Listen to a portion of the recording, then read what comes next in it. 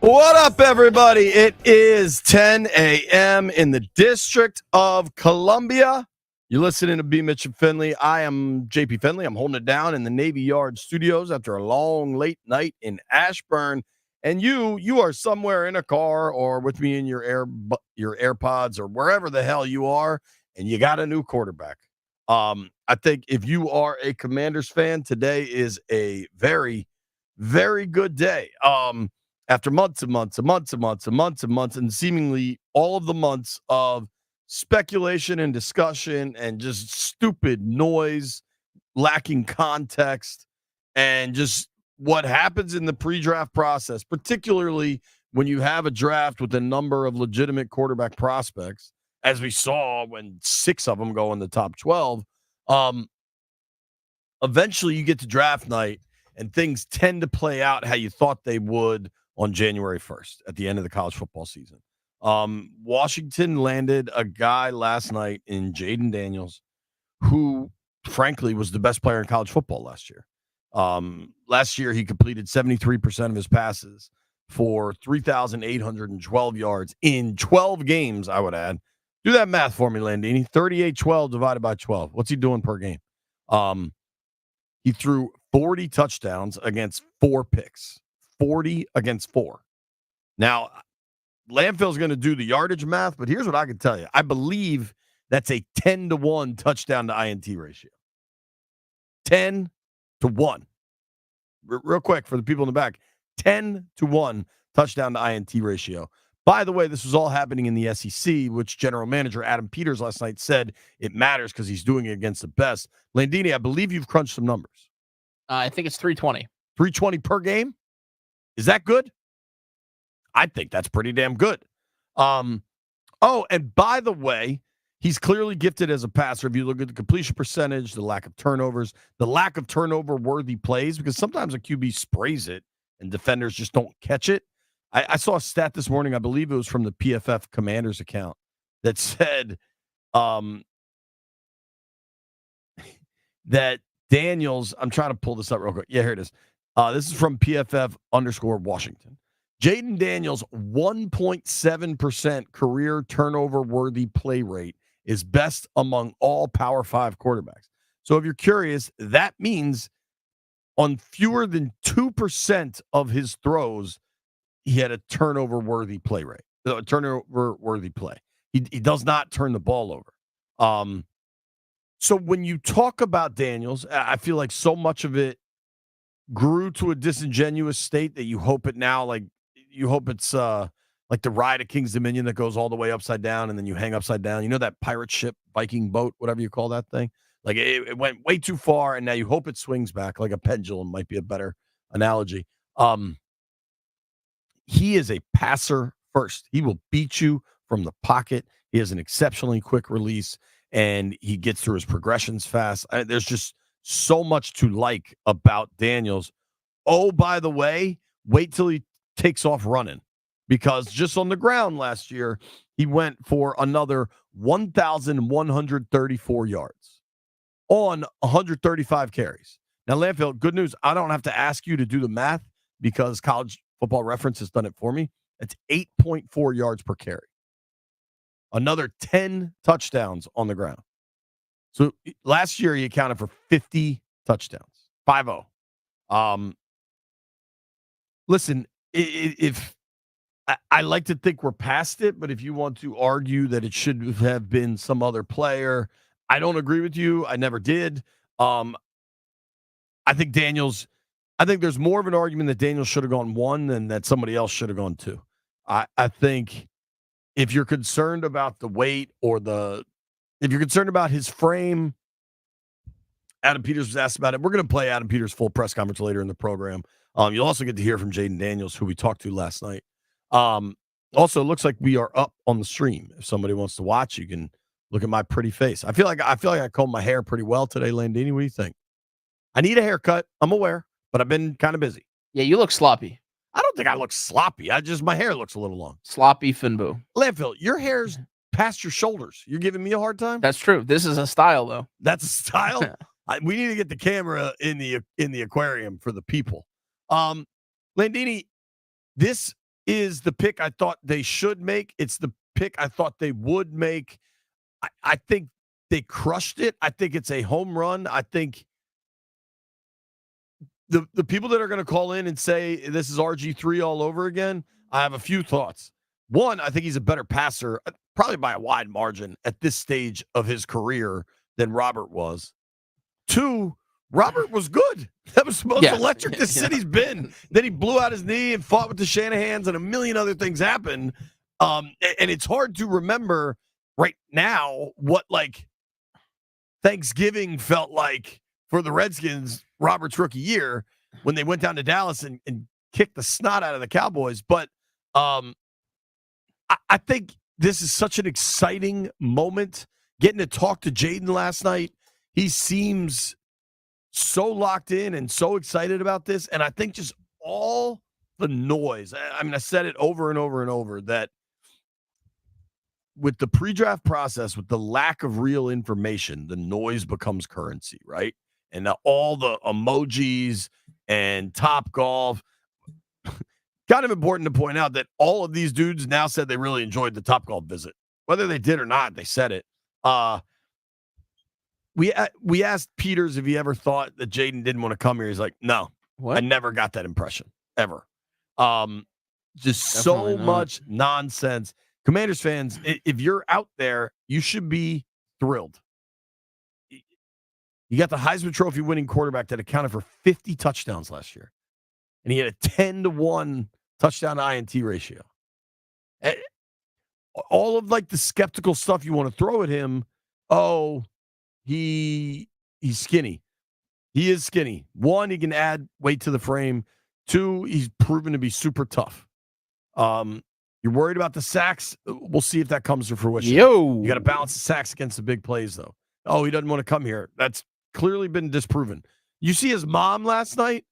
His mom, who some people in town have chosen to write about, did the left hand up. Did you guys see that? In an interview, I think, on ABC, I believe, like on the National Draft broadcast. I want to check in with the Aquarium boys. How we feeling? Let's just do vibe check, Landini. Straight up vibe check. I'm good. I thought that Jaden Daniels was going to be the pick pretty much the whole time. Honestly, they had an opportunity to take the guy that won the Heisman Trophy this year, and it kind of makes sense that that's the guy they would take. I think he's the right pick. I hope it works out. I think it could work out pretty well. Jeffrey?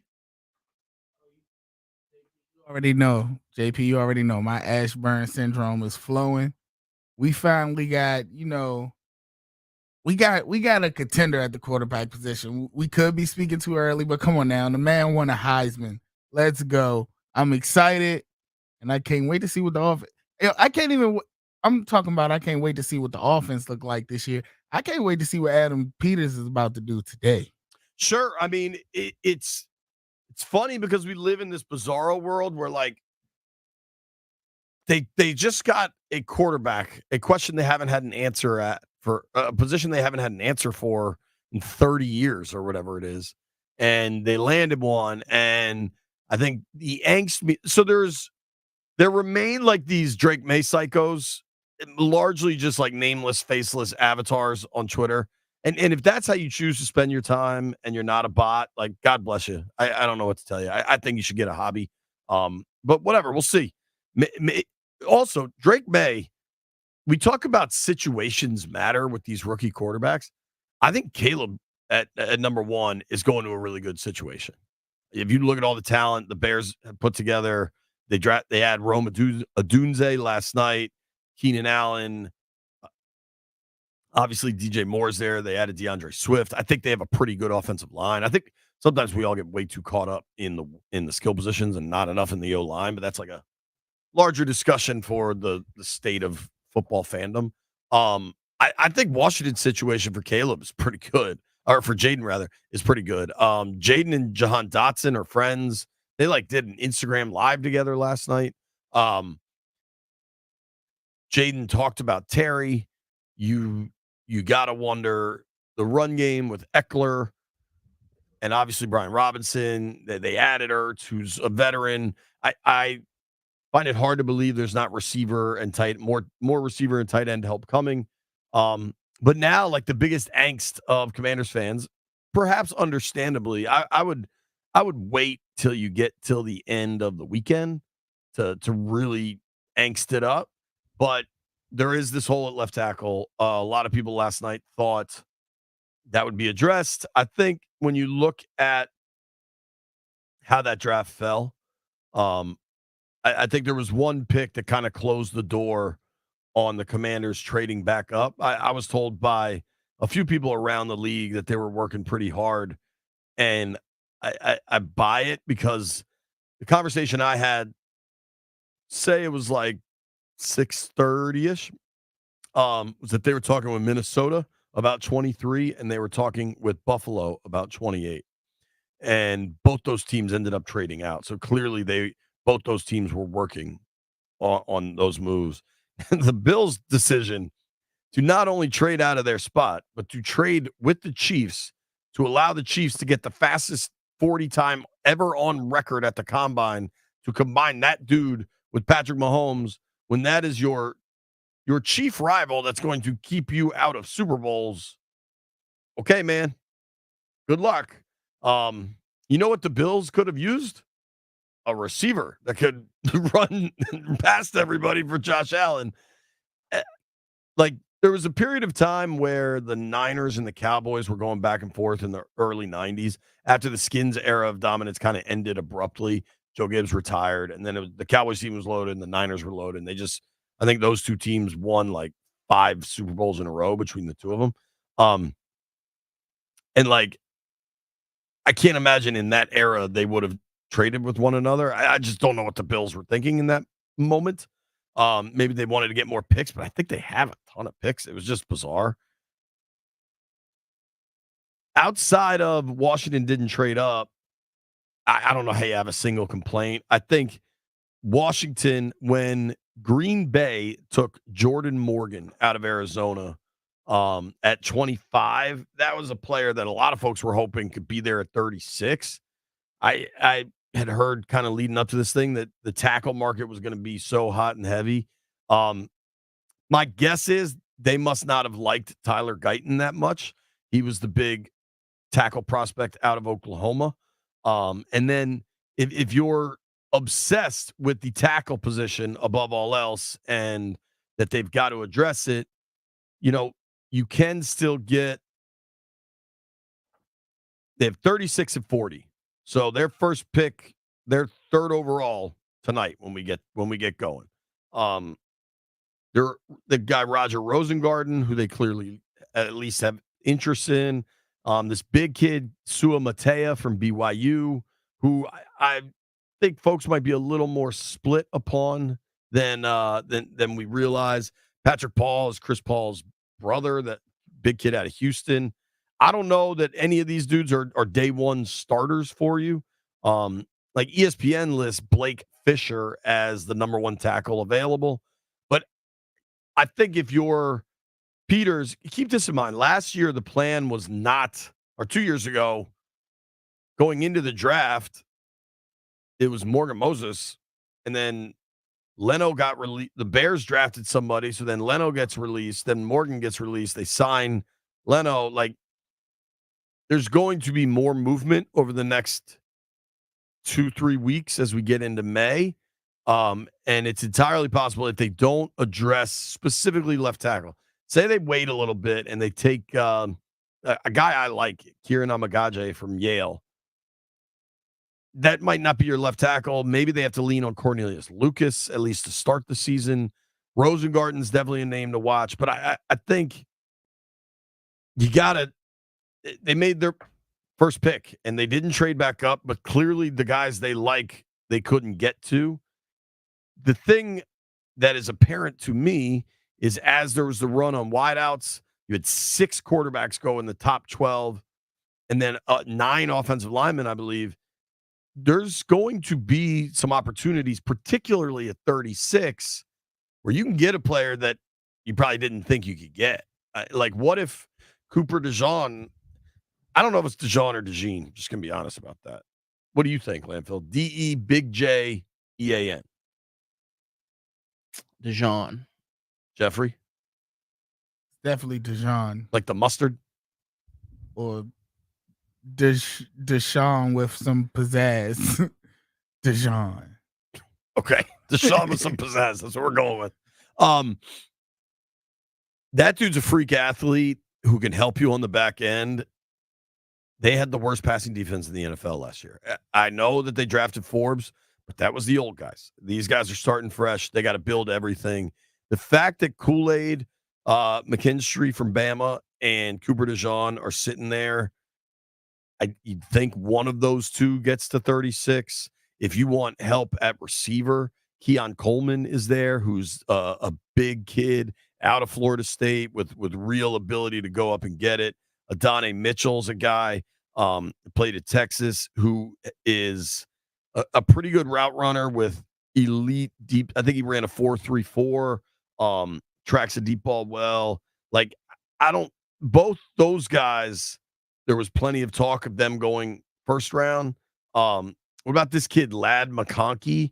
It looks just like, to me, like the next maybe Welker or something. He's 6 foot. He's 6 foot, $180, but runs awesome routes, really good at the line of scrimmage. And his 40 was a lot faster than I think people expected. It was 4.39. Maybe helps you in the return game too. There's a lot of these dudes that I think you weren't expecting. A guy I've liked throughout this process is Junior Colson, who's a linebacker. I don't think he makes a lot of sense for them, but I bet he goes. TJ Tampa is a corner that I actually mocked to them at 40. I guess I got a break, Jeff. Is that what you're telling me? I forgot about the breaks. Beat the brakes off them. Here's what we're going to do. I'm going to just tell you the truth, folks. If you don't want to talk NFL and the draft all day, you should probably find another radio program, because all we're going to do is talk NFL and the draft all day. PFT Commenter joining us at 11. At some point, I'd like to see if we can get the Rooster in here, because the funny little draft night story to be shared. Santana Moss going to join the program from Detroit with B. Mitch. Fingers crossed that all comes to fruition a little later. Don't go anywhere. We're just getting warmed up. It's B. Mitch and Finley.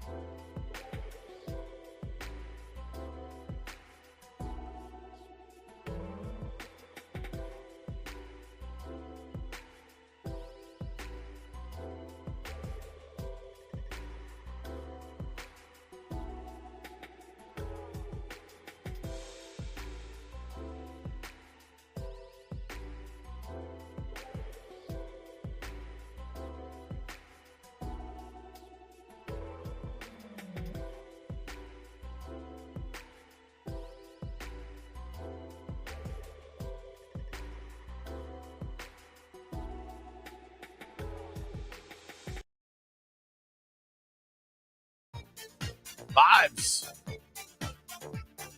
You hear that? You hear that weird humming? That's right, the one and only, the legend, Brian Mitchell, joining us from Detroit. Good morning, B. Yeah, I knew you were there. Whatever was going on with the connection just sucked. B. Mitch is out there in Detroit for the Commanders draft. Yeah, I've been there, man. I've been there. I spent the first 20 minutes of the show talking about they were served a fastball down the middle of the plate and they knocked it out of the park. You draft Jaden Daniels, you get an absolute stud playmaker that doesn't turn the ball over. This is what everybody should want.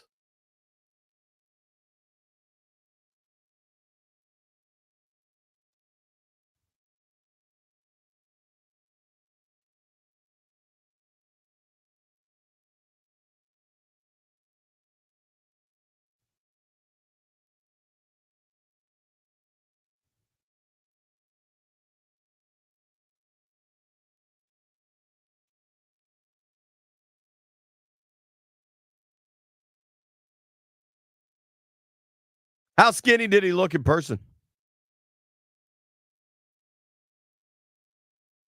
Like a guy that runs 7 miles a day kind of guy?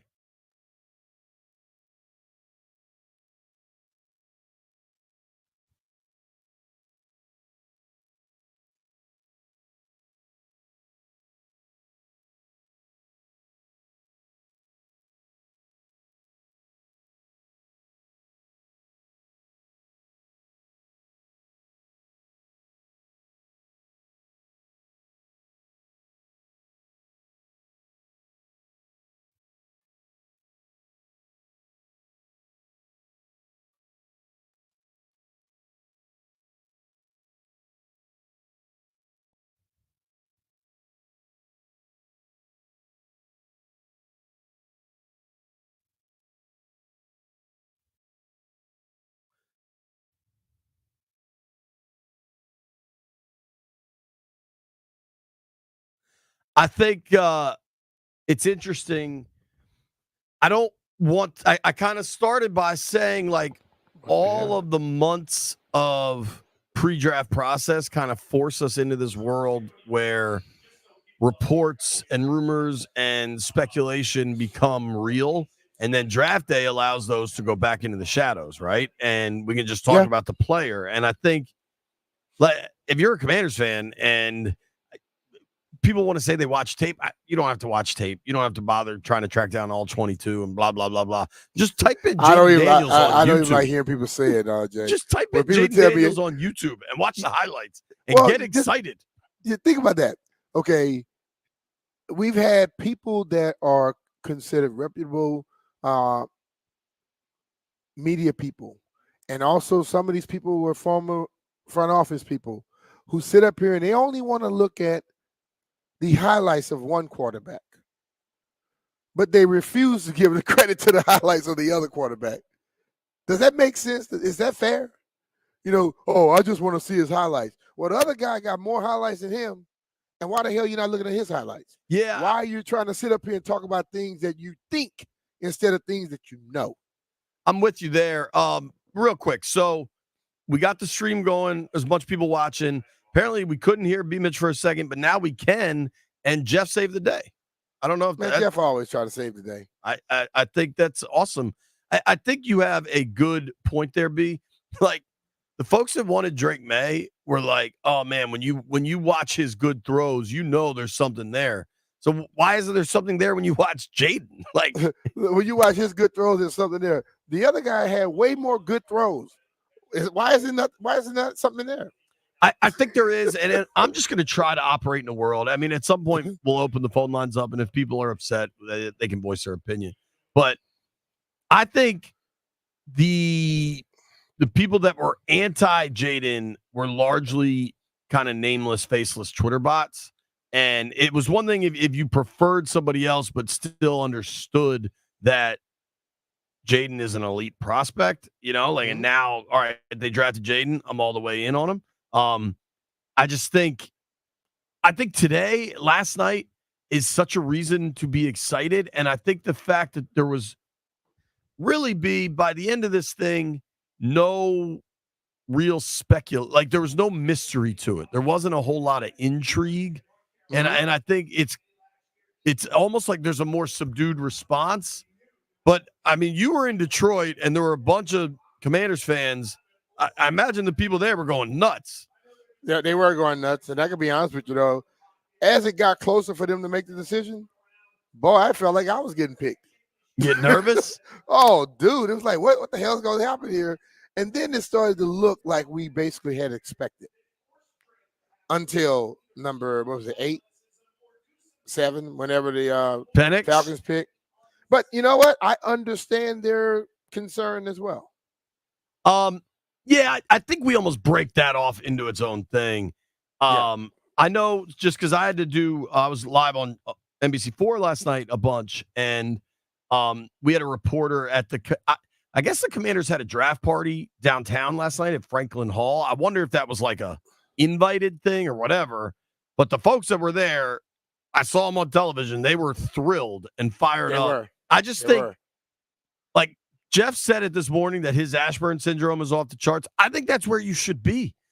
They just got an absolute stud quarterback at a position they can't figure out. Look, I received they can't figure out for 30 years. But see, this is the thing, and I think people get in their feelings. So this is the what you call it, the direct message, the DM. The guy said, man, well, you, Doc, and JP got what y'all wanted. Congrats. I say, if you're a fan, support him. I didn't get a response. So in other words, you just a hater. You know what I mean? Like, you decide what you want. If you're cheering for the team, you cheer for the team to be better. And they have a prospect where they can possibly be better. And you rather be upset instead of trying to support the person that came in, who the people that we consider smart as hell and the right people decided to pick. You know what I mean? So I don't understand. I laugh at a lot of this stuff. I wish I could just sometimes tell them just drop all worry and have the right to just go back how I used to be and just say exactly how I think about some things sometimes. But you know what?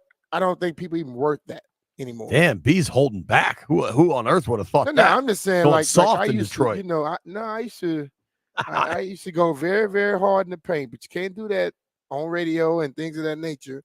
And then everybody now, when you tell them the truth about something, they want to go around saying you were mean to them. You know what? I just think there's some dumbasses in the world. I'm gonna just leave it at that. I'm gonna give Jeff another shout out.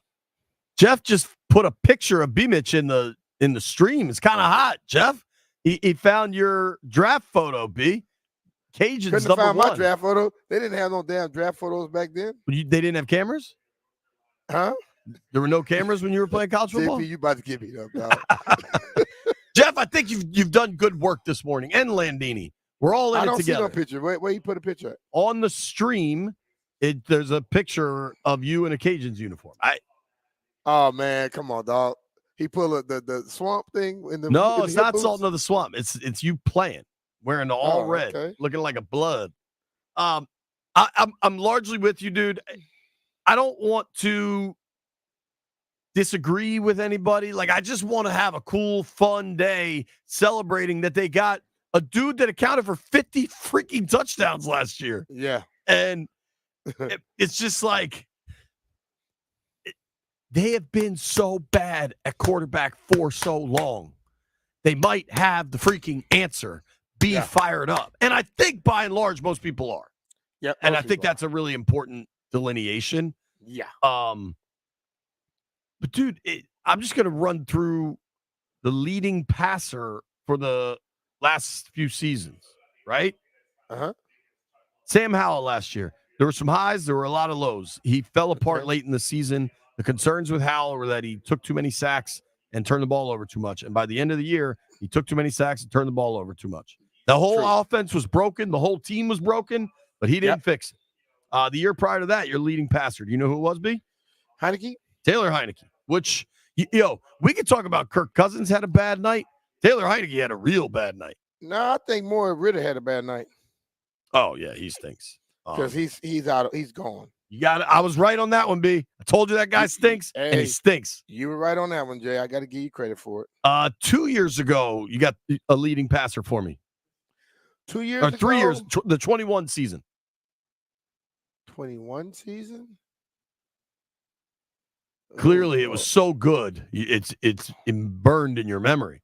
21 was when they signed Fitz. He got hurt on the water slide, allegedly, and then Heineke started all year. Heineke was the guy again. Yeah.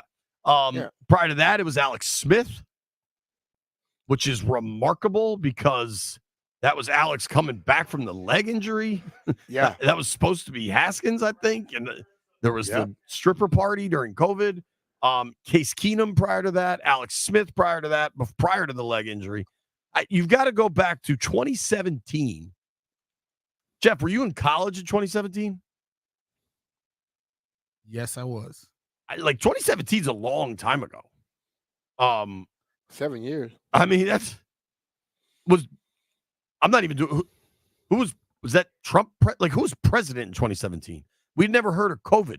We had never heard, inflation was only a thing we had heard of in history.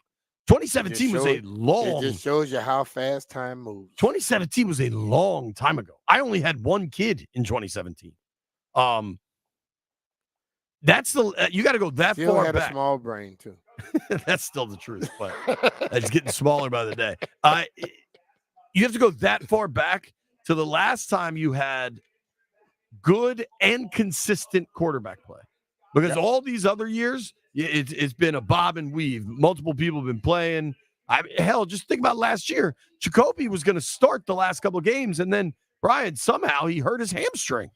Yeah, I mean that was kind of mysterious to me, brother. Yeah, I hope he's okay. But it's been so long since there's been competent, consistent, arguably good quarterback play. And now I think they've got their best opportunity to do it again, because when they drafted Haskins, there were real reasons for pause about the pick. And that is prior to everything that happened, right? The fact that fans talked themselves into Ryan Fitzpatrick because they thought his beard was cool, I will always blow my mind. Alex, hey, we go crazy over people for the things that has nothing to do with winning football games. Totally. But a guy that has the ability to help you win a game, we don't like that though. Right. Alex is a guy that can help you win a game, but it'll never look sexy or be innovative, as Doc likes to say. And obviously the injury with Alex changed everything. Taylor's an extremely likable guy, but a limited passer. Sam, really likable guy, limited passer. They've got a kid now with the world on a string, man. Nobody knows how it's going to go down, but damn, now is the time to be freaking excited. PFT Commenter joins us at 11. Hey, it's Brian Mitchell here. Tired of those lackluster cooling systems? Well, now it's time to switch to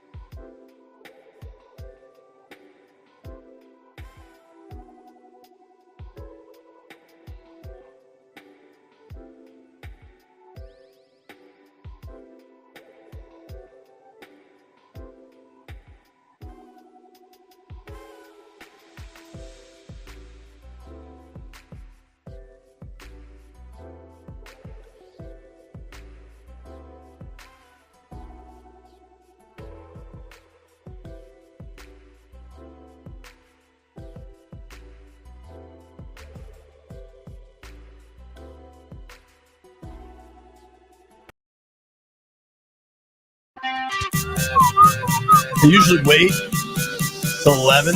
I'll just encourage everybody to be responsible to open up Scotty's Vodka Red Bull Friday. But the day after you draft Jaden Daniels, the day after Jaden Daniels comes to Washington, I ain't waiting. Happy Scotty's Vodka Red Bull Friday, everybody. B, you might be enjoying it already, as far as I know. I'm not, but I will be. Last night I kind of got cut short, Jay. Well, I'm gonna take you through last night so I can get a chance to do that. I want to make sure we have anything scheduled right now. No, you're good. Okay. So last night, we got through. We didn't get back to the hotel around 12 something, and there was nothing open to get something to eat. Well, they had some place called Coney Island, and everybody tells Hot how good dogs, they were. right?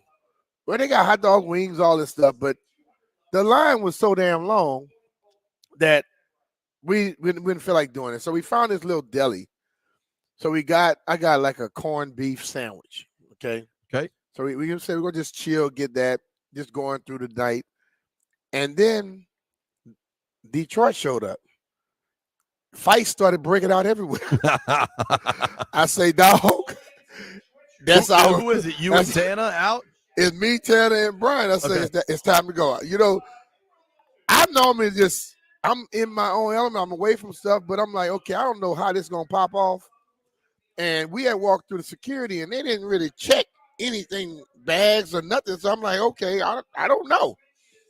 So I just stood up and just started walking, and Taylor say, "Good idea." Dude, I'm talking about no more than 5 yards from us. One breaks off. Dude with the dapper dude, and he hit him. Bam.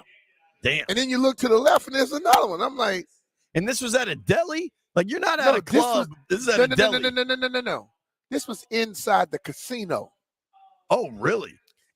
We stayed at the MGM the MGM hotel stuff.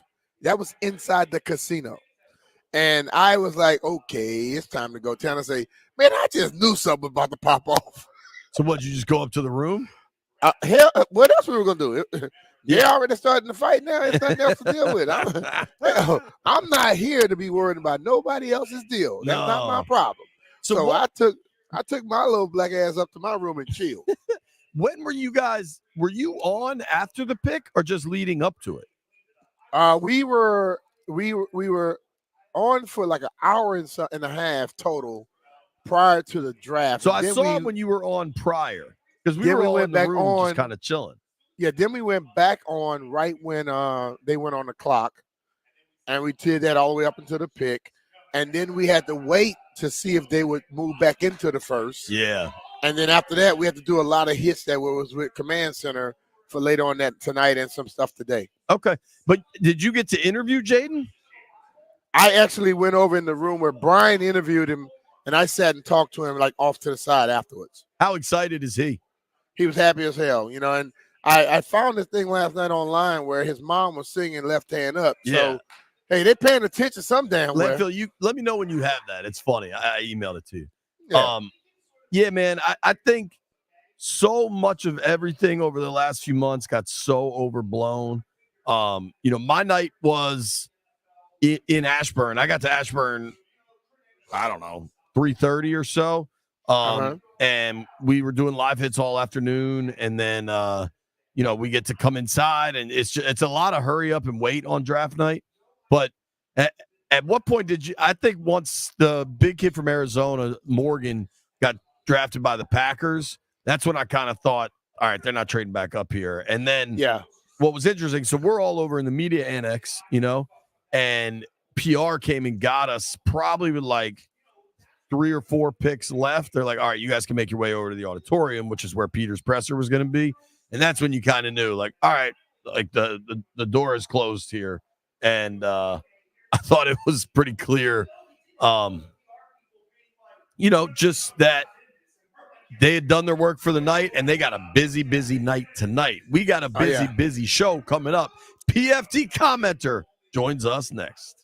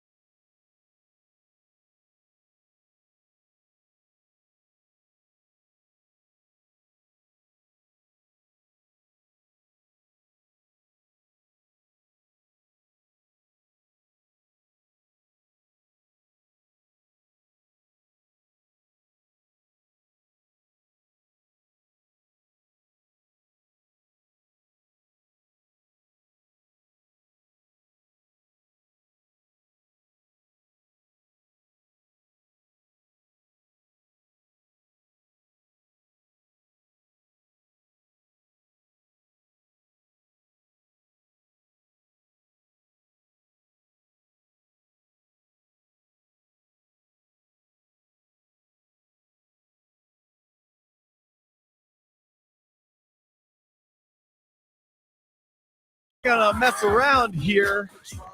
There's one major Commanders fan who is majorly fired up on a Scotty's Vodka Red Bull Friday. That is our guy, PFT Commenter, Pardon My PFT. Take podcast, Barstool Sports. PFT, I was listening to the pod, man. You hit all the right tones. Commanders fans should be thrilled, and I think you are, that Jaden Daniels is the new quarterback.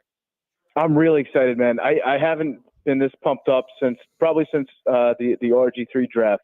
I feel like it's going to be good for the team. It's going to be good for the on the field. It's going to be good for all the fans too. It's going to give someone who's instantly energizing to the fan base. And I think who else is going to be really good for it is our boy Tress Way. Tress Way is probably pumped that he's going to have a nice fat check coming his way to get that number 5. He's a big winner. I give Tress Way an A+ for his draft grade last night. Great job, Tress. I'll pass that along to him. You know what? He may not have to. Sometimes some guys think about, okay, I'm going into the NFL. I'm gonna change this whole thing and make another era. Yeah, I think he's going to go out on a limb here. I'm going to go out on a limb and say that Tress will do it. He's a good teammate. I think he's going to be happy to have. Yeah, he'll be willing to do it for some cheddar. Yeah. You know what? Like being a punter with a desirable quarterback number is a pretty nice side hustle in the NFL. If you can find your way onto a team that takes a lot of new quarterbacks, you can make a good amount of money. Like being the punter for the Browns during the 2000s and 2010s was probably pretty profitable for whoever that guy was. But I think Tress is going to be a good guy and give it up for Jaden coming in. So that'll be nice. Played old Calcutta last night, huh? Yeah, I think Tress could. I imagine there's a golf course off 29 and 66 in Manassas that I bet could make all this go away. Something like that. Yeah, exactly. PFT, what do you? I mean, I know you were all in on Daniels. I think you had a future on him to win the Heisman. Like I'm a AWL, so I listen to the podcast. I know how much you guys liked Daniels. I think he comes in immediately and is the best quarterback this team has had since Kirk. Like I think he can hit the ground running. Do you see that similarly?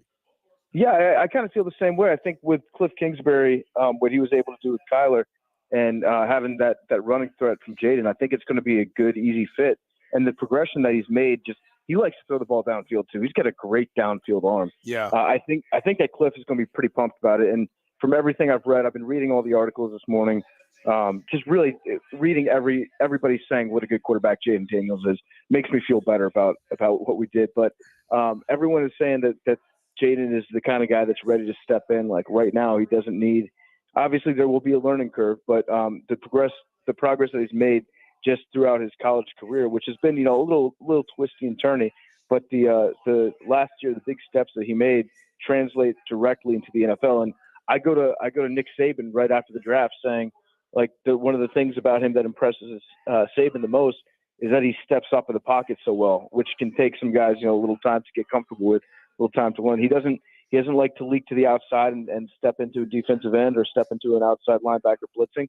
He's already really good at just stepping up in that pocket and then running from there, which gives you sometimes the best angles if you're going to even be running downfield. So I'm thinking that he's ready to go, and I can't wait to watch him. Like this football season is going to be so fun to watch with Jaden. Yes. See what I loved about, like, the thing about, like, I watched enough of him playing to where I was already impressed by that. But hearing about his work ethic and the dedication he has and the way he goes early and stays late, not many college students are getting into any damn meeting room at 5 o'clock in the morning on their own, and they damn sure not staying later after practice. But this kid was doing this already. I can only see him taking another step at the next level. Yeah, I mean, if I'm going to school in Baton Rouge, Louisiana, I might be getting in early, but that's only because I stayed out so late that night. So having a lot of discipline, professionalism like that, I love it. I love it, and I love the cliche like he was the first one in the facility, last one to leave. Brian Kelly was saying that about him. There's probably got to be like 7 guys on each team that are all the first ones in and also the last ones out. But I appreciate the sentiment. I like the fact that he's a hard worker, and you can tell in the steps that he made in his game last year. Like it was night and day compared to years before, and he's just the dude is talented. Anyone can see that. If you combine that with the dedication, the hard work towards it, that I think he has the opportunity to be a really great quarterback. I'm excited, man. I'm excited for this whole season. I'm excited for the franchise. I think that this is a very, very positive step. Hell yes. And I don't know, because your brand is so national and different. I don't know that you get caught up in the muck of the divide on some people that didn't want Jaden and wanted somebody else. But I just think people got to chill with that now. He's the pick. Like, it's over. Whatever statistic you want to pull out of the air, I would pull out 40 touchdowns to 4 interceptions. Yeah. I mean, just look at that. Look at all the ways that he's able to impact the game and how he was not costing LSU games last year. Their defense was atrocious last year. I know it's LSU. Everyone's like, oh, SEC, they've got this reputation. They were one of the worst in the entire country last year. And Jaden Daniels was keeping them in games. I don't want to say single-handedly, because he had great wide receivers, obviously. But he was a major, major part in them being a winning football team last year. They could have very easily been one of the worst teams in the SEC with just an average quarterback. But he was able to keep them in those games, win some close ones, win some shootouts. The dude is awesome. He's a great quarterback. And I don't get kind of into the weeds as much as I'm sure you guys probably had like 3 months of talking about every single quarterback, and people get divided up into these camps. Some people want Drake May. Some people want JJ. Some people want Penix. If you're the Falcons, I guess maybe one person wants Penix in the first round, Fontenot. But at the end of the day, we got a great quarterback, and I think everyone's going to be very excited about it. If you wanted Drake May, I understand there were some good arguments to be made for Drake May, honestly. I would not have minded Drake May using that pick, but I really did want Jaden. So I'm happy that we got him. I'm sure that even the people that didn't want Jaden are going to come around and back him up and support him. I heard you talking about his mom a second ago about her doing the left hand up after the draft. I love that. She's all in. So it's gonna be so fun. I can't wait for it. And the reality is, like, everybody in the front office for the Commanders, they wanted Jaden. They said nearly unanimous. I think it was probably unanimous, just from the way that it was phrased. And if you look around the league, I think almost every other front office, from what I've heard, had Jaden ahead of Drake May in this draft. So a lot of people kind of they back up what the Commanders are doing.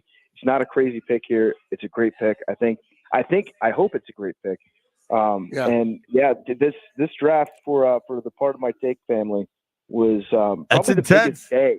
The biggest day in the history of Part of My Take, because we got obviously Caleb going number 1 to Big Cats Bears, Jaden to the Commanders, Drake May to Hank's Patriots, and then we had Roma Dunze also going to the Bears. So it's just like a transformative night for the podcast, and it will either drive us apart and make us absolutely hate each other and resent each other, or it might be the start of just like a great me and Big Cat against Hank rivalry, where we both root against Hank and Drake May in the NFL. So, the good news is somebody's going to be a bust in the first round.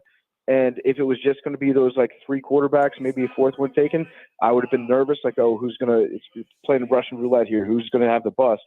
But the fact that 6 quarterbacks went in the first 12 picks, now, as long as you don't pick the worst one in that group, then you'll be okay long term. But, it's much harder when you're only looking at 1 out of 3 is going to be a bust. Where do you think they should put their focus next, PFT? Offensive line. Give me a big boy. Draft the biggest boy you see out there, and just have him protect Jaden. I would like to see that. That's really where my focus is at right now. I don't know what other positions of need that you guys have circled, but to me, it's like offensive line. Just beef up the line. We need pass rushers, obviously. And if you have like a guy that you have graded as a higher talent and he falls to you at the start of the second round there, I will live with taking a defense end or a pass rusher. But to me, the focus has got to be on getting younger up in the trenches. So I want an offensive lineman. Yeah, I'm with you there. It'd be crazy not to ask you about Kirk going. It's just, I was thinking about this morning. Kirk Cousins is a nice person. He's a little odd. He's a little different, but like somehow he's always in the middle of something wacky. And he signs with Atlanta, and 6 weeks later, they draft a dude in the top 10 to replace him? I mean, that's the reality. Yeah, it's funny because everybody was like, I hope Kirk Cousins is doing okay. And Kirk is fine. He's okay. He made over Nobody worry $300 about million. Sure. Yeah, Kirk's going to be just fine. But it is weird how this all happened to him. And it's only a move that the Falcons can make. I don't know. Michael Penix better not have any like barbecues during training camp, because if players go to Penix's barbecue and don't go to Kirk's, that could create some locker room issues. But in terms of like the situation that Kirk's in right now, he's going to be the starting quarterback this year. But then if there's struggles, is there going to be talk in the offseason of putting Penix in? Like, it's not crazy to think you spent a first-round pick on this. You spent a top 10 pick on this guy. There should be a conversation about if he's ready to start. If he is as good as Kirk Cousins, or he looks as good in practice, he probably should start as early as next season, which is crazy. It's like, why would you do that? Why would you go out and sign Kirk Cousins this offseason and go full court press on him, and then give him a call like while you're on the clock and you're like, hey, Kirk, we're going to take a quarterback. Is that okay? And Kirk's such a nice guy. He's probably like, yeah, the Minnesota nice, like, oh, yeah, sure. That's fine. But it's a business, though. Yeah, meanwhile, the NFL is a business. That's the way Kirk came into the league. Yeah, exactly. That's the he came into the league the exact same way. And let's be real. No one knows how healthy he will be this year. No one knows exactly where that Achilles is until he gets on that field and start playing. So what if something happens to him early? It would be the smartest move in the world. That's very true, that coming back from Achilles is a roll of the dice. But then, B-Mitch, I would say, then why are you going to give $180 million to a guy who's in his mid-30s and you're not sure if he's going to be healthy again? I'm not knocking this for Kirk at all. I'm saying, like, in terms of the entire last 3 months for the Atlanta Falcons front office, it doesn't make any sense. Like, this move made no sense for so many different reasons. And when you look into the totality of committing all that money to Kirk, but I did love their spin zone. They had the best spin zone, which was the spin zone's outrageous. Yeah, we drafted Penix number 8 because Kirk Cousins is such a good quarterback that we won't have the opportunity to pick a quarterback that high for the next 4 years while he's here, which is such a like weird way of thinking. Like, it makes sense in a weird way, but no team actually operates that way, especially if you have a top 10 pick, especially if you want to take Penix, you probably could have traded back quite a bit and taken him later. And the reason I think the run on quarterbacks happened is because Penix off the board, everybody's like, they smashed that panic button. They're like, well, we have to take our quarterback. We got to move. We got to do this now. And then we end up with like Bo Nix going in the first half of the first round, and all those other guys. It was a wild move. I think if Penix is anything like he was this last year in college, Kirk's deal is a 2-year deal. You might be right. Totally. Because let's be real. Kirk Cousins is a nice guy into the third year who's made over $300 million. He hadn't really done much more than any damn body else in the playoffs or anywhere else. He has great regular season stats. He's average when it comes to the playoffs. You might be right, B. Mitch. And Penix was incredible this year. And if you watched him in the college football playoff, the throws he was making, at least in the semifinal game. The Texas game, he was unbelievable. Yeah, they were professional throws. They were right on the money. And he does throw off his back foot a little bit, but he's insanely accurate. He still gets good power on his throws off his back foot. And he looked like a great quarterback. He looked like a guy that could be taken the first. I think I said after that game, like, based on this game alone, I would take him in the first round. Obviously, there's a bigger body of work that you have to look at for a guy, but that one game, at least against Texas, was incredible. It was some of the best college quarterbacking I've ever seen in my entire life. So, yeah, there is a chance that he could step up in 2 years. It seems like a weird thing to do, using a top 10 pick on a guy that probably would have been there in the late teens, maybe 20s, maybe second round. We don't know. A lot of teams had, like, a lot of experts had second round grades on. They project him to go like 36, 40, something like that. So it's just a weird move by the Falcons. And at least it gives everybody something to look at and be like, no matter what we did tonight, at least we didn't do that. Yeah, I totally agree with that. It just,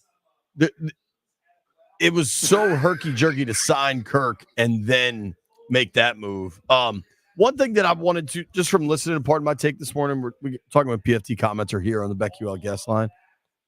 Like, you are a proxy for all of us in this situation, right? As a lifelong Commanders fan, the quarterbacks here have been awful for a long time. It's been so long since a big move like this actually worked. And Big Cat, as a Bears fan, same boat, if not a worse boat, frankly, when it comes to quarterbacks. And the excitement shared, and then Hank being a New England guy who's like, yeah, I don't get caught up on draft day. Like, I just hope that Washington gets to a point where it's like, all right, they're just good now, and we don't have to deal with all this. Like, draft day isn't the highlight, It's just, it was so funny to hear that perspective from a Patriots fan and paying it forward. Like, oh my God, what if this? I think the most exciting thing about this, like, you go on a first date and there's a spark, and you don't know what the hell's going to happen, but there's a spark. It feels like drafting Jaden Daniels is a spark. It's definitely a spark. Yeah. And if I'm Hank and he just got out of like a 20-year committed relationship, he's probably not too excited to be back out there on the streets. Like, the world has changed a lot since you've been in this relationship with Tom Brady for so long. Right. But for us, like, we're playing the field, and this looks like it might be something that could be a long-term thing, or at least there's a possibility of it. So in one sense, I kind of envy Hank for not being able to get excited about the draft. You probably, in a logical world, you probably shouldn't be this excited about the draft, because it means that something has gone very, very wrong in your past, where you're looking to make this like monumental leap that you're hoping changes the entire face of the franchise. And the odds sometimes are stacked against you in the draft. Like, it's not a sure thing. Nobody's a sure thing. Caleb Williams is not a sure thing. He's probably as close as you can get to it from what I've heard, but none of these quarterbacks are 100% locks. And so I kind of envy Hank's perspective to be more realistic about it and not get too pumped up and let him show you on the field. But I mean, for us, listen, this is as bright You as tell Hank he's had been in a long success. time. His So reality was that. Well, we we didn't have all that. For getting excited about it. Our reality is totally different than what his reality has been. Totally. Yeah. Don't apologize. All the Commanders fans out there, be excited. You should have that little pep in your step. I know a lot of you woke up this morning and you walked to your car to drive to work. You had a little extra bounce in your step because of Jaden. The world's a little bit brighter because we've got a quarterback now that you can get excited about. And by all means, like, lean into that. Enjoy that. This is awesome. This is potentially a franchise-changing decision that we made last night, and hopefully he's going to bring just a ton of joy into our lives for the next 10 years. That's what I'm hoping for. And don't let anyone take that joy away from you. It's very rare that we get to feel this optimistic about something. So absolutely enjoy that. I completely agree. And dude, I was in the room when Adam Peters walked in before the presser actually started, and he joked. Like, you could see he had a pep in his step, despite, I can only imagine the hours of work, and this was midnight. And he's like, you guys doing all right? Not doing as good as me. And he sat down and started answering questions. Like, he was fired up. Well, man, I was here in Detroit the last time they had the Super Bowl here, and I'm here now for this draft. It's way more pride in Detroit now than it was then. Yeah. And I hope it changes like that for Washington as well. I hope it does too. I really do. And Peters was so excited to get. You know what? I'll just say this. I made my big board, and I had my prospects ranked. I watched every single snap of the entire college careers for every single player in this draft, and I actually had Jaden Daniels ranked ahead of Caleb Williams on my big board. Now we're so talking. I was really hoping the Bears were going to take Caleb Williams and not Jaden Daniels. I lucked out. I'm very excited about that. So I got my number one top guy that I had, number one overall. And I guess maybe it's a good thing that Drake May was so good at Topgolf, because then Adam Peters was like, well, this guy spends a lot of time on the golf course. I don't know if we want him. Let's go with Jaden on this one. So I'm happy that all worked out. All right, best moment in the draft last night. Olu Fashanu's mom boxing out his girlfriend, even when the girlfriend tried to grab the goods, or the player's mom was asked, "How far did your family come?" and she said, "We came from Baton Rouge, Louisiana." Yeah, mom stole the draft last night. I love Fashanu's mom just being like, "No, stop, hands off the merchandise." She was really going for it too, dude. The girlfriend she went for it. Yeah, she was diving in hard. Good for her. I think draft night a time where it should be like the mom, dad, brother, sister. If you got a college girlfriend that you've been seeing for a little bit, it's cool if she's in the room. But you have to have, I think you have to have the talk ahead of time. Expectations. Sometimes those need to be girlfriends set. they show who they really are. Then mama be like, okay, she got to go. Yeah, you have to have that talk where be like, hey, listen, I like you. We've had a good time. We've gone to Applebee's several times. I've enjoyed myself on every occasion. But the people that raised me, I'm going to have them sit next to me, and you can stand in the background and you can take pictures and clap politely. But let's not try to get to third base on national TV as I'm getting drafted. There's 5 letters that I want to say for what was attempted, but I don't know that I'm allowed to say those 5 letters in a row, so I will not say them. Do not. Does it start with an O? It starts with an O and ends in a J. I'll say that much. Okay, yeah. Oh, well, yeah. Careful. Dude, last thing. I know you got to go run. I really appreciate you making time for us. One, B. Mitch was in Detroit last night, and a bunch of fights broke out in a deli. I thought you'd appreciate to know that. Wasn't a deli, JP. I told you in a casino. When you were in a deli, you said there were fights, The but deli the deli was right in the casino. Right, a deli in a casino, and a bunch So of it fights. wasn't in the deli. You gotta give the right information. You take my stories and change them up all the time. I've been to the deli that's inside the casino. Yeah. Yes. I've been there in Detroit. It's that is a place where I would expect to see a fight break out. PFT, last thing. Caps play tonight, man. Need a dub. Let's go, Caps. Need a dub. This is a must dub for the Caps. We need to get at least one here at home. Maybe get some momentum going. I don't know. We need to get into a fight. That's always my advice. If you're Send them all to a series, deli. Yeah, just get into a fight on the rink. Try to tilt the ice a little bit. Thanks, man. Appreciate your time. All right, JP, you need to remember that you're on the stream too as well, okay? I'm working on it. You were picking your nose. You didn't eat that. None of that is true. Thank you to PFT Commenter. Coming up at noon, we're going to play Adam Peters' press conference from last night. A lot to like from Adam Peters. Nobody go anywhere. It's B. Mitch Finley. I'm Ryan.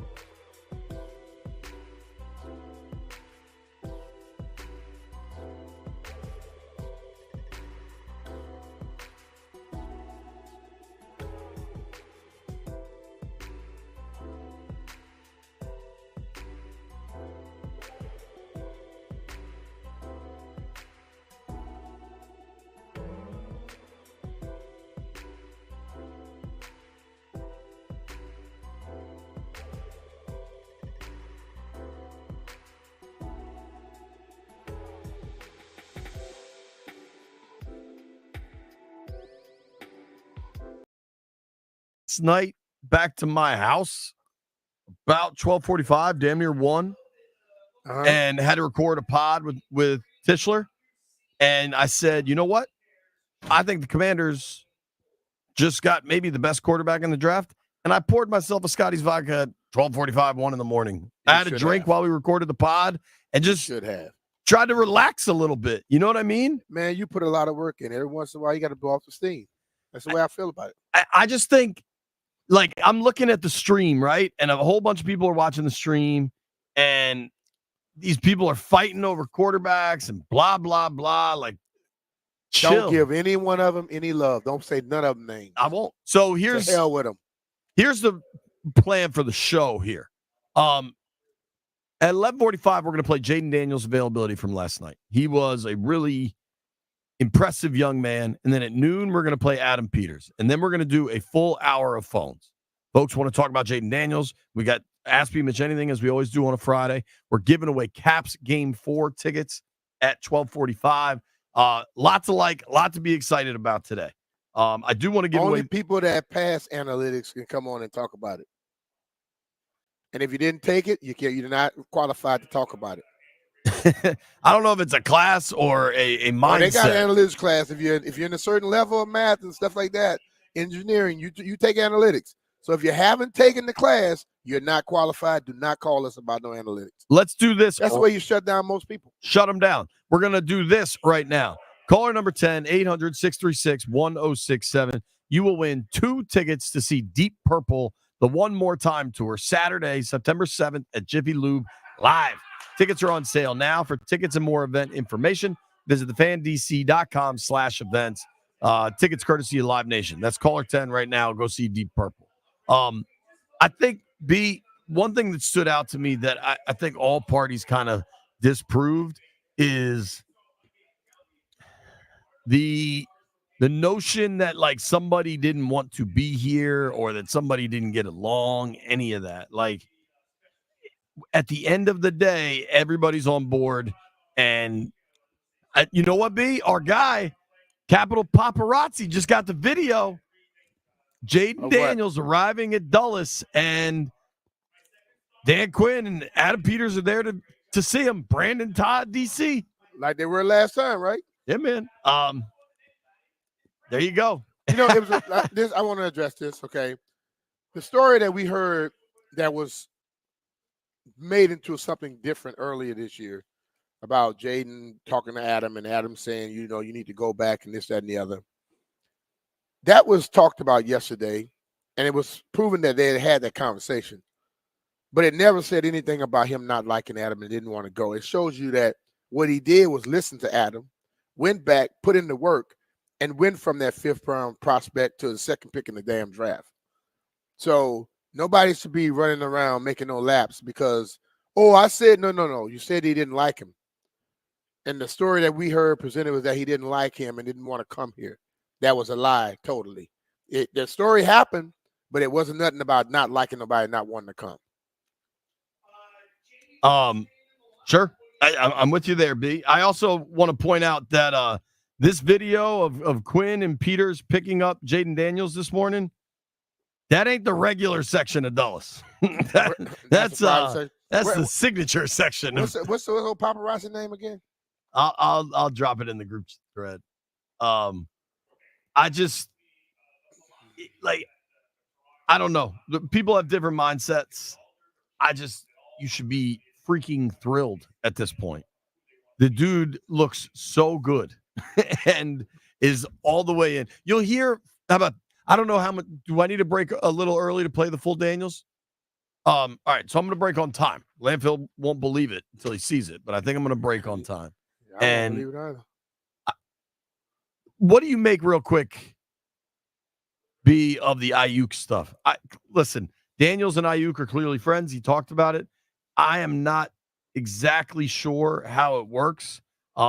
Maybe San Fran's trying to trade Debo. Maybe they're trying to trade Ayuk. I don't know exactly how that works out. I think for Washington, friendships is not going to get him traded here. Exactly. If it works and it's feasible and it makes sense, makes dollars and cents, they'll try it. but he's not gonna just do it because he's friends with them. Hell, a lot of guys are friends. They play against each other all the time. So I'm not gonna go. Oh, and if they make the trade, it's not because they're friends. It's because they feel he could come here and help this damn team.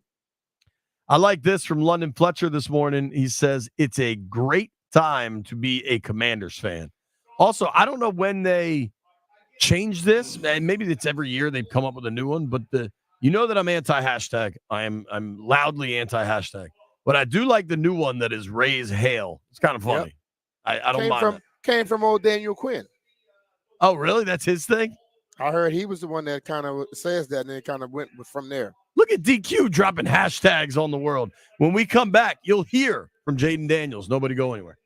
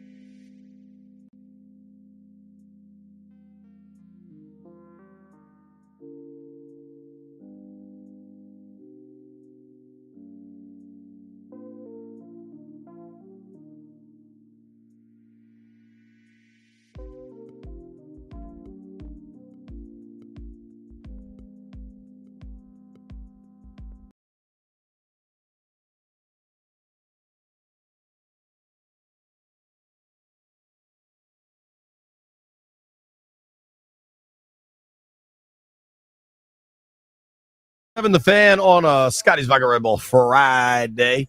I got a really good tweet that I want to give this dude some credit because it was funny.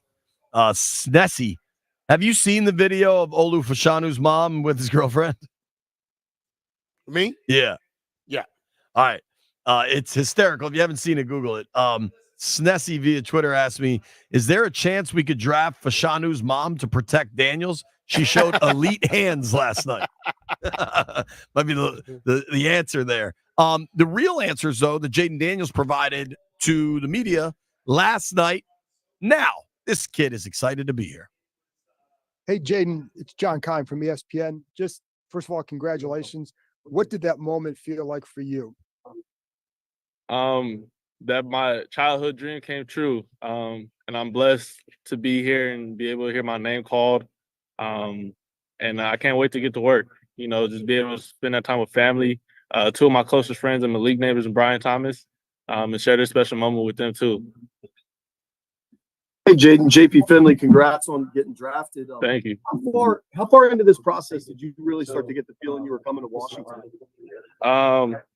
Honestly, they did a pretty good job. You know, not showing their hand too much, but the conversation I had, I was pretty confident. Just basically off the conversation that we had, that I was able to come here and fit into the Commanders team. And, you know, I'm here now. I can't wait to get to work.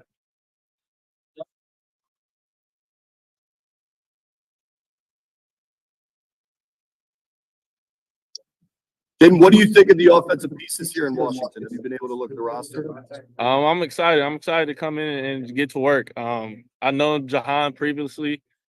Just, you know, we're kind of around the same age. Obviously, what Terry has done at the next level, you got a great running back in Brian Robinson. You know, Austin Eckler, those guys are very explosive players. New additions with Zach Ertz. And, you know, I'm just happy to come in and learn how to be a pro. You know, I'm excited to get to work. I'm excited to meet my new teammates. Hey, Jaden, what was your impression of Dan Quinn and kind of the offensive staff when you got a chance to meet with them? It was awesome. I mean, Coach DQ is a great guy that, you know, a lot of people speak highly of, but who he is as a person and how he cares about his players. So I was excited to be around him, and it's just the offensive staff. You know, their track record speaks for itself. Obviously, Cliff was over there with Kyler and what he did as a head coach. And for quite some time, he had Kyler in the MVP conversation. So I was excited to be there and just chop it up and talk ball with them. Hey, Jaden, this is Scott with ABC7. First of all, congratulations. Welcome to Washington. Thank you. This is a passionate fan base, Jaden. They're starving for a winner. The responsibility you have now to kind of help put this franchise in the right direction. How do you embrace that responsibility?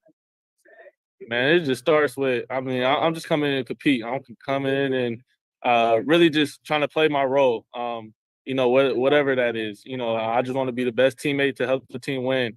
And we can bring back some victories back to back to DC, to DMV, and we have some fun. Jaden, you mentioned the Commanders were kind of not showing their hand as much about who they're going to take. Would you have been surprised if they didn't call your name tonight? No, I mean, it's other great candidates that were able to be the number 2 overall pick. So I'll never look at it like that. You know, God put me in this position. Obviously, my story is written, and I'm just following the path. I'm following his lead. So if it wasn't meant for me to be here, then, you know, there's great other quarterbacks that could have been here too. But I'm excited to get to work now. Hey, Jaden, David Harrison from Commander Game Day on Sports Illustrated. Congratulations. Thank you. Looking forward to see you here in DC. You got a few teammates that are in the league already, guys like Rashad White, Brandon Ayuk. Who have you been leaning on as a resource from inside the league? Brandon Ayuk a lot. I talk to him 3-4 times a day, almost every day. So I lean on him a lot. And, you know, he's done it at a high level for 4+ years and going on his 5th year. So I'm excited just to learn from him and try to get some game, but also just coming in and get to learn from my teammates now. So, you know, they started off, and I'm happy I get to follow them. Hey, Jane, it's Nikki from on getting picked here by Washington. You know, coming in through this process, obviously you've gotten to talk to the owner, Josh Harris, new head coach Dan Quinn, new GM Adam Peters. How do you feel about the new leadership in Washington, and what makes you most excited to join and become a part of the vision that this whole franchise is putting together? I'm very confident. Obviously, it's a new regime there, and I'm excited just to come in and really just change the culture and help the team win in each and every way that I can. Come in, work hard, and we'll see where the course takes itself. Hi, Jaden. It's Nikki with the Washington Post. Just what did you learn about Adam Peters during your interactions with him during the pre-draft process? Yeah, I mean, AP, he's a dude. He's able to, coming from his lineage, obviously, he was with the 49ers recently. Obviously, what they do is tremendous. How they're competing, they're contenders. So I'm very confident in him that he get this thing changed around. And just follow his lead. I think he's very confident. I'm very confident in him. And I'm excited to see what the future holds. Take a couple more. Hey, Jaden, Sherry Burris with NFL Network. First off, congratulations. Thank you. What did AP say to you on the phone when you got that call? Man, just he was excited and respected my journey. He respected how hard I work, the amount of work that I put in to get to this point now. So that's pretty much what he said. And what kind of quarterback is this team getting? How would you describe yourself and your style of play? A competitor, a leader, but somebody that just wants to win at all costs, and help the team win no matter what, because it's team first always. So I'm excited. Take two more. Didn't have the special moment of getting picked tonight, but how much right now are you thinking of that moment when you're going to walk out there on the field here in the DMV and hear those fans cheering you on and have that first moment, introduced as the Washington Commanders quarterback? I mean, I'm kind of in the moment now, man. I just got drafted, the childhood dream. So later down the road, that'll be very exciting to go out there and embrace the fans and have the fans embrace me, no matter what the role is, and I'm excited. Jaden Daniels talking there. That kid is clearly excited, and he's got great reason to be. I just thought that was so awesome and fun. I also think for anybody concerned, if the whole Daniels family is on board, Jaden Daniels' mom was interviewed, I believe, on the broadcast and made clear that she is definitely congrats. Mrs. Daniels, Mama Daniels, definitely on board also. Do everything you can for Washington. I just want to say, left hands up. Who are we? The Commanders. I love it. I think I say this a billion times, with the lack of real information, nonsense becomes currency. That kid's excited, man. What are we all talking about here? Man, look, when you get drafted, you are not concerned about the colors or this, that, or the other at that moment.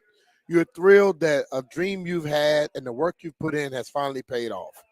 You don't get a chance to sit in. Look, I understand what fans do. I understand how you all think. But ultimately, the player is thinking about what I need to do next to get the respect of my players and to better my game so we can go out here and get something done. Look, these people put a lot of faith in me. And I'm not sitting up here worried about, oh, I wish somebody else had drafted me. No, you got drafted. That's what you're concerned about. He's probably more concerned about being number 2. Yeah, I got drafted number 2. Okay, everybody already assumed that which guy was going, then I was the first guy after that. So that's where the pride is. The pride isn't nothing about everybody worried about this, that, and the other. Yeah, he was a 49ers fan. But the guy who gave him motivation is the guy who picked him, who was at the 49ers. And that guy picked him a few years later right here in Washington. That's what he's happy about. You know why? And he's seen the work that he did. You know why he wears number 5?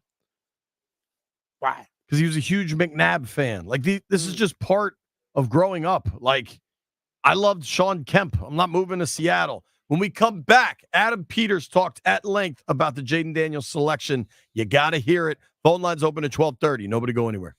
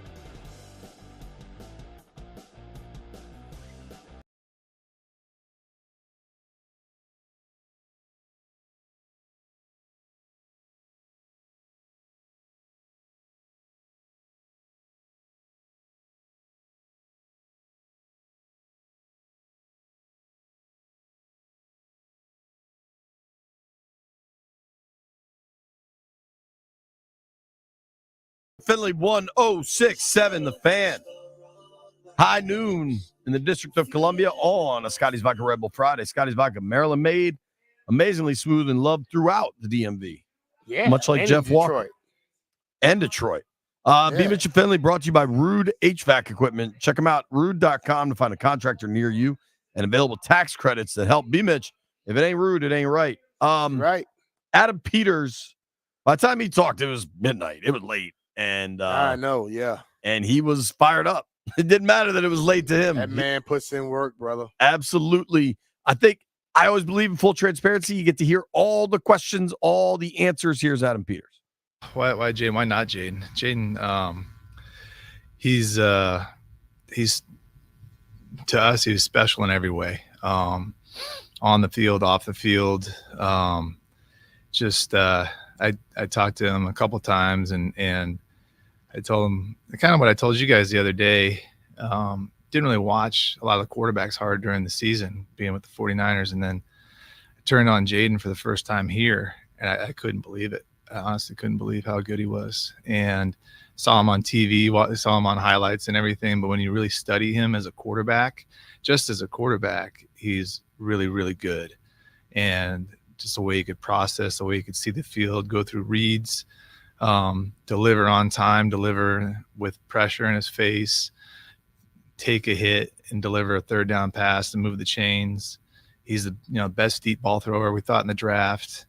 And that's even before you start watching him run. And the way he runs, he just kind of, we talk about it, just kind of takes your soul as a defense. You think you got him, and then all of a sudden he rips off a 40-yard run. And this is against the SEC.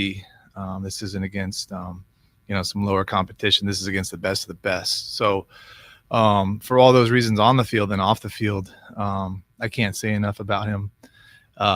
And we did a lot of work on all these guys. We did a lot of work on Jaden. And in terms of every single person we spoke to, it was just exemplary as a person, personal character, football character, his work ethic, his football intelligence, how much he cared, his leadership, how he is as a teammate. They were all exemplary. And we went back to high school. We went back to Arizona State and Herm Edwards, his personal quarterback coaches, his LSU and all the staffers at LSU, Brian Kelly there, every single person you would talk to, it was the same answer. So we felt so good about how awesome of a person that he was on top of watching all that tape. So, it was really, it made us feel really, really good about making this pick. And if we could have run it up, we would have run that pick up. We waited a little while because I think they tell us to do that, but we couldn't be happier. When did you had said last week that you were still kind of working through something, but when did you really settle on him for sure? Yeah, I think you guys kind of getting to know how we do things and going through the whole process, I think is important. And I think I said this last week too. You don't want to make a decision until you have to, but because you never know what's going to happen. But that being said, we knew it was Jaden for a while, and it would have taken a lot for it to not be Jaden personally, or just in reality. I mean, and it was the building. The whole building was, I would say unanimous on that one, and it's easy to see why. Was there any opportunity to move up from 36 to get back into the first round? Was that ever in play? Yeah, if there was one of the players that we would have wanted to get up, we would have tried to, and we did. We made a couple calls, but nothing materialized.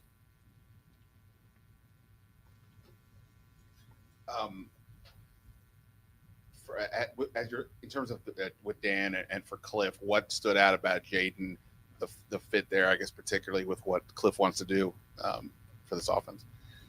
Yeah, I think with Cliff, what's great about Cliff is he can really mold the offense around anyone. That's what one of his, as Q says, superpowers, right? So he's going to build the offense around Jaden, and he's worked with a lot of athletic quarterbacks, so he knows how to do that. And there's some terminology carryover. I think just as you go anywhere, there's terminology carryover and concept carryover, and they've discussed a little bit of that. So they're already vibing, and it's going to be, it's going to be a really great marriage with him and really all of our offensive coaches, Brian and Tavita and Blau in that room. And so we're just ready to surround him and support him to be the best he can.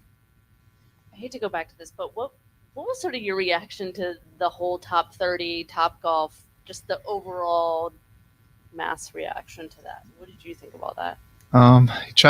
For me personally, we believed in what we did. We believed that it was a really good process and an enjoyable process. And, sometimes there's not a whole lot going on, when you're waiting 2 weeks or whatever for the draft, and there's not a whole lot to talk about, and something kind of gets legs, and it is what it is, but, I try not to worry about that too much. We'll always do an after action plan, say, what could we have done better? What could we have done what could we have done better, really, or what did we do well also? And so we'll challenge ourselves, but I think in the end, it was almost overwhelmingly positive in terms of not only everybody's experience, but what we got out of it too.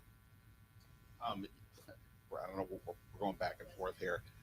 With regards to, you just said, like, sometimes there's not a lot to talk about, some topics bubble up. That you guys were as quiet as you were became a notable subplot throughout this whole time, including going back to the coaching search. I guess just how much is it for you? Is that exactly what you wanted to be, go as dark as possible? And what did you kind of make of the reaction to the fact that nobody seemed to know what you guys were thinking? I think that's just a reflection of the people in this building and really being committed to this team and keeping what's in-house. So, I'm proud of our team for that. Proud of the people in this building for keeping things under wraps. What was that? Yeah. It's like my walk-off music. I can leave now. I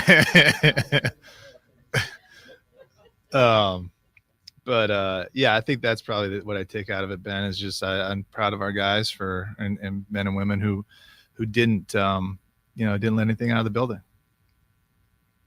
Adam, you mentioned him playing in the SEC, and one of the things you always hear about is SEC speed, which is different from everybody else's speed. How did he attack that SEC speed, whether it was off the edge, corners, rotation, different defenses, athletic defensive players? How did he attack that? Yeah, I think it's a real skill as a quarterback runner, and some quarterbacks really just know how to do it. It's instinct. He has great speed and great acceleration, but he's also a really, really instinctive, talented runner. And the way I would describe it is slashing. So he's very decisive when he runs, and you have to be decisive in this league especially, but SEC too, but this league especially, because if you're indecisive, these guys are big and fast and they're going to get on you, and they're also 255 pounds, and they still run as fast as you. So what he does, he's very decisive and he slashes. So he's never breaking down. He's never breaking stride. He's attacking edges. And if you watch the tape, there's defenders that think they have him a great angle on him, and then next thing you know, he's gone because he's never slowing down and he's attacking edges. So I think you can teach that, but a lot of it's instinct and also just he is really fast. He's going to run over 21 miles an hour, which is as fast as quarterbacks get, really. That and maybe Justin Fields and Lamar. Those are the guys that run that fast. So I think it's a combination of his speed and his talent, his instinct, and really his toughness, and just he's got it all. He attacked that speed mentally in terms of processing what he saw. Really well. That was something you look at and you can see how does he get through his reads, and does he know where to go with the ball? Does he see the blitz? Does he know where his hots are? And that was, I think, I keep talking about being able to play the position first, and he can do it, and he does it really, really well. And that's, that's a big part of it. Adam, you kind of mentioned that during the process where there's not real information, stories, reports, whatever kind of bubble up, there was a repeated one that maybe Jaden didn't want to come to Washington. Did that ever get to your radar? Was that ever a discussion point for you guys? Not for us, not internally. He never expressed that to us, and really expressed, that he was really happy to be wherever he went, and that's the attitude that I think anybody has to take. And when you're in that position, and he never expressed that to us, and we're thrilled to have him here. And I know he's thrilled to be coming here, and we've had a lot of conversations, and we're really excited to work together. How much input did Cliff have in the process, and how fired up is Cliff? Cliff had a lot of input in the process, and he, when we went out and did all the pro days, he was with us the whole time. And so we had a lot of time together to talk philosophy, talk quarterback play, just talk about the players. And so he was a very, very, very big fan of Jaden, like all of us, and he is extremely fired up. Adam, the position in this town it's been like just a revolving door. What about him do you think can solidify, like mentally, do you think he's prepared for, you're the second pick in the draft, you've got to solve this problem for us? Yeah, he's been through the fire. He's been through adversity, and he's come out as well as you can come out. And he's a Heisman winner, which it's a remarkable accomplishment in itself. But the way he became that is through, battling through adversity, work ethic, just working harder than every person on the team. Really, he tell the story, but he's the guy that got the passcodes changed for the doors, so he can come in early and he can stay late, and that's him. That's not any God-given ability. That's just him wanting to be great. So, he's faced adversity transferring schools. He didn't grow up, like he wasn't, wasn't given anything. You could tell he was raised with it really well. That's one thing that you can really tell by his work ethic, by the way he carries himself. And so, yeah, you could tell he was raised well, but he wasn't handed anything. He earned everything he's got. And the one knock physically, or the question might be, for a guy who runs a lot, he's not huge, or have you talked, like, can you take a hit in the NFL? What was that process like? Yeah, I think with any quarterback, not just Jaden, you want to tell him to get down, not take the hit. Which is, if that's your biggest problem with somebody, then it's pretty good deal there. And so, we'll encourage him to not take those hits, but he's so competitive. He's so tough. He got up every time. So, no questions about his toughness or his durability. Just, I think, wanting him to play 17 to 20 plus games every year. Want to make sure he takes care of his body, and we know he will. Adam, kind of piggybacking off of Barry's question, your first time GM, Dan has waited to be a head coach again. This market starving for a franchise QB. What's your message to Jaden about how to handle the magnitude and the pressure that comes with it? I know you mentioned the Heisman thing, but the NFL is a completely different animal. Yeah, I think he's gotten a taste of it this weekend, really. I mean, the stuff he had to go through, media-wise this weekend was a lot. And, my message to him is just keep being himself, because that's what's gotten him here. And he's built to handle all this, and that's on and off the field. He's a very, very mature young man. He is a man. There's no doubt about it. That's what everybody assured me, is this is not a college kid. This is a man. And I heard that from Herm Edwards, Ryan Kelly, and I believe it by the interactions we've had with him. So he's built for this. We have a great team around him that will help him. Nobody can do this on their own, and we're going to do a great job of surrounding him with whatever he needs to handle everything. But he can do it.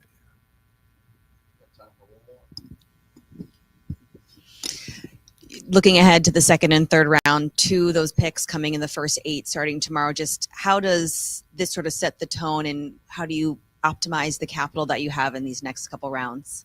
Yeah, there's a lot of great players left. We're 5 picks tomorrow, so we're really excited. And so we recalibrated a little bit before I came in here, just talked about what we're going to try to accomplish tomorrow. And doing the draft on the East Coast, it starts way later. So we'll have a lot of time tomorrow, and it's not like I'm going to be sleeping until 2. So those days are over. But I never slept until 2, not even in college. But we'll have a lot of time tomorrow to really strategize and see, all right, these are the players left on the board. And there's a lot of really good ones still. And we're going to get a lot of really good players tomorrow and Saturday as well. We're excited. A lot of good players left, a lot of reasons to be excited. Washington Commanders general manager Adam Peters certainly excited about the first draft pick he ever made as a general manager in Jaden Daniels. I think there's plenty of reason to be excited. I thought listening to Daniels and Peters, I get why everybody's on board and excited. Yeah, I listened to that this morning, and I was very impressed by the things he said. I was waiting for the moment to ask you that question. Did you ever sleep until 2? Me? Yeah, you. Yeah. Like college? Sure. 2 is late. 2 is late, but you slept until 2. Yes, I have. I think I could still sleep till like 8, 9 o'clock, no problem. Whereas a lot of my friends with kids like that, like my boy Papa's up at like 5 a.m. every day, no matter what. I'm like that too, man. You gotta get up and go. Landfill, what is your preferred sleeping schedule if you had to break it down? All day. No, he likes to watch television too. If he's not asleep. Yeah, I mean, last week I was sleeping until like 2, 3 in the afternoon. Wait, you sleep till 2 or 3 in the afternoon, stay up till 4, 6, something like that. drink red wine and Coke and go back to sleep. Yeah, gummy season. Couple coffee, couple gummies. Jeff, what time do you wake up? I mean, your schedule's bananas. Yo. Okay, so it actually depends. During the week, I'm up by at least 6:30. I find that incredibly hard to believe. Me too. I don't believe that. I know it sounds crazy, but like my parents used to have me up early as a kid. Like, so I've always been an early riser. I may feel a little tired, but my body not letting me stay in the bed. You just don't. You wake up, but you just don't start moving. Nah, I wake up, I get out the bed, I still be tired, but I cannot sleep past 9 o'clock, if that. I can. Here's the plan. A number of people on the stream say I look tired and I need a Celsius. I'm about to get one. All right. Also, CT. And some vodka? Nah, I got another 1 a.m. night tonight. Hey, me too. Who cares? I get it, Brian.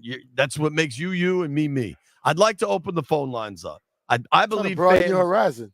Should be very excited. But you can tell us however you feel. 800-636-1067. 800-636-1067. Jaden Daniels is the new quarterback of the Washington Commanders. How you feeling about it? Let's do this.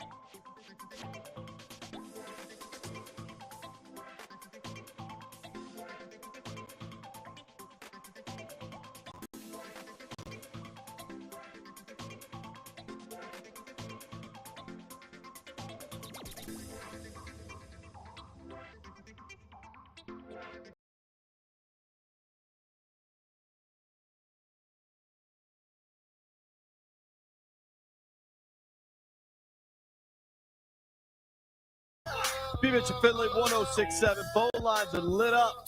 It is your turn, folks.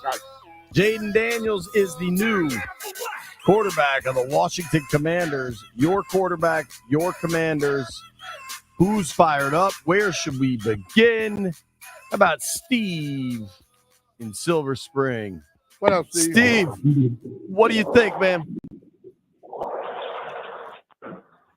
Steve, Hey guys, you're how up, you bro. doing? You're good, man. I'm good. Hey B. Quick. I'm excited about the pick, but I'm more concerned about this kid with offensive line. I know the sexy stuff is out the way now, So I'm thinking in our later rounds, B, and I'll ask you to allude to it. In our later rounds, I hope that we can go get a pass rusher, and they better show up that offensive line. That's more what I'm concerned about. The sexy stuff out the way now. Steve, can I ask a quick question? Steve, may Sure. I? Sure. I don't think you're wrong, sir. Do they need to address O-line? Yes. But dude, they haven't had a quarterback that has been a consistent winner that has stayed on the field for 30 years. Shouldn't you allow yourself a little more time to be excited than, I don't know, 12 hours? But didn't they address the offensive line already with Allegretti, with Biadasz? There's a hole at left tackle. There's an undeniable hole at left tackle. Ideally, they get it sorted out, but it's entirely possible they won't. I opened it up. I said I'm excited about the pick. I am. I'm excited about it. I'm glad they went out and got that. But like I said, I'll use the kid that was at Alabama year before last, and he went into that situation in Carolina. Not saying that he's going to go into that situation, but they had a bad offensive line going when they drafted him. And I don't know how much they addressed it up there, but I'm excited about hoping we get a pass rush going, because that will help him on the offensive side of the ball. If we can get somebody that can get home. Thank that's you, all Steve. I'm saying. I hear you. Gotcha, I understand. Landfill, But imagine this scenario. B, are you familiar with the young woman, Sydney Sweeney? She's kind of the new heartthrob of the world. She's a very attractive young woman. Imagine Sydney Sweeney invites you up to her room, right? And she tells you, I'm very attracted to you. This is Sydney Sweeney inviting you up to her room, and she says, I'm very attracted to you. And you say, Sydney, I appreciate that, but I'm not sure your bed has good lumbar support. Like, let's just be freaking excited. Let's not worry about the lumbar support. Let's just get in the bed. Michelle is in Beltsville. Hello, Michelle. How do you do? Hi, how are you? I'm a season ticket holder, and I am ecstatic about the choice. We got the best quarterback in that draft, no question. Quick release will help on the offensive line. He is not Sam Howell. I'm sorry, but that is the truth. He's got a rapid release. I am disturbed as a mother of an African-American son and grandchildren of the racial overtones in some of the dialogue that I saw. And I certainly hope that this city and this region get around this quarterback and that goes away. And I'm a I white hate to dude be rooting frank. for him, Michelle, if that helps. Yeah, well, I hate to be frank, but it's true. And these weren't bots. These weren't all, things like that. And I'm an older woman, and, I was very concerned about that. I hope it changes. I hope we won't hear as soon as there's a little ankle sprain, here you go, and all the people that they need to buy tickets, be season ticket holders, and get out there. Thank you, Michelle. I'm with you. Man, I'm the only one that wants to party. What Michelle said is accurate, but does any you said call in and say what you want to say. You can't let them say what they want to say. Did not like it. I listen.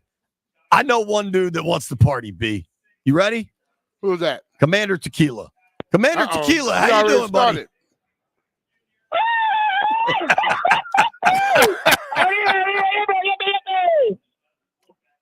And you know what? What? What was his name? Man. Commander? A party. I often don't know what you're saying, but I know what you're saying right here, and I appreciate it. You were just the call we needed, sir. Thank you. Yeah, I knew one. Thank you, buddy. There you have it. Levo, I think that was our most succinct call yet. Did you see your text? I'm looking right now. All right. Now I did. Our guy Jupe is on the line. Jupe, how you feeling, buddy? Oh, man. Hey, B, miss. Hey, all right, JP, I'm going to help you out. How about we do an early Thank God this part is done. We got our QB victory ritual. Let's all hit the Ric Flair. Woo! Now you're talking, Juke. Hell yeah. There we So go, look, baby. man, couple of points I want to make. I am glad that this party is over. We know who we got. We got our guy. Because, man, the whole Jaden Daniels, Drake May, Jaden Daniels, J.J. McCarthy, Jaden Daniels, like, it was getting annoying after a while. But I'm glad this part is over. I'm looking forward to what we about to do with the rest of the draft. I do kind of feel like it's like, man, we're way behind the 8 ball because looking at what Chicago did on paper, they looking real dangerous this upcoming season. And I'm making a bold prediction. I think a couple of big-name QBs is going to be on the move either within the season or in the off-season. And then I also want to highlight that one guy, the defensive tackle that the coach drafted. Love this story. That's a big motivational story for everybody. Your man had a spine surgery, medically had to retire and came back and was the first pick off the draft. Love this story, so wanted to highlight him. But overall, man, everything's looking up and looking good. So let's keep it moving, fellas. Appreciate you, Juke. brother. Great call. You know, I was talking with a scout last week about, you know, could there actually be a trade? And frankly, I don't think Trade for what? Like, was there a number the Commanders would trade out of number 2 for? And the reality is, if you answer the quarterback question, there aren't enough picks in the world. There is no package of picks that Kansas City would give up Mahomes for, or Buffalo would give up Josh Allen for, or Houston would give up C.J. Stroud for. Like, if you can answer quarterback, nothing is more important in football, period. Yeah, I agree with that. And I think Washington, probably on some level, got some calls, but they wanted to take this kid because they think they have the freaking answer. Yeah, and I think that's the whole thing about it. When someone comes at you in a certain way, it makes you think twice about it because you're like, okay, why do they want him so bad? We might not want to let this guy go. You know, what if he happens to be the Pat Mahomes or somebody like that? You know what I mean? And you let him go to another team that you got to compete against. That will haunt you the rest of your damn life. Right. I mean, the fact that Sean Payton is doing his best to recalibrate, if we can borrow a phrase, that he really wanted Mahomes and then the Chiefs took him, and that's why he took Bo Nix last night? Huh? Man, I really wanted a house in Beverly Hills, Bo but they Nix were is all not sold. Mahomes, dude. Stop. Right. Yeah, I mean, like, he wasn't Mahomes coming out of school. oh, boy. Oh, boy. You know who I bet will be fired up? Who's that? Mama Stu. Hello, Mama. Talk to me. Fellas! Oh my God! Let me tell you something. Jeff can attest to this. He know what type of team mom I was when I was at Bowie State University at the home games on the road. I was so lit last night at the lounge. These folks was looking at me like I was crazy, like I was at a game. I almost lost my voice last night. Oh my God! Let me tell y'all something, man. I'm so pumped for this. I cannot wait to see this guy take a snap, and it's going to be on and popping. I can't wait. Oh, Thank you, I can't Mama. wait. Mama Stu, hold on up. Why didn't y'all give Jeff a helmet? Yeah, take that up with Coach Wilson. Thank you, Mama. You know, that's what we needed right there, Landini. We needed Mama Stu. Stop talking about my helmet situation today. Just for today. It's Jaden Day. Lord Helmet. You know what, Jeff? You're right. I won't talk about your helmet. I have been nothing but kind because you keep fixing problems in the stream. You know it's a good day when nobody's outside of B, because he's B, is really busting Jeff's balls. Like, we're all in it together, Landfill. Don't you think? We're all in it together. You want me to show you that I'm committed to all being in it together? I will go to break on time. It's a damn Festivus miracle. Phone lines are open until 1:30 when Santana Moss joins us. We're going to get to all the calls, people. A lot to be excited about. New day in Washington. Nobody go anywhere.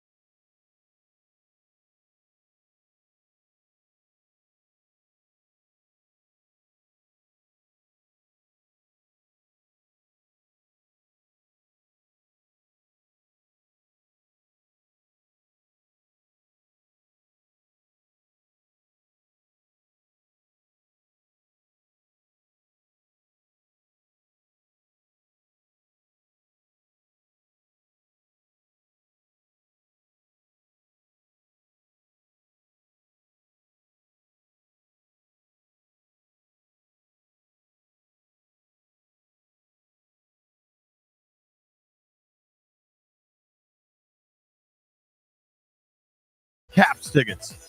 Caller number 10, right now you win a pair of tickets to the first round of the Stanley Cup playoffs. Game 4, Sunday, April 28th at Capital One Arena. Limited tickets are on sale now. For tickets and more event info, visit thefandc.com. I'll be there. Maybe B will be there. The Caps play tonight, rooting them on. We'll be watching the NFL draft. Commanders have picks 36 and 40. I mean, Commanders are on the clock damn near right away tonight. You better. I'm on the clock damn near all day too. What is your schedule? What all you got to do? I am on air at 5:30. Draft starts at 7, right? Yes. So every time I was they're kind on of the hoping it clock, was 6. every time they're on the clock, we're on the clock. Oh man, here's my only suggestion, and I may have casually mumbled this as I walked out, and Adam Peters may or may not have been listening to me. We got to trade out of 100, B. No matter what happens in Ashburn tonight, the number one priority should be trading out of the absolute last pick of Friday night. Why? Because it's the absolute last pick of Friday night. So you want them to move it to tomorrow or Yo, move you it can earlier? move up, use 100 to move up, use 100 to move back. Just Okay, I have one question. Get out of 100. You think he's going to listen to you? Absolutely not. Not a chance in hell. All right, let's hit these phones. You guys are in charge until 1:30 when Santana Moss joins the program. Anthony, Landfill. what? Before JP do that, order yourself and Jeff and JP some. But JP leaving. Order you and Jeff some lunch. I got y'all. Wow. All right, thanks, B. Oh, now you won't talk to me, huh? You little. Okay, good. I'm good. Go do it, dog. Why'd you wait for me to leave? I didn't wait for you to leave. You are leaving. I got to get out there to meet Jaden. Yeah, they got food out there for y'all. They got pizza. No, we had pizza last night. Shout out to the Commanders PR. Last night we had pizza. Today, Chick-fil-A, baby. No complaints about Chick-fil-A. I'm also currently eating a Landfill, what do you call the little joints that are like the pre-made PB&J circle things? Uncrustables. They're delicious. Currently eating an Uncrustable, Brian. They were eating those last night, Landfill. That was like at the end of the thing. They had Uncrustables for people, apples, all this stuff. I guess just to later in the night, they were like, look, we're going to give y'all something to eat because everybody look hungry as hell. Now, this was before or after the fights? Oh, no, this is in the media area. They had good food earlier, then later on they had these snacks. And I was like, I don't want any of that crap. Anthony is in Boyd's. Anthony, What how are fired up are you? What's going on, fellas? Hail to the Commanders. I'm extremely fired up. I'm more psyched than psyched can be. Jaden Daniels, he's the guy. I mean, getting him last night, it completes the entire week. My brother and I were at FedEx on Wednesday getting season tickets. Congrats to him for graduating from 602. Tonight, I'm really looking forward to possibly taking 2 corners. Get away from the Legion of busted coverage, get towards the Legion of boom. I really want Kingsley Suamataia, but I'm not sure if he'll be there. But Kool-Aid and Cooper DeJean would be awesome picks. I like both those guys. I don't know. You go corner. And remember, Ron, unfortunately, just did that last year. Yeah, we still need some big people to block. Folks so bad. There's I a don't know about big Mike split Davis. in the scouting community on Suamataia. So that's just one thing to keep in mind. I do, however, Anthony, need to compliment you on the Legion of Busted Coverages. That's a funny name, and That's a good hopefully one. it goes away. Thanks, pal. Hopefully it does go away. Hey, Thank you. man, I got some picks for you from Lamont Jordan later on. All right. Lamont has been scouting. He say you got to go for some big offensive linemen, brother. Yeah, I like the kid from Yale. Big K is what I call him. I think Kieran. Yeah. Kieran Adabachi. I'm gonna Kieran read. Big K. Big K is what I like to We're call going him. Big K. Yeah. He talked about Blake Fisher. Yeah. The Blake dude Fisher's from Notre Kingsley, Dame. who you just talked about from BYU. Morgan and also Paul. Yeah, I mean, Patrick Paul, his older brother's Chris Paul, that's already on the roster. I think Roger Rosengarten is absolutely a name you could hear the Commanders say. Listen, I get that they missed kind of this first wave of tackles, but that doesn't mean you still can't find the right guy. B, correct me if I'm wrong, was Joe Jacoby undrafted? Undrafted, and Coach Gibbs thought he was a defensive tackle. Right. He worked out And pretty well. And he only played double-digit years and was mauling people. And should be in the Hall of should be Fame. in the Hall of Fame. Yeah, there you go. I was coming with it. I don't know. Landfill, get your finger on the dump button. Wildcard Scotty's on the line. Scotty, how you feeling this morning? What's happening, folks? What do you mean on the dump button? When have I ever given you a reason to be nervous? Every time we see you. Oh, come on now. Maybe. Man, for all the people that aren't excited and hyped for this kid, man, come on. I don't know. I don't get it, but I think this kid's gonna do wonders, man. I think you guys got a winner. All right, man. I don't know. We appreciate I'm that. thinking offensive line. There's a kid out of West Virginia, Frazier. He plays center guard. I think he'd be a nice fit. He's kind of like a Swiss Army knife. Hey, Scotty, kind of like me. Yes. While we've got you, why are you ducking Jeff? Apparently, you owe him $20 and are just ducking him right and left. Listen, no, I'm not ducking Jeff. I told him to come down. You know me and my wife. I don't have any monetary devices to pay. I don't have Cash App or any of those things. You know, my wife controls everything. But smart woman, Jeffrey, bro. What'd you say? Smart woman. Oh, leave that in your hands. Even, You better send all that damn money out. Yeah, you don't even know. But, Scotty, but listen, Scotty, get Jeff, off the radio before you get yourself in trouble, dude. Yeah, Thank bye, you for the Scotty. call. I got. She got cameras Go on every make some angle more of this damn house. barbecue Goodbye, sauce. dude. Get off the damn Goodbye. radio. Goodbye. We got Drew, Eastern Shore Drew on the line. Drew, how fired up are you? I'm ready to raise hell. I think this is good. I also really like how they did it. I had a mentor when I was first starting my career, and he said, when you compete, you don't want to lose because of the things you didn't do. And so, and the message would be thorough. And I think just from the press conference and what you just talked to Adam Peters, the thoroughness really impressed me because I think that bodes well for the future. And then I'm ready for the Cap tonight. So where's a good place to have a Red Bull and Scotty's pre-game? Ooh, that's a good question. Hey, somewhere close to the stadium. Yeah, I That's mean, what I'm asking. Can't go wrong with Clyde's. It'll probably be Clyde's jumping is in cool there, for you but you're right there. right next door. The District D is actually pretty cool too. I always thought District D was like more of it's kind of just a bar. Like you can go in there. I don't know. Have fun, Drew. Rock the red. Go Caps. Thanks, pal.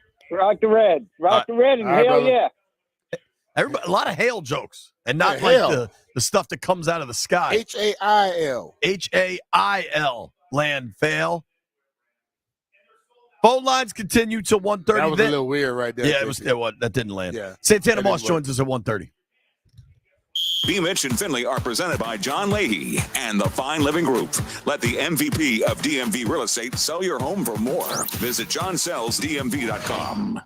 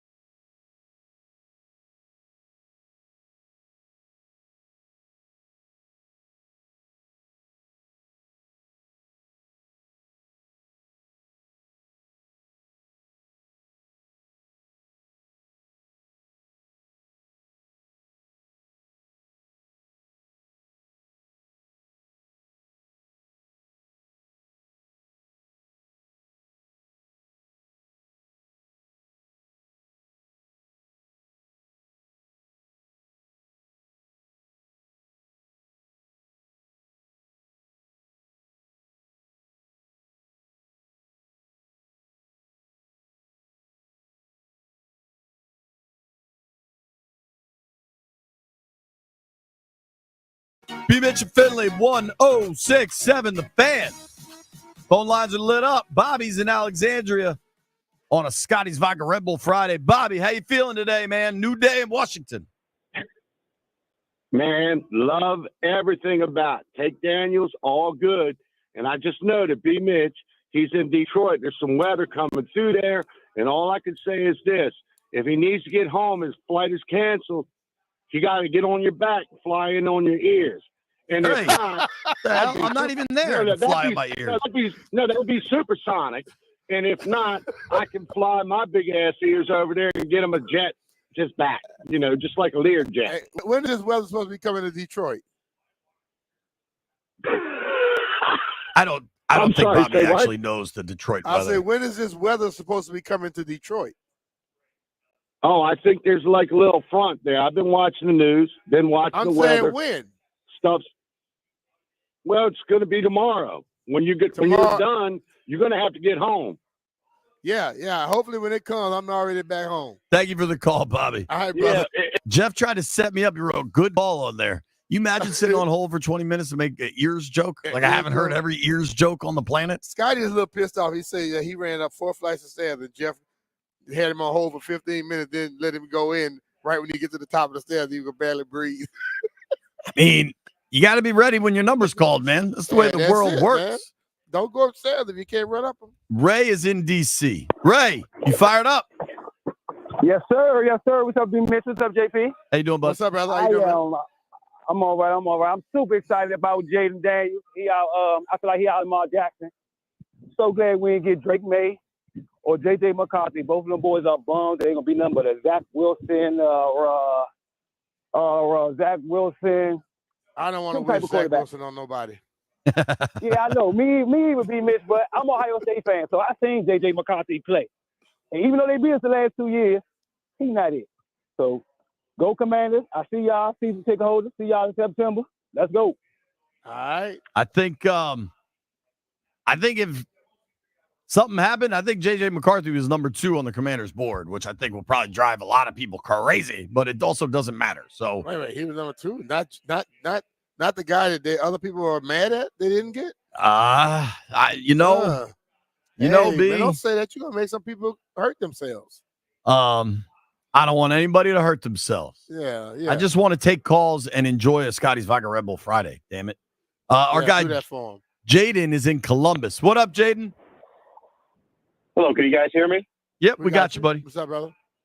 Yeah, I know. Last time I talked to you, I was a little not going after management or anything. They did some things that were interesting, but Jaden Daniels was a clear pick, and it couldn't. I mean, you can't. If anyone's not happy about it, I don't even know what they're seeing or not seeing.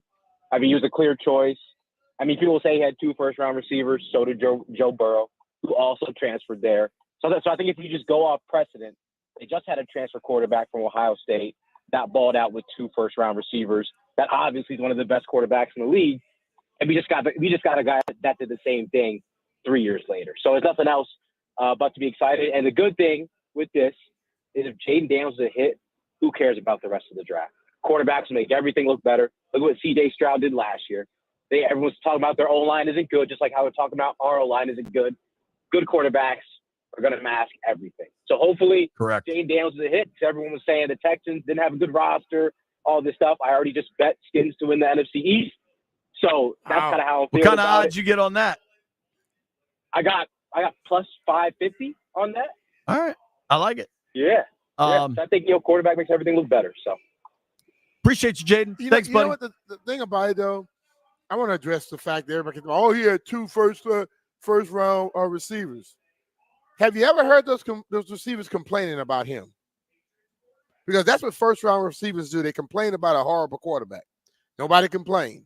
When he threw balls to him, were they running in stride, catching it? Yes, they were, right? So just because your receivers are good doesn't mean that the quarterback is just not good. Joe Montana had one of the best receivers ever, but he hit him in stride all the time. We don't knock Joe Montana. We don't knock anyone that throws the ball where it's supposed to be. And when you normally have top-notch receivers, they are the biggest prima donnas in the world. These guys never did that. Can I ask a question, Brian? Yes. How would you rate Jamar Chase as a as a college player? Was he a pretty good player? He didn't even play it last year, did he? No. He sat it out because he was very nervous of COVID, not because he just wanted to maintain his health for the NFL draft. Exactly. Jamar Chase, his final playing season at LSU had, listen to this number, 84 catches for 1,780 yards. His YPC was 21.2. 21.2 yards per catch. Now, Jamar Chase, obviously a fantastic football player. But are you aware, Brian, that 2019 LSU team, which many consider, and I consider one of the greatest offensive college football teams I've ever seen, they also had another receiver who at the time may have only been a junior, I think. A kid by the name of Justin Jefferson. Have you heard of him? Yeah. He had 1,540 receiving yards that year. And Brian, do you remember who the quarterback was on that team? Wasn't it Burrow? It was a fellow by the name of Joe Burrow. Yeah. That's right. And he threw for 60 touchdowns that year. Yeah. Did anybody say, oh, you can't like Burrow because he's got 2 first-round wideouts? No. See, I addressed this last night, and Grandmama, who called earlier, addressed it again. A lot of that still plays in the media, and the guys got to understand, people see through your BS. When you try to have these arguments that don't make sense, you're telling on yourself a lot. It's just, you can't. Listen, did he have great receivers to throw it to? Yes. Bryce Young, when you play at elite colleges, like most of these elite quarterback prospects do, they tend to have great receivers. Hey, how many people in the pros you see the receivers complaining about the quarterback? A lot. Fairly often, yeah. Okay? So if it says you have great receivers, you're going to be great, that lie is automatically dispelled naturally. So let's stop that. Well, how about I'd rather just come out and say why you don't like it. Give me the real facts and don't give me the BS. How about CJ Stroud, who I think had a pretty good rookie season, right? Yeah, but somebody tried to make him out. Oh, he's dumb. He didn't pass this test. Well, he picked every damn team apart that he played. CJ Stroud was throwing the ball to Marvin Harrison Jr., Emeka Ibuka, and Jackson Smith and Jigba. Are we knocking Stroud for it? Let's see. What are those guys bad? No, they're good. Yeah. I think some of the stuff is silly. Some of the excuses and the reasons are lame. And you know what? I'm going back to being that guy. Okay, I'm making a lot of different things today.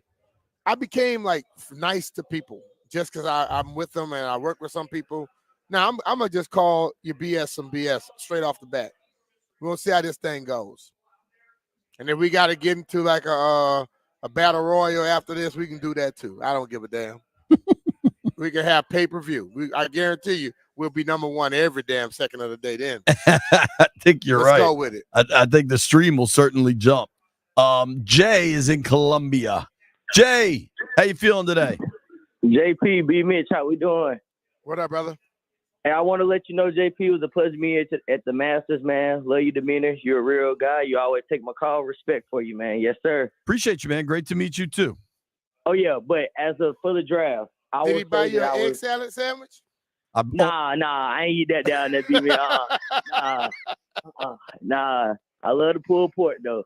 But JP and B. Mitch, happy about this pick, Jaden Daniels. We needed it. Again, I tell everybody what's crazy is, JP, as soon as you left, Ryan Fitzpatrick came in. He talked about the X's and the O's and the Jimmys and the Joes with the Commanders. We're out of the X's and the O's phase. This is the Jimmys and the Joes. This is our change of plans. New staff. We got a quarterback who, doesn't fall under the UNC train. So I'm glad we didn't get May. So we got a quarterback, agility, dual threat. I'm excited. I'm ecstatic. This was a great pick, and I'm ready for this season. Yes, sir. Hell yeah, Jay. Thanks, buddy. Great to see you, hey, Augusta. You know who's happy? Yes, sir. JP, I just got a text. You know who's very happy? My son. Oh, yeah. You know LSU he fan. graduated from LSU. He's Oh, yeah. Dad, y'all got Jaden Daniels. Fire. Dude, I told you I got that text from a quarterback coach like last week when I was kind of trying to figure out what the league thought. And it was, Drake could develop into a 10, 12-year starter that keeps you a contender. And I think Drake may develop into that. But what he said was Cliff with Jaden is gasoline on a fire. And I just think that's accurate, man.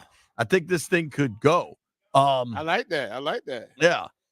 Big Jake is in Chantilly. What up, Big Jake? Hey guys, how you doing? Thanks for taking my call. Thanks for calling, pal. Man. We are pumped.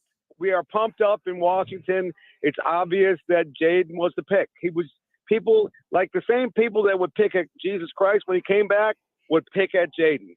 He can do everything. You know about the receivers, you got to get the ball to the receivers. If you ain't got enough arm strength to throw it, they ain't going to catch the ball. My second thing is, why did the Falcons pick Penix? Okay, I may be totally wrong, but they got Captain Kirk for 4 years, I believe.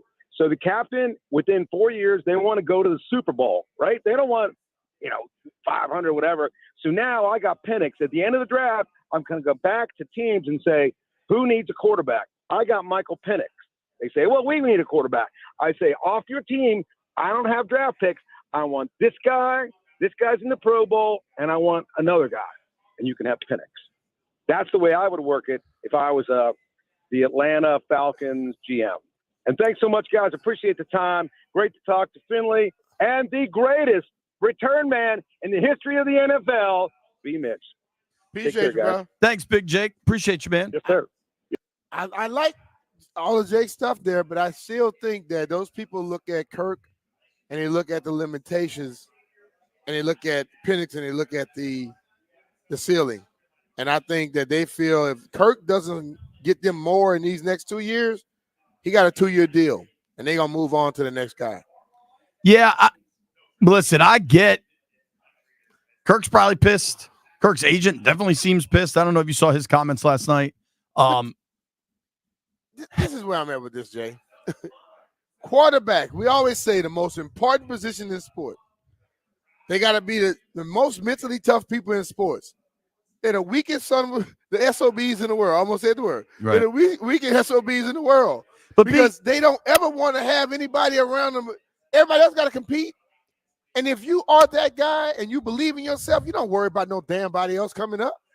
Going one step say, further cool. with Kirk, Minnesota had basically a full guaranteed contract for this year and then a second year where it wasn't all guaranteed, but if it was going well, I'm sure they'll just keep him on, right? And Kirk went to Atlanta just so he could get more guaranteed money. And I'm not mad at him, but like you had the best scenario in Minnesota.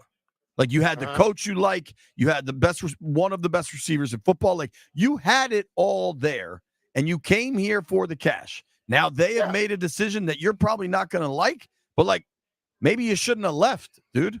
Bruh, there is nobody on the offensive roster of the Atlanta Falcons that's better than Justin Jefferson. No, there might not be anybody in the NFC that's better than Justin Jefferson. So, and when you are as a receiver in this NFL, as a quarterback in this NFL, and you leave that receiver, you just told me what you're about. You trying to go, look, Kirk is smart. He's made his money. But see, in the league today, you don't have to be great to make money. The people before you were great, and that's what you made a lot of money based off of that fact. The people that fought for you to get the rights to be franchise players and free agency, they got you that money. His play didn't necessarily get that. Because if you had to win playoff games and make money, dude would not make a lot of money. You know who helped Kirk make a lot of money? Who that? Two relatively, at least when it comes to a football organization perspective, buffoons in Dan Snyder and Bruce Allen. Because they never got the early deal done. Then they set him up on the franchise tag track. And then that became the baseline to pay him when he became a free agent. And he had the Jets and the Vikings fighting over his services when they should have traded him. Like they botched that thing 80 different ways. They did, but you know what, though? He was playing the game with them, too. Sure. He never was going to sign back. He was going to wait that out because that's the rules, and he was going to move. Yeah. I sat there in that same hotel that I stayed at in Minnesota. I had a conversation with him at the little coffee thing, and he was giving me all this stuff. And when I left, I said, this guy is so full of ish. And I knew he wasn't going to be coming back there. Well, dude, knew I don't it blame was done. him for being full of ish, considering the organization and everything that was going on. No, but And I'm just saying, just go but get don't- paid. But But then don't tell me certain things if you don't mean it. Tell me the truth. don't pee on my leg and tell me it's raining. One more 'Cause I call. might pee back on your leg. Wayne is in Bowie. Wayne, how you feeling, buddy? Hey guys, long time no talk to. B. What's Mitch. up, Wayne? We got another guy gonna take it to the house. His All name right. is Jaden Daniels. And he's gonna go in business with me, and we're gonna open up a restaurant. And B. Mitch, you be our honorary captain, okay, my man? Because you didn't want to go in business with me. Take it to the house, Jaden Daniels. Let me tell you something. One thing I want to tell you is this. Craig Hoffman, love him, listen to him every day. But he's a hypocrite. In February, he's saying, May, best quarterback in the draft. Yeah, well, last night and the day before, and when we chose Jaden Daniels, best quarterback. He got all the ups. I say, what you talking about? I thought May was your man.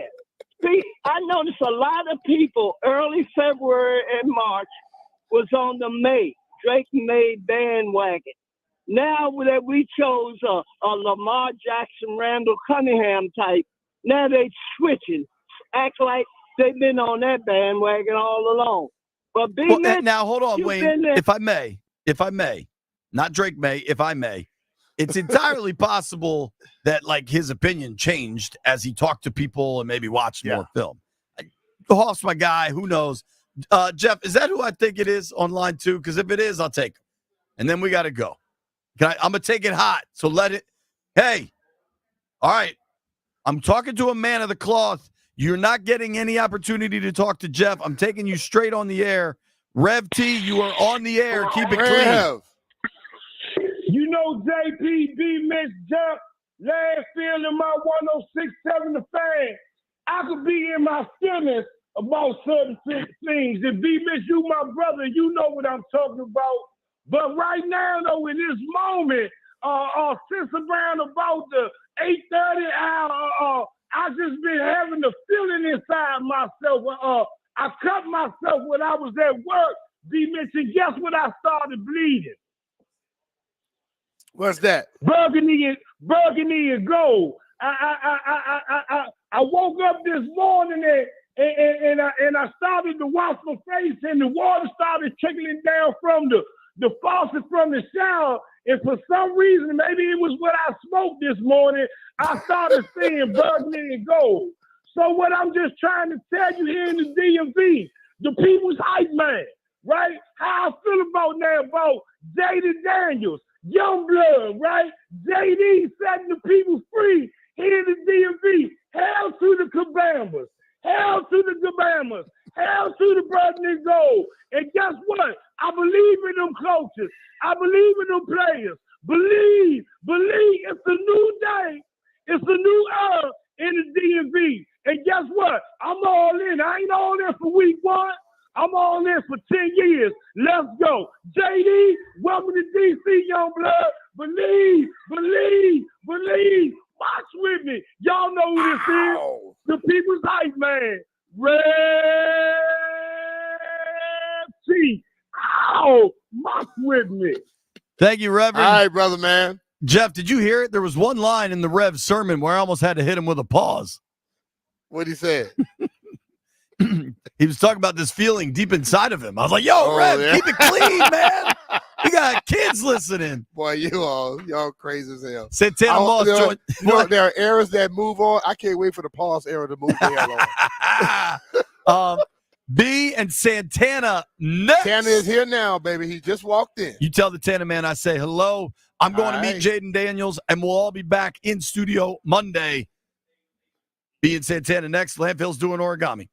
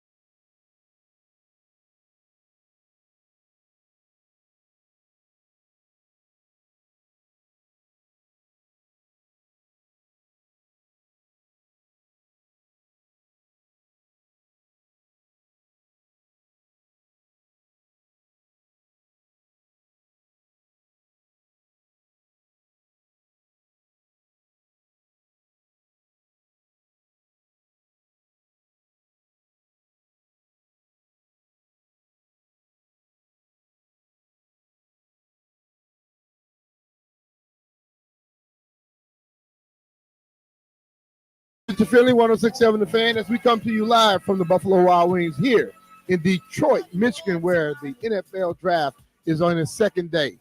Washington picked Jaden Daniels last night. They have 5 picks today, and JP, myself, and I'm sure Santana as well, wishing that they get out of that 100 pick because they mean we can leave a lot sooner. The B. Mitchell Finley Show is brought to you by Rude HVAC Equipment. Head over to rude.com to find a contractor near you and available tax credits and rebates. That's RUUD. And remember, if it ain't rude, it ain't right. And also, this is the Vodka Red Bull Friday, and it's powered by Scotty's Handcrafted Vodka. Scotty's Vodka is Maryland made, amazingly smooth, and loved throughout the DMV. So joining me now is my man, 8 to the 9, Santana Moss. Tanner, we sat there last night. We all were thinking that they were going to get Jaden. And I was telling them earlier, right when the pick came up, I got nervous as hell. Yeah. You, I think, said the same thing last night. You felt like you were about to get drafted. Your feelings and how you feel now that they chose him. I mean, no question, man. We was all nervous because, everybody who's, I guess you can say, who don't root for us, they was kind of rooting for us last night. They was making sure that we got that pick right. And I think when you look at some of the things that have already transpired with just the new ownership, this new coaching staff, you want everything to go as right as it possible so this team can actually have a chance to get back to what we're trying to get back to. So I think that solidifying that second pick in the first round, our first guy that we was going to choose, that was very vital for our team going forward. And I'm glad it was Jaden Daniels because I feel like all week long and weeks before this week actually, you heard so many different, I guess you can say, musical chairs when it came to the quarterback position. And I'm saying to myself, like, you got to be kidding me if you don't think that the Heisman winner of this past season not the best fit for this team when it comes to what we're trying to do and go forward. So I'm glad we got it right. A lot of people are saying, well, he had 2 top-notch receivers, so he's supposed to be good. That's not an indictment on him. But you've been around a long time. Just because the receivers are good don't mean the damn quarterback is good. That quarterback got to throw it to the right spot, don't they? This game is hard. And you play the position. You play at a high level. And, bro, like the things that the quarterback has to do for these organizations, man, is beyond just hitting the receivers. You have to be able to, be at ease in that pocket. You have to know when to tuck that ball and say, I'm going to go get this thing with my legs. And you saw all that from this kid. You know what I mean? So, when I heard all that stuff leading up to this draft, I'm like, I understand now. You understand that he played phenomenal enough to win the Heisman, but you're trying to nitpick at anything possible to try to say what would be a reason he don't belong at that pick. And it's okay. When someone is going at you that way, that means you earned the right to be the number 2 overall pick and maybe the number 1. But we knew Chicago had their guy. So I'm just happy, man, it's behind us. And now let's see what we can do going forward, man. We got the 2nd and 3rd round, man. I'm hoping we can solidify some of the other needs, and one that's obvious is the offensive tackle position. B. Richard Finley, 106.7 The Fan, talking to Santana Moss. Tanner, you played with 15 quarterbacks, am I right? 15 quarterbacks in your 14-year career. So you know a little bit about what's good and what's not. When you see Jaden Daniels, does he answer the questions of what it takes or what he has to be a great quarterback? Off the bat, the first thing I'm looking at is how does he dissect defenses? I have watched some film on him, and it seems to me he's reading things. He's not just one of those guys that's just stuck on one guy waiting for him to get open. I watched him go through his progressions. I watched him throw dimes. I watched him throw deep balls. I watched him throw intermediate passes. I saw this kid do everything that you would ask from a quarterback, and you're a quarterback, so you could tell me better than I know. It seemed to me that he checked all boxes. And then, not only that, he's a difference maker. So if a guy can throw the ball, if he's accurate, if he can throw the deep ball, if he can get those 2 wide receivers that's supposed to be good, you got to think about it. The wide receivers is only as good as your quarterback. You can say what all you want to say about those guys outside, which they are great, but he made them great. He made them better, put it like that. You know what I mean? So if he can do all that and still go out there and hold his job down by throwing for 3,000 yards, rushing for another 1,000 yards, putting up 50-something plus touchdowns, darn right he deserves to be that guy, and darn right he's going to be able to do that on this level. But we all know this level is a lot different, and that's one of the things you can't take for granted. You're going to come in here, you're going to see things differently. These defensive coordinators are going to show you pre-snap reads and see if you can, read things and see if you're smart enough to be able to dissect it once they change things at the snap of the ball. So a lot of that stuff is going to come too, but that's why you have the coaching staff to be able to prepare him for what's to come. So I think he fits and he checks all the boxes when it comes to what we wanted. And now he's got to go out there and get fine-tuned to play on this level. When you said you watch film on him, yeah, I smiled because how often do we hear everybody that has a mic in front of them say they watch film? Yeah, I watch tape. Okay. If you were to watch a drive, it'll take you some hours or so to watch it because you're watching different things to let you know. Yeah. I call most people on the radio, TV that say I watch film on a guy, they watch TV. Yeah. Because if they're shooting me all that BS that they shoot, you damn well ain't watching film. You're watching highlights. Yeah, you're watching highlights. So I laugh at that stuff. But as we move forward, and I know we had a lot of calls today, are very ecstatic, but there are some people that were concerned about him being protected. Yeah. Not him protecting himself. I think that's something that Adam Peters has already discussed. They will talk to him about that. You are no longer trying to impress people, dude. You're a CEO now. Yep. But they're going to have to get some offensive linemen. And a lot of guys went early last night. We saw that run of tackles go. You still see some guys? I know you watch a lot of film with Logan and London and all those guys. Do you see guys left in the second, third round they could possibly get that can make this offensive line better? Because, fans think it's only first round. Yeah. You can get a second round that might be damn good. He might have just slipped a little bit because things moved too fast last night. No question. I mean, one of the guys that stood out, and it's crazy because I was asking myself that question last night. Man, who's left? But, you have to go out and do your research. And it's crazy as I'm going through some of the lists that we talked about throughout the, my days and, talk the shows that me and Logan and Fred do on Command Center. One of the names that stood out is Patrick Paul. We have his brother. Chris. And, and then so when I go back, I say, okay, he's the guy that's valuable. I had to put my phone up because I had to, I can't, I'm bad with names. I forget names all the time. It's a guy, Kingsley Sadamarate. I don't know how to pronounce the name to save my life. JP and I tried to say that name last night. But he's available today, earlier. So there's a ton of guys and a ton of great talent still left. It's just all about who fits what we're trying to do. You understand? They have a couple of swing players too that's available. A guy too who played left and right, tackle that maybe that might fit our mode too because we have a right tackle and we also have a backup left tackle. But what if one of those guys go down and we need a guy to switch? So there's a lot of guys that's still available, and that's one of the things that these fans have to understand that there's Hall of Famers in this league right now that's been picked up in these later rounds. The second, third, and fourth are still great. Some of them weren't even drafted. Yeah, and bingo. So I don't get caught up into the rounds anymore because you see the running back position. You get now these guys are being I guess you can say pushed down the line to those later rounds. So you can get a lot of great talent. Now it's all about what guy fits what we're trying to do offensively. And I think when you look at this thing now, it's excitement around, and I'm super excited. And I think a lot of people that are so furious about, they got to address the offensive line. Did you forget about what they did in the offseason? Okay, I call him title badass. His name is Biotish. Okay, that dude can play. Yes. And he's a mauler. Yes. And then you look at Nick Allegretti, a tough dude that shoulder messed up. I'm playing anyway. Yep. But I said I'm playing anyway. Yep. We have those type of guys who I think is in that interior now. Allegretti, Biotish, and also Cosme. That's tough. Yeah. Right tackle, I think in Wally had a rough year last year, but I think Wally has shown over the years how good he can be. You need to now address the left tackle. And I think right now, Cornelius Lucas is damn good enough to hold on until a young guy that they may get today could come along and grow. Yeah. But offensive coordinators can help out a left tackle. Bingo. I heard guys that came through here say, I don't believe in the chipping. Why the hell not? Hell, I got bad shoulders today because I chipped all the time. You don't know football. CP, chipped all the time. All the time. Yeah.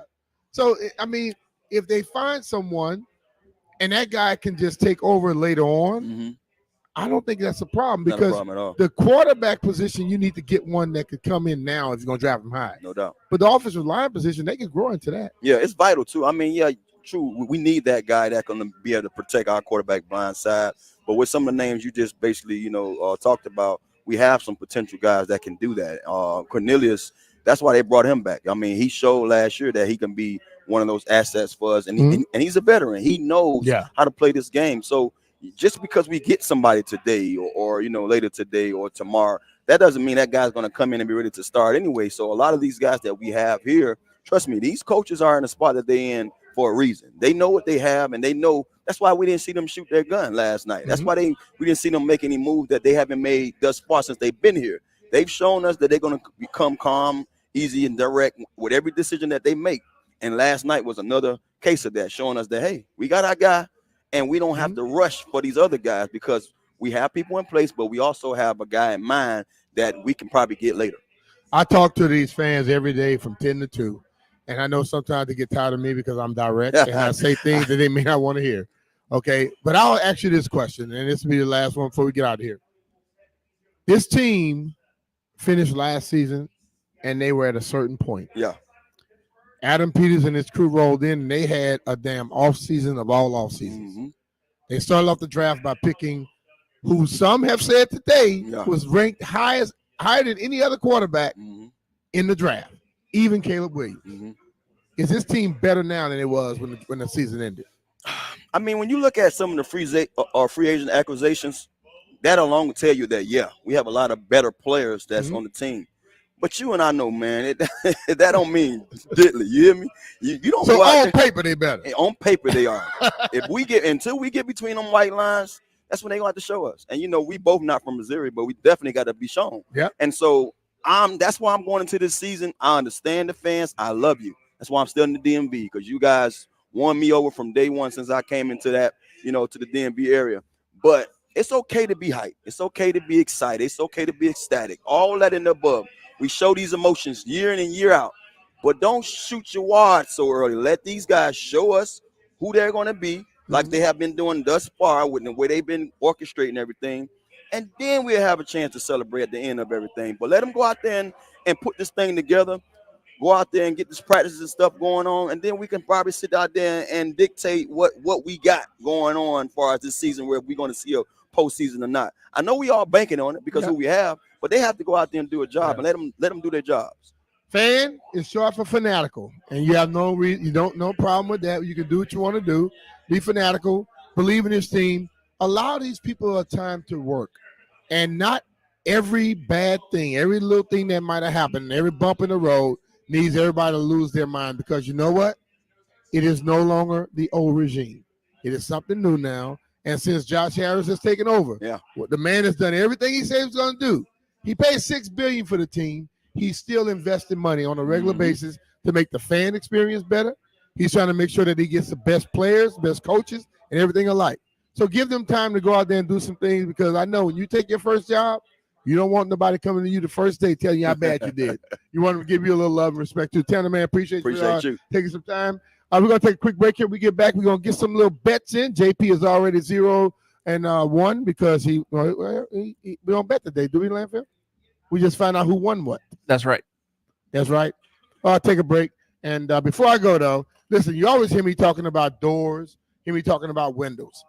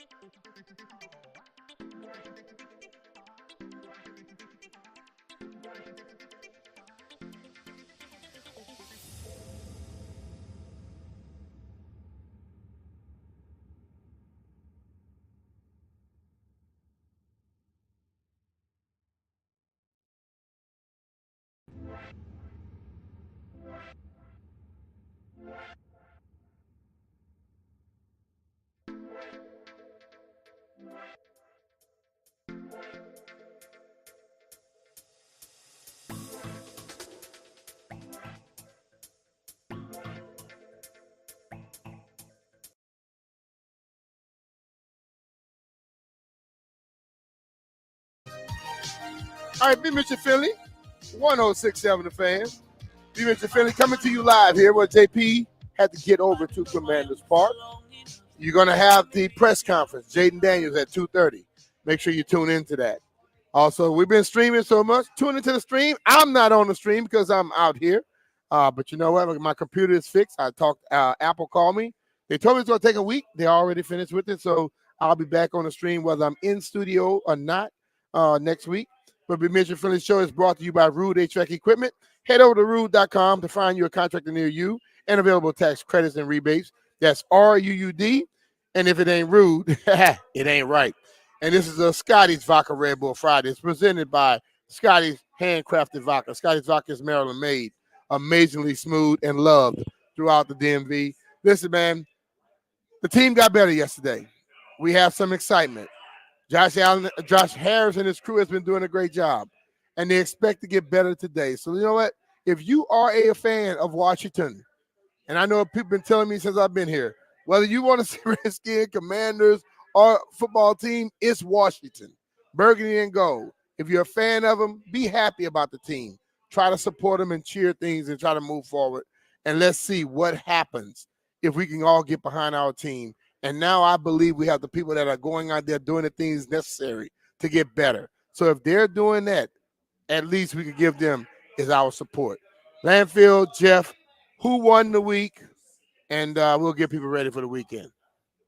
I believe I won the week, B. Mitch. I bet on the Rangers yesterday because Anthony Haney was pitching, and they did win. So I'm gonna claim the victory. All right. So what was my bet last night? You took the Knicks +5, and they lost by more than 5. I wasn't asking you. I was asking Landfill. This is my segment, bro. Apparently, it was the Knicks. Landfill told me I bought y'all food, so I won. That is true. I did give him I administratively gave him the win because he bought us lunch. Hey, look, I admire the good deed that you did in buying us lunch, but when it comes to the stats on Heard It Here First, unfortunately, you came in second place, Brian. Okay, well, did you come in first? No, I did not. Okay, I came in last. You want to hear that? So you want to hear that? Landfill, I came in last. You came in first. You have the right to say I came in first. And next time I buy food, Jeff don't get no damn food since he's gonna be an ass. Landfill didn't even come in first. Who came in first? JP. He's How not did here. JP He come in can't first? win. He lost today. He can't win. Yeah, he left. That's a two win penalty. Leaving. Yeah, on a Friday when you leave early, you lose 2 games. Hey, I'm just saying. We make these rules as we go. Either way, he got more wins than everybody. Hey, I just say this: if you all listen to this show, you know that we are not always on the same wavelength. We're a little off kilter, but you know what? We have fun, we love each other, and we want to make sure you all keep calling into the show. So I want to thank Santana for coming over and joining me today. PFT Commenter joined us as well. All the people that called in today and showed their love or displeasure for what the Commanders did last night. That's your opinion. You know what? But if you are a Commander fan, find a way to cheer for your team. God bless you, and I hope the team get better tonight, tomorrow, and we'll see you on Monday so we can discuss everything that happened this Thursday, Friday, and Saturday. Be Mitchell Philly, 1067 The Fan. We love y'all. Thank you for joining us, and we'll see you Monday. Peace. If I die. Be Mitch.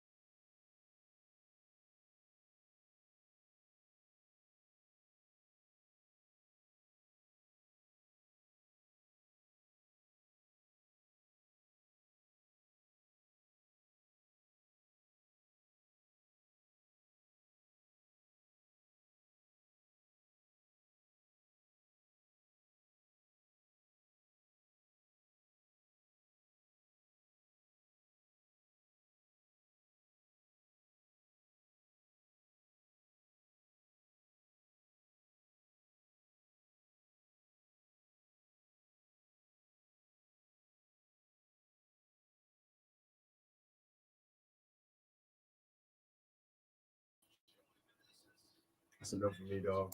That's a no for me, dog. That's a no for me, dog. Second round, though. Let's go. Bro. Facts, bro.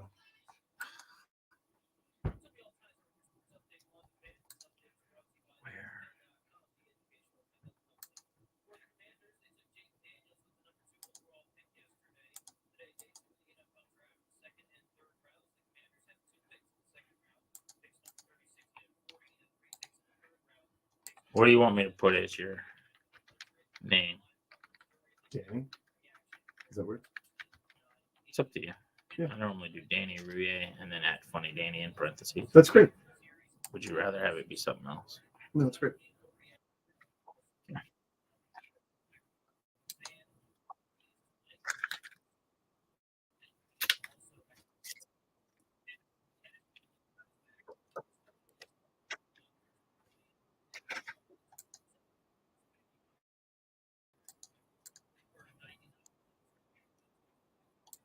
Old Trevor Williams.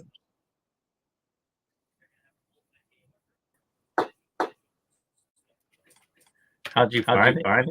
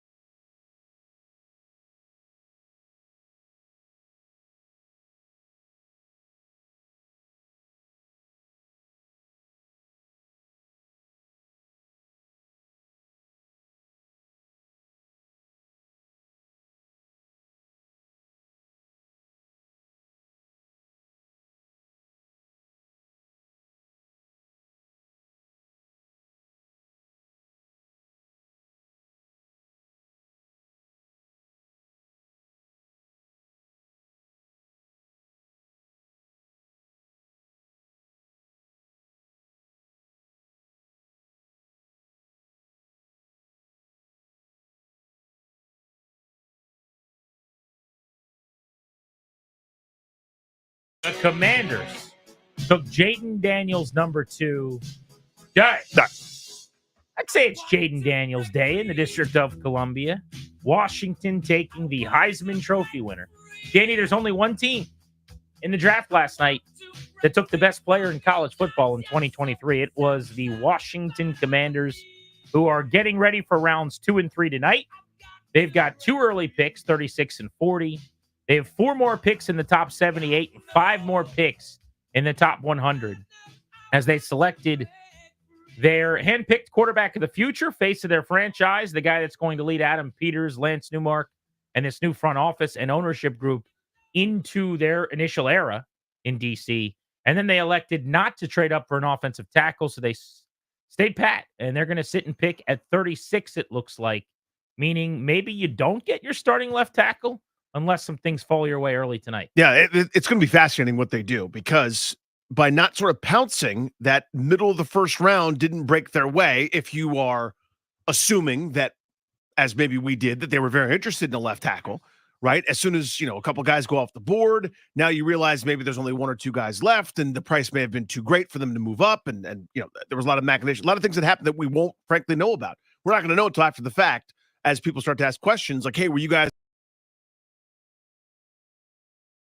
right there? Peters has always said, guys say this before the draft and during, we're happy with where we're at. We also are open to moving back. We're open to moving up. Whatever helps the football team. Doesn't really tell you anything.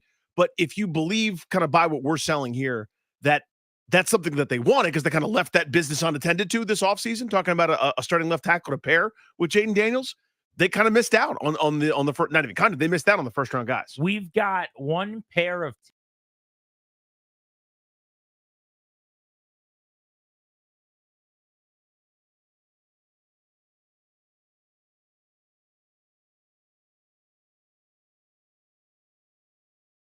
by New York, probably. But a massive game for the Capitals. If they win, we got ourselves a first round to enjoy moving forward. They'd be back within a win of the Rangers.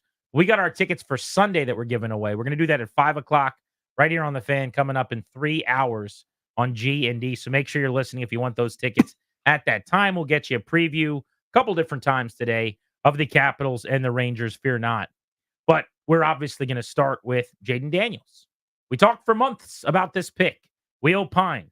We broke it down. We analyzed. We microanalyzed. We overanalyzed. There was paralysis by analysis. Months and months of speculating. And as it turned out, Danny, all that smoke was for a reason. Yeah. There were some flames. The storyline was Adam Peters is not telling anybody anything.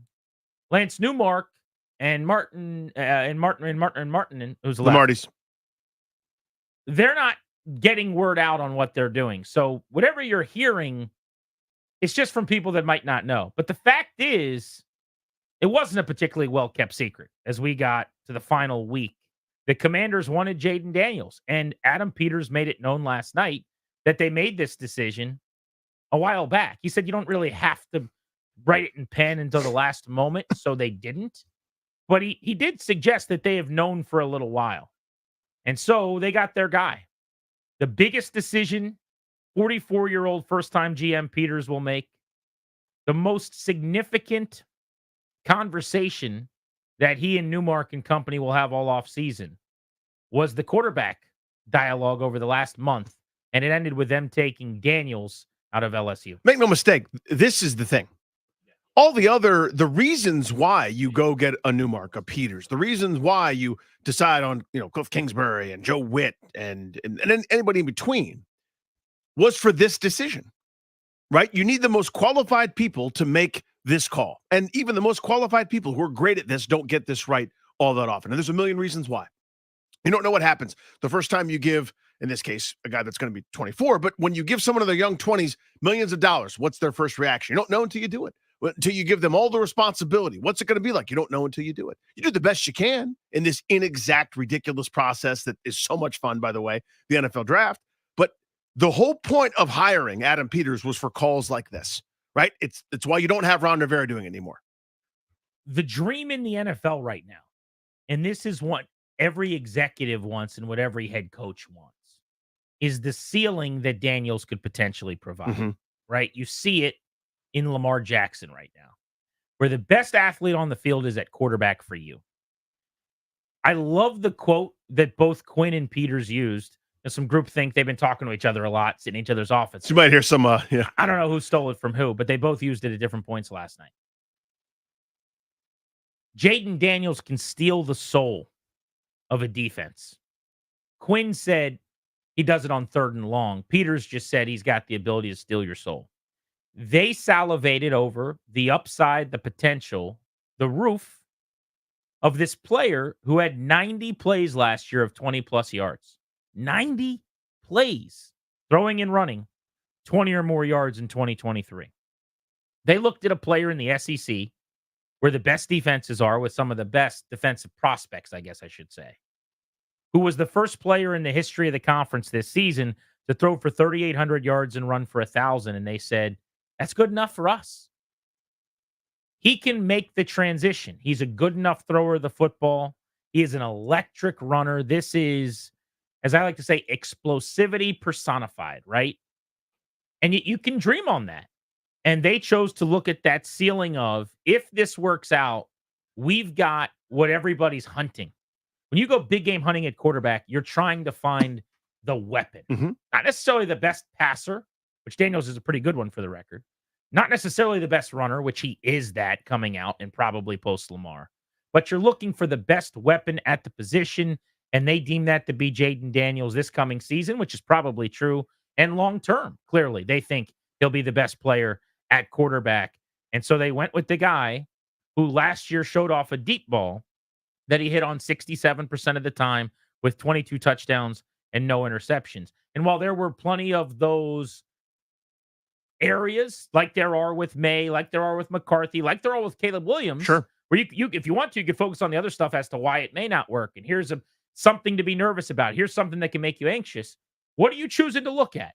They looked at, if it works out, Washington, D.C.'s got the guy everyone in the league's going to be jealous of. And that's my philosophy here, right? Because the whole point's not to be okay. The whole point's to be great. So I'm going to shoot the moon. And if it crashes and burns colossally, I'll see you in a couple of years. We'll try to do it again. But to me, that's the end of the discussion for me. It's why I fell in love with Jaden Daniels, saying, I know there are wrinkles. There are with everybody, by the way, to your point. And what happens, and I was actually talking with somebody about this this morning, is the last football game is played in, January for these guys? Most of these guys, what Daniels' last game was probably sometime in December. Maybe he had a New Year's Bowl. I can't remember anymore. It's been so many months. So there's no football play. There's no new data.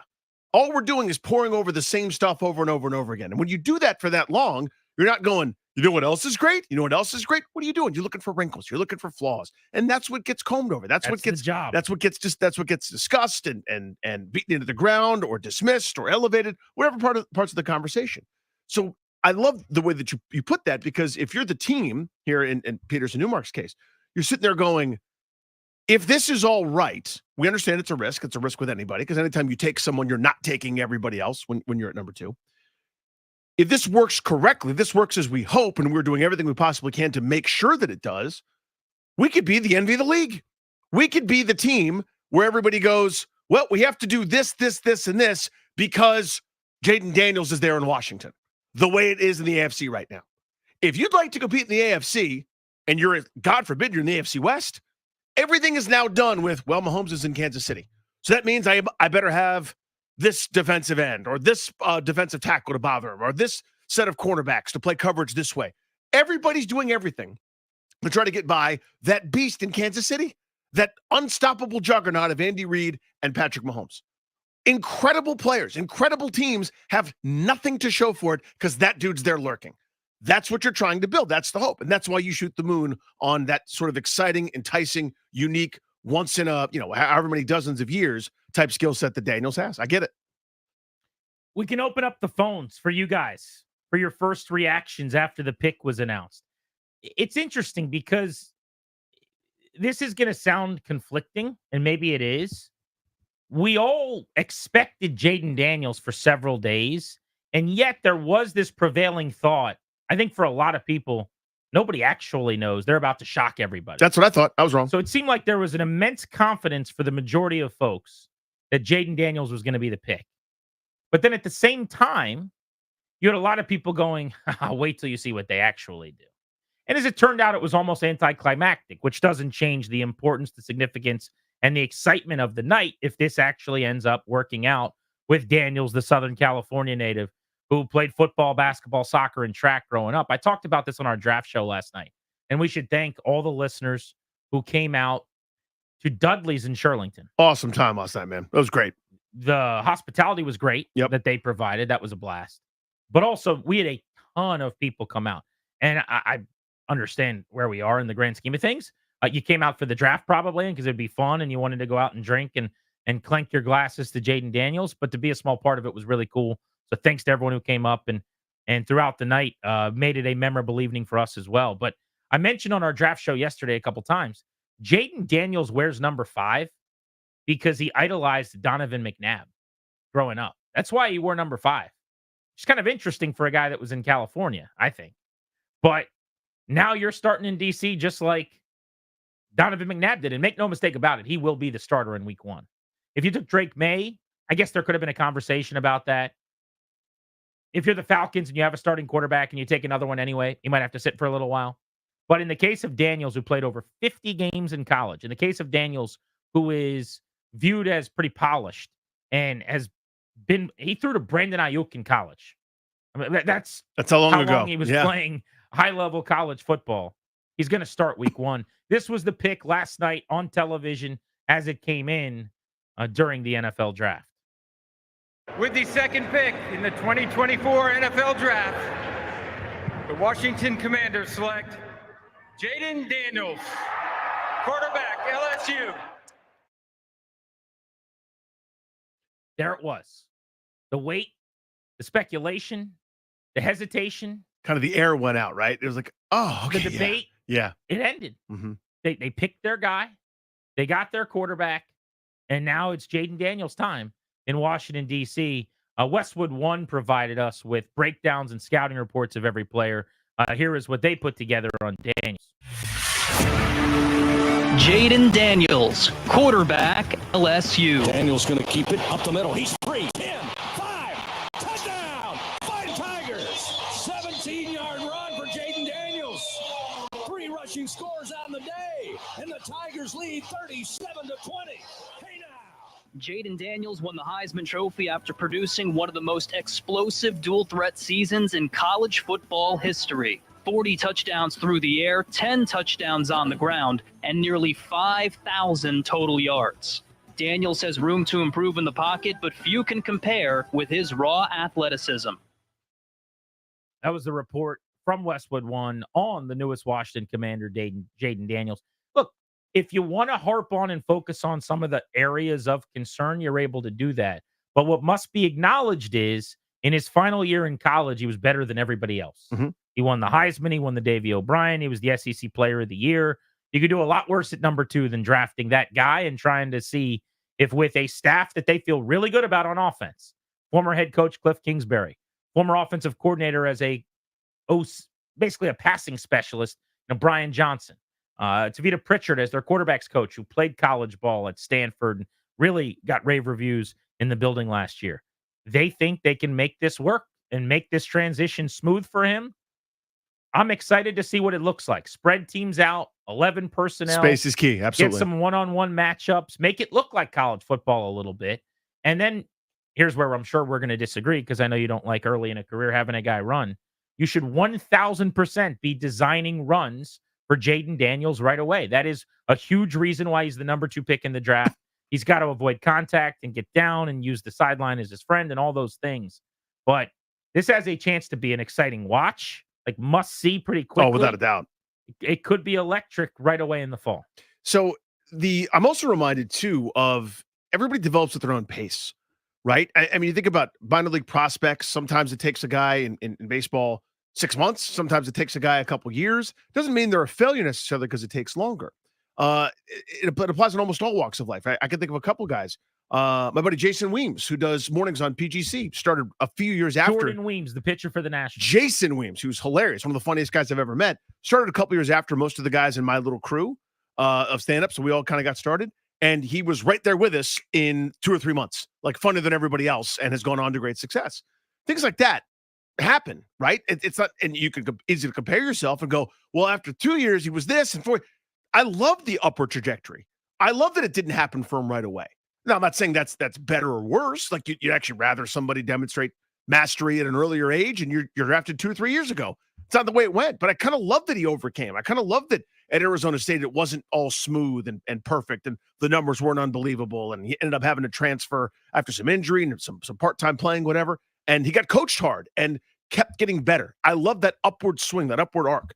Honestly, it reminds me a bit of Hurts in Philadelphia, where first year he wasn't particularly good passer, but showed some signs at the end. Second year got a lot better, wasn't great yet, and then third year they're on the cusp of winning the Super Bowl where he outplayed Pat Mahomes. I love that kind of trajectory. I think back to some of the noise now after they picked him too, of the last couple of weeks, and I saw people last night saying, "Well, obviously the agent wasn't really upset with the team." I think he was. Well, obviously, Jaden Daniels didn't really prefer Vegas. Probably did. So what? And that was kind of certainly to the second part, my point all along. He never once said he didn't want to be a Commander. You saw him walk across the stage. We were live calling it last night, like play-by-play, as he was doing the primal scream and yelling and looking very happy. He was thrilled to be the number 2 pick in the draft. Just because, I want to eat a bacon cheeseburger doesn't mean I wouldn't also settle for some good chicken tenders. Hey, man, we don't have cheeseburgers today, but you know what we do have? You know what we got for you. Yeah. Fine, I'll do that. This was never he didn't like Washington, but he did acknowledge last night. He did 1 million interviews. I don't know which one this was in. I wish I could give someone credit, but they asked him something along the lines of like, "Did you know you were going to Washington all along?"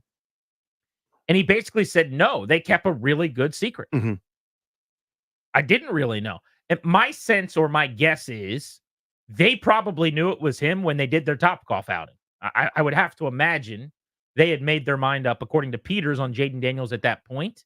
And then the agent didn't love it. And you probably get on the horn with the guy and you go, "Hey, man, what's up?" And he goes, "We didn't like that." And they go, "Okay, well, sorry about that. Here's what we were thinking. Here's why we did it. By the way, we love your guy. We might take him." And the agent goes, "Okay." And that's that, right? You call, you smooth it over. You got decent people in the building now. Adam Peters, Lance Newmark, with relationships. They've worked with that agent. He represents another Commander at least. I know of at least one. There might be more. I believe he represents Derek Forrest. But like all those things can be true, right? The agent might have been annoyed by Topgolf. So Yeah, I get annoyed about Jaden stuff Daniels here. wanted to work with Antonio Pierce. Yeah. Cool. Uh-huh. You know who's pretty fired up today, I bet? Jaden Daniels to be the number 2 pick in the draft to come play in DC. And it looked like it last night. So all of that can be put to bed as far as I'm concerned. Agreed. And it's a good landing spot and getting better. I don't see them hitting the ground and being a Houston type turnaround. I mean, I don't know if everyone in Houston did at this point last year too. And it all kind of depends on what happens maybe tonight and the rest of the offseason. But it is a good landing spot because I think you have a group that's cognizant of the fact that they now have a signal caller that must be enhanced and preserved. You need to maximize and protect. And there is a graph of push and pull there where you got to protect him, which may mean you can't do certain things, but you also have to maximize them, which means you may have to be a little bit more risky. That's for the geniuses to figure out. That's for the really smart, highly compensated people to figure out how to best do this. But the point is they're aware of it. It's not just, good luck, kid. See you in September. It feels like they understand the gravity of this. Been waiting since last night to say what I'm about to say. The MGM National Harbor listener lines are open for you guys. We want to hear what you think about the first massive draft decision for Adam Peters. He chose Daniels over May and McCarthy. He chose Daniels as the face of the franchise. How do you feel about it today? What was your initial reaction? 800-636-1067. 800-636-1067 on Grant and Danny on the Fan. D-City Smokehouse is the place for the most amazing barbecue in town. They serve the most delicious brisket, chicken wings, turkey, oxtail, pork.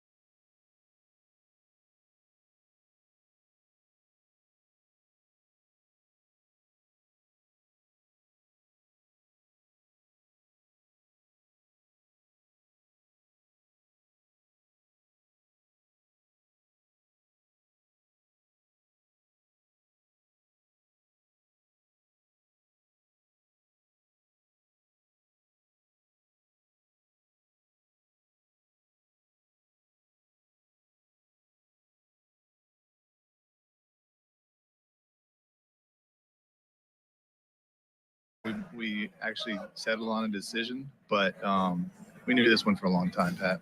Okay, the Topgolf thing wasn't a potential deterrent, and why did you choose to do that? Because that made a massive ordeal. I assume you saw the reaction by everybody. Then Bill came on the next day and was like, we used to do 12 guys at once. I mean, this is standard operating procedure. Why did you choose the Topgolf thing, and what did you learn from that about Jaden? Yeah, I think we started doing that when I was in San Francisco, and it was great in terms of just getting everybody together and in a relaxed environment, a good atmosphere, seeing how they interacted, see who gravitated to who. And I think everything gets more magnified when you have quarterbacks, which is something I found out there. But it was overwhelmingly positive in terms of all of our feedback from everybody. And we got a lot out of everybody. And so not just Jaden, but everybody. And in the end, I thought it was really successful. Adam Peters on ESPN, the McAfee experience last night. He was referencing Bill Belichick, who has a relationship with Peters dating back to the early 2000s in New England. And, oh, by the way, Belichick was really good. Last night we did the draft show, so we were on air. I went back and was just watching a bunch of different things. Check out some of it, yeah. I put my head on my pillow last night at 3 a.m. Post-draft, I can't sleep. There's too many energies going through me. It's just too much. I get way too into it. But Belichick was not Belichick. This is what they've always said. Whoever they is. He was legitimately good. Like, he'll be good at this. Like, he spoke like a human being, Yes. and not like a tortured artist that is trying to explain his masterpiece to some rube. Like, that's how he always was. I'm sorry to bother you, buddy. You know, go back into your cave. He's dynamic and he like asks interesting questions and is thoughtful. Adam Peters, Lance Newmark, and the Commanders got their guy. They need more of their guys tonight.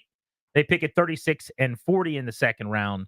In fact, they have 4 more picks in the top 78 and 5 more selections in the top 100. They did not trade up, so they've got plenty of options now. But the question is, Jaden Daniels was the choice at number 2. We have dissected him as a prospect every which way for months. How do you guys feel about the decision? I guess before we get to the phones, I want to get a thought from you on how not surprising this was, and the fact that we kind of knew this for a while, it feels like, even though we can't go hard with that because there was always that, but maybe not. He didn't come out and say it, so maybe not. But it seems like it was a poorly kept secret. It ended up being that way, yeah. I mean, to me, the but maybe not prevailed, and I predicted that it wasn't going to be Jaden Daniels wrongly, so I'll certainly wear that.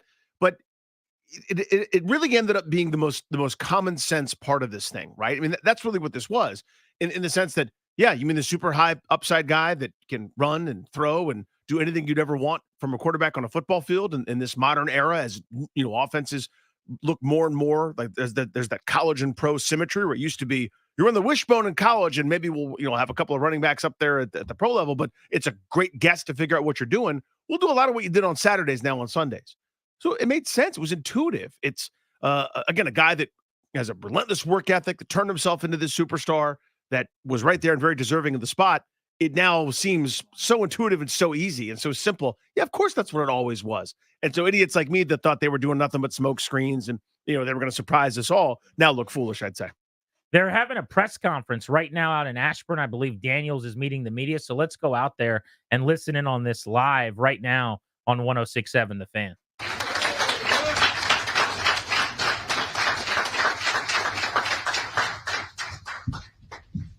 How y'all doing?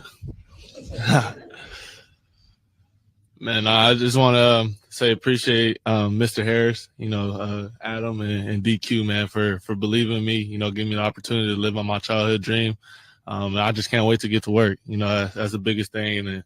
And thank God, I wouldn't be here without them. And thank you to my family, supporting me, believing me and sacrificing me. I appreciate you guys. Hey, Jaden, JP Finley, welcome to Washington. You said repeatedly this is a childhood dream come true. How surreal has the last 24 hours been? Does it feel real yet? Nah, I mean, kind of. I was just sitting, laying in bed, and I was texting with Malik and Brian, man. We just we woke up as pros officially. We're all on our teams, and, we're able to live our childhood dreams. So it still hasn't hit me yet, but it's starting to get there.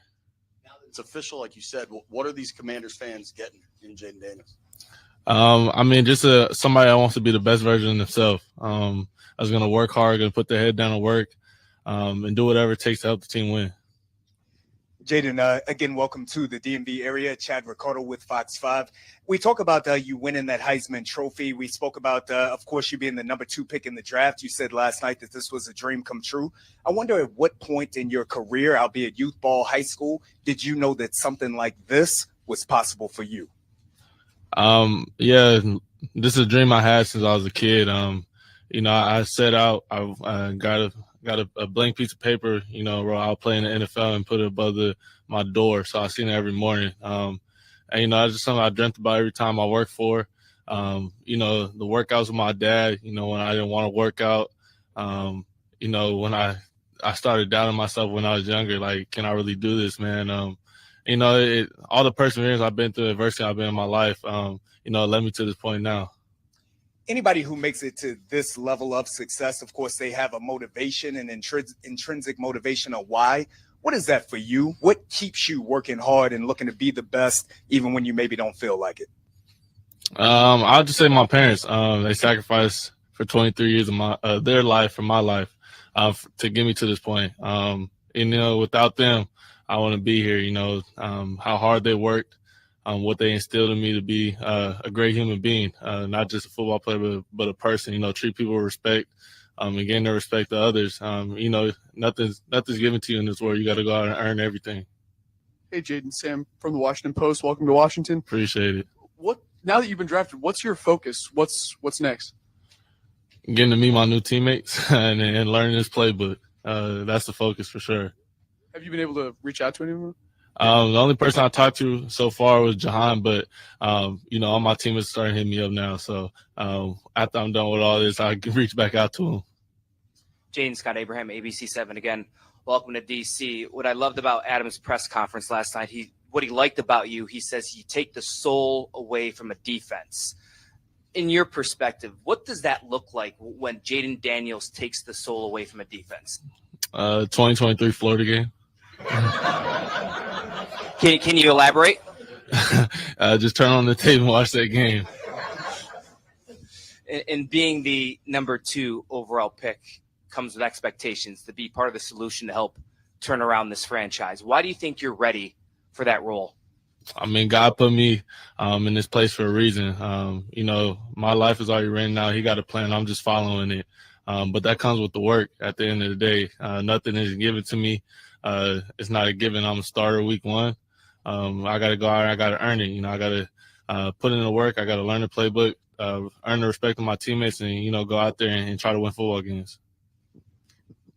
The leap you took last season, obviously significant, the production you had. What do you credit the most for, your ability to really improve year to year there?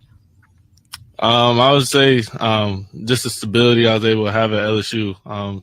Same coaching staff, same coordinators. And, it's just the camaraderie and the trust that me and my guys built this past offseason, and be able to find ways to take my game to another level. I didn't want to come back to college and do the same thing I did the year before. So I want to take my game to another level. And, shout out to LSU and the support staff that helped me out, whether that's the Oculus, the VR stuff that I was doing, or even after practice, the equipment people, the equipment assisting the students, catching footballs for me when I'm the last one on the field. So I appreciate all of them. You mentioned the 2023 Florida game. What do you remember most from that game? It catapulted me back to win the Heisman Trophy. So I don't really like Florida. They don't like LSU. So, it is what it is. Jaden, John Kine from ESPN. When did you realize you had taken your game to another level? I'll say I kind of seen it through spring ball and fall camp, just how we're clicking on all cylinders as an offense. And we knew we would be really good. We didn't know how good we could be, but we knew we'd be really good. And I'll probably just say maybe the Mississippi State game, it's something that it was just clicking for us at all cylinders, man. And, we were just out there having fun. from there, it was like, man, we got to keep it going. We got to keep improving each and every week. What did you see from yourself, though, that allowed you to think that you'd taken it to that level? Man, I'll just say my swagger and confidence and belief in myself. That's the same kind of confidence I had in high school when I was walking around, playing football, having fun. And, the game felt fun, out there just being able to be with my teammates, my brothers. That we worked so hard for 6 months of your life, man. You only get one opportunity on Saturday to go put stuff on film. So, we went out there and we performed. Hey, Jaden, Ben Standig with The Athletic. Congratulations. Appreciate it. Obviously, this team did a lot of homework on you. To what degree did you, as a prospect, do homework on them, and what did you kind of figure out that this might be a pretty good spot? Man, I watch football regardless, so I kind of already seen the players that they had last year.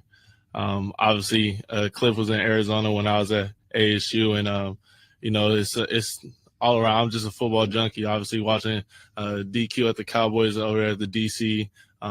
Adam was over there with the Niners, and a couple of my friends play at the Niners. So I always just watch football, see what they do and how they build. So just an organization, I didn't know how passionate the fan base was until I was in this process, man. So I'm excited. I'm excited to get to work. And obviously, you showed a lot last year, in particular, about your game. Are there still elements you were running a scheme that LSU called? Are there still elements of your game that maybe we all just haven't seen yet, or that you're ready to show that you can do even more than what you've done? Oh, for sure. I think I still got more in the tank to learn. And, I got more ability to tap into. I'm not a finished product. I'm 23 years old, man. So now I'm able to come in and learn a new system and see where I could take it. Jaden, David Aldridge with The Athletic, man. Welcome to DC, bro. Appreciate it. When and how did processing information in real time on the field start to become easier for you? Yeah, just this past season, just my preparation throughout the week, whether I was waking up early, staying late, and making sure, I'm prepared for the game, kind of stretch itself out during the week. So when game days come, it was easier. And that stuff that I did, man, I was able to use the VR stuff and get 200 more extra reps, just mental reps, man, instead of having to go out there on the field and put stress on my body so I could feel fresh for the games. But just finding little ways to prepare even more and take my game to another level. Darius, let's pause this where it's at right here, and we'll pick it up as soon as we return. You guys will not miss anything. The Jaden Daniels introductory press conference out in Ashburn. You're listening to Grant and Danny. You've been listening live to Daniels, and we'll pick up the presser in moments right here on The Fan. The Caps are back in the playoffs.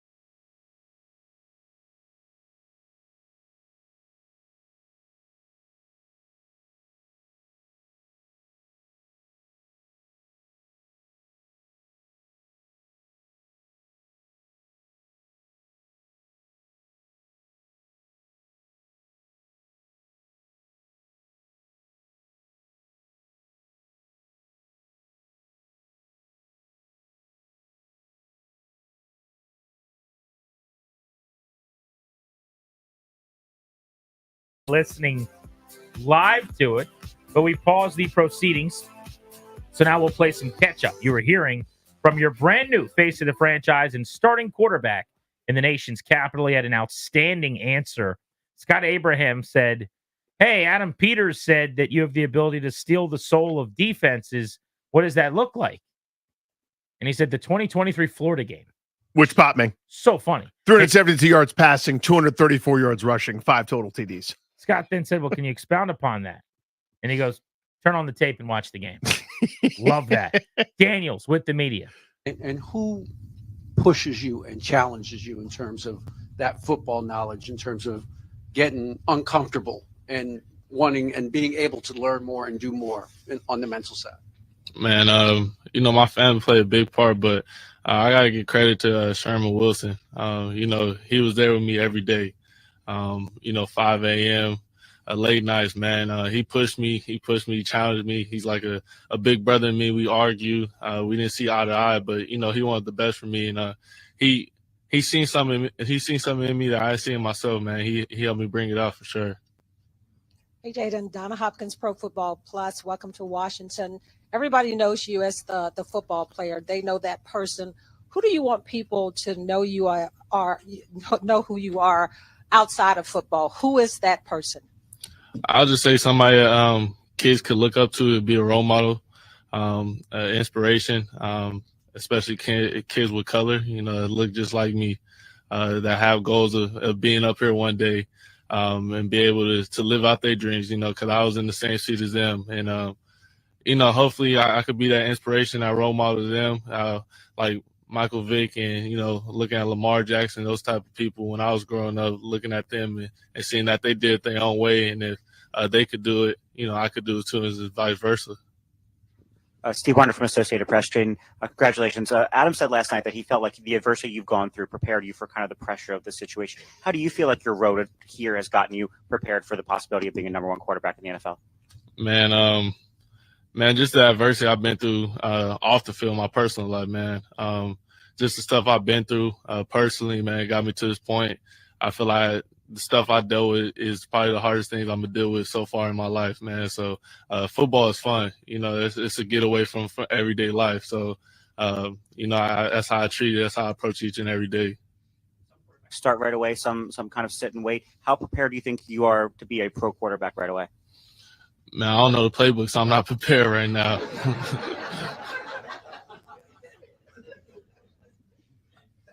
Jaden, Candace Buckner from the Washington Post. You mentioned Michael Vick, Lamar Jackson. Were there any quarterbacks even off the field that you studied as far as carrying yourself, how you present yourself, even to us? Yeah, that just comes with the position. Tom Brady, Peyton Manning, like all those type of guys, how they market themselves, how they carry themselves as franchise guys. Hopefully one day be in their shoes. You never see anything off the field issues about them.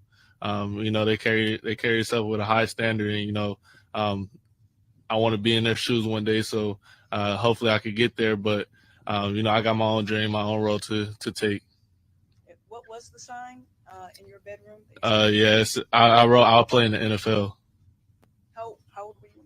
I don't know, probably like 7. Welcome to DC, Jaden. Desmond Purnell, WUSA 9.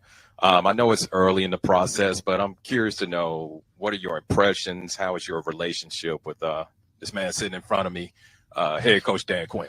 Yeah, just the impression he left on me, man. He cares about the person. He doesn't really care so much about the football player. He just wants to know who you are as a person, and that's how he wants to build a relationship. That's how you get the best out of each other when you can trust them and you know them personally for sure. Hey, Jaden, David Harrison, Commander Game Day, SportsIllustrated.com. Welcome to DC. Appreciate it. You've had a long journey, you know what I mean? I think something a little bit underrated for young guys making this NFL transition is homesickness. You go from California, Arizona, Louisiana. Now you're in DC. Obviously, you have some experience with it. But what about your family dynamic allows you to travel away from home but still be comfortable in your skin? I say I got more comfortable when I was in Louisiana. I was older. Obviously, it's the life I want to live. But when I first came out of high school, man, I would have been homesick, man. I couldn't go too far from home. I couldn't even lie to you. But once I made that transition to Louisiana, man, it helped me grow even more. Being out there on my own, wasn't really dependent on family. More so, how to figure some stuff out and figure out who I want to be as a person, as a man. Hey, Jaden, welcome to Washington. My name is Candy Waller with Bowie TV. Can you share the impact your parents have had on your journey so far? Words can't even explain it. Just being there for me no matter what, through the ups and the downs, really. And like I said, they sacrificed 23 years of their life for me to get to this point. So I know it's a proud moment for them, to see their son live out their dream. Hey, Jaden, Mitch Tischler, Monumental Sports. I know you haven't gotten into the playbook yet, but you mentioned that Cliff Kingsbury was in Arizona when you were down there. How much do you know about kind of the offense that he likes to run, and what kind of excites you about what he does? Just a creative mind that he has on the offensive side, how he can attack defenses. Obviously, what he was doing over Arizona, with Kyler and having success. I want to go out there and, I want to be successful, but, it comes with putting in work each and every day.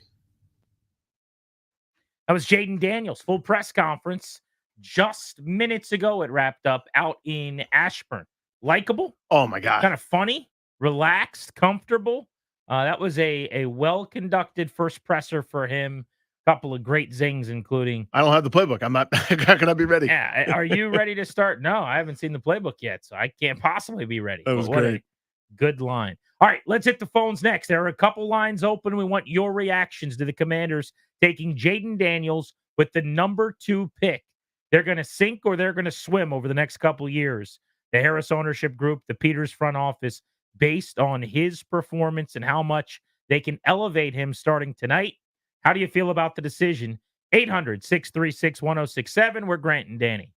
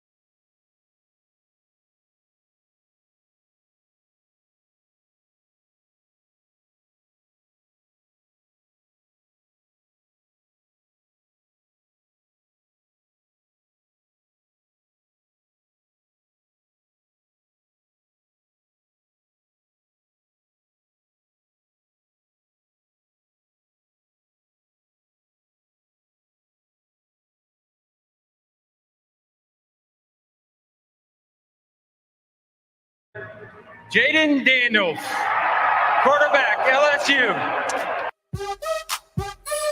The Commanders made the second pick in the draft for the second time in 5 years. Welcome back. Grant and Danny on the Fan. We are giving away tickets to see the Caps and the Rangers at Capital One Arena on Sunday night. We'll do that at 5 p.m. We got a pair to Game 4. Of course, Game 3 is today. Get you a preview of that matchup a couple different times, including during our Beltway Blitz today, coming up in 1 hour. The Commanders hope, Danny, that they just found their generational QB. But you might want to start thinking about your next generation. And the sponsors of our show, Condori and Murad, the law firm based out of Fairfax, are going to help you do that. They will get you set up for your will, your revocable trust, your healthcare power of attorney. Go schedule a consultation with their estate planning attorneys over at kmlawyers.com. Mention G&D the show, and they will give you a discount. kmlawyers.com. Commanders choose Jaden Daniels. 5 years he played in college. Of course, the COVID year, only 4 games in 2020. But he was at Arizona State for 3 years, 2 seasons in the SEC at LSU. And what he did last year, he'd never thrown for more than 17 touchdowns. He had a 10-touchdown, 10-pick season on the ledger. About 40 touchdowns and 4 interceptions.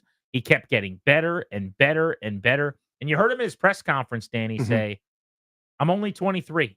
I'm not done developing yet. Seemed like a pretty aware, humble guy, and I think you got to put him in the win column. Introductory press conferences are fairly easy.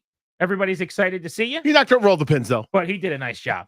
Yeah, and I actually agree with that assessment, to be honest with you. Seeing where he came from a couple of years ago to where he is now, the idea that, okay, growth is done. Again, it's not a race. Everyone develops at their own pace. Sometimes guys are freaks of nature. They come up at 19 and they're all-stars already. Let's see Juan Soto. Other times it takes guys, I don't know, a couple of years, God forbid, to come up and then be really good. That could happen too. So I do see a positive arc of development that kind of works with his excellent athletic ability and relentless work ethic. Let's go to the phones. We'll get started with Bob in Myrtle Beach on Grant and Danny. Bob, hey, the Bob. Commanders did what people thought they would. What do you make of it? Well, I tell you, I'm thrilled that they did it. I watched the whole presentation on TV last night, and I tell you, I it was tough when the commissioner came up, and he paused for just a split second, like he was going to say something other than Daniels. And so when he said Daniels, I was thrilled. I was worried that we were going to do something silly and trade down.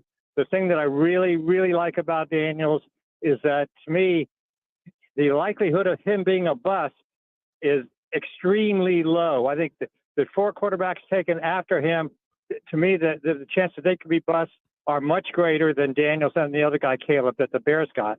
So I think we made a judgment for the ages, and I think everyone who watched the presentation last night will be saying to themselves for the next 5 or 10 years, hopefully 10 years, I saw that guy when he was drafted, and I was glad that we did it. I hope so. Thanks, Bob. You know, it's interesting. Interesting perspective there, right? On the floor. Well, you hear both, right? You hear people say Daniels is the safest, and then you hear the assessment that Daniels is maybe the riskiest, I suppose.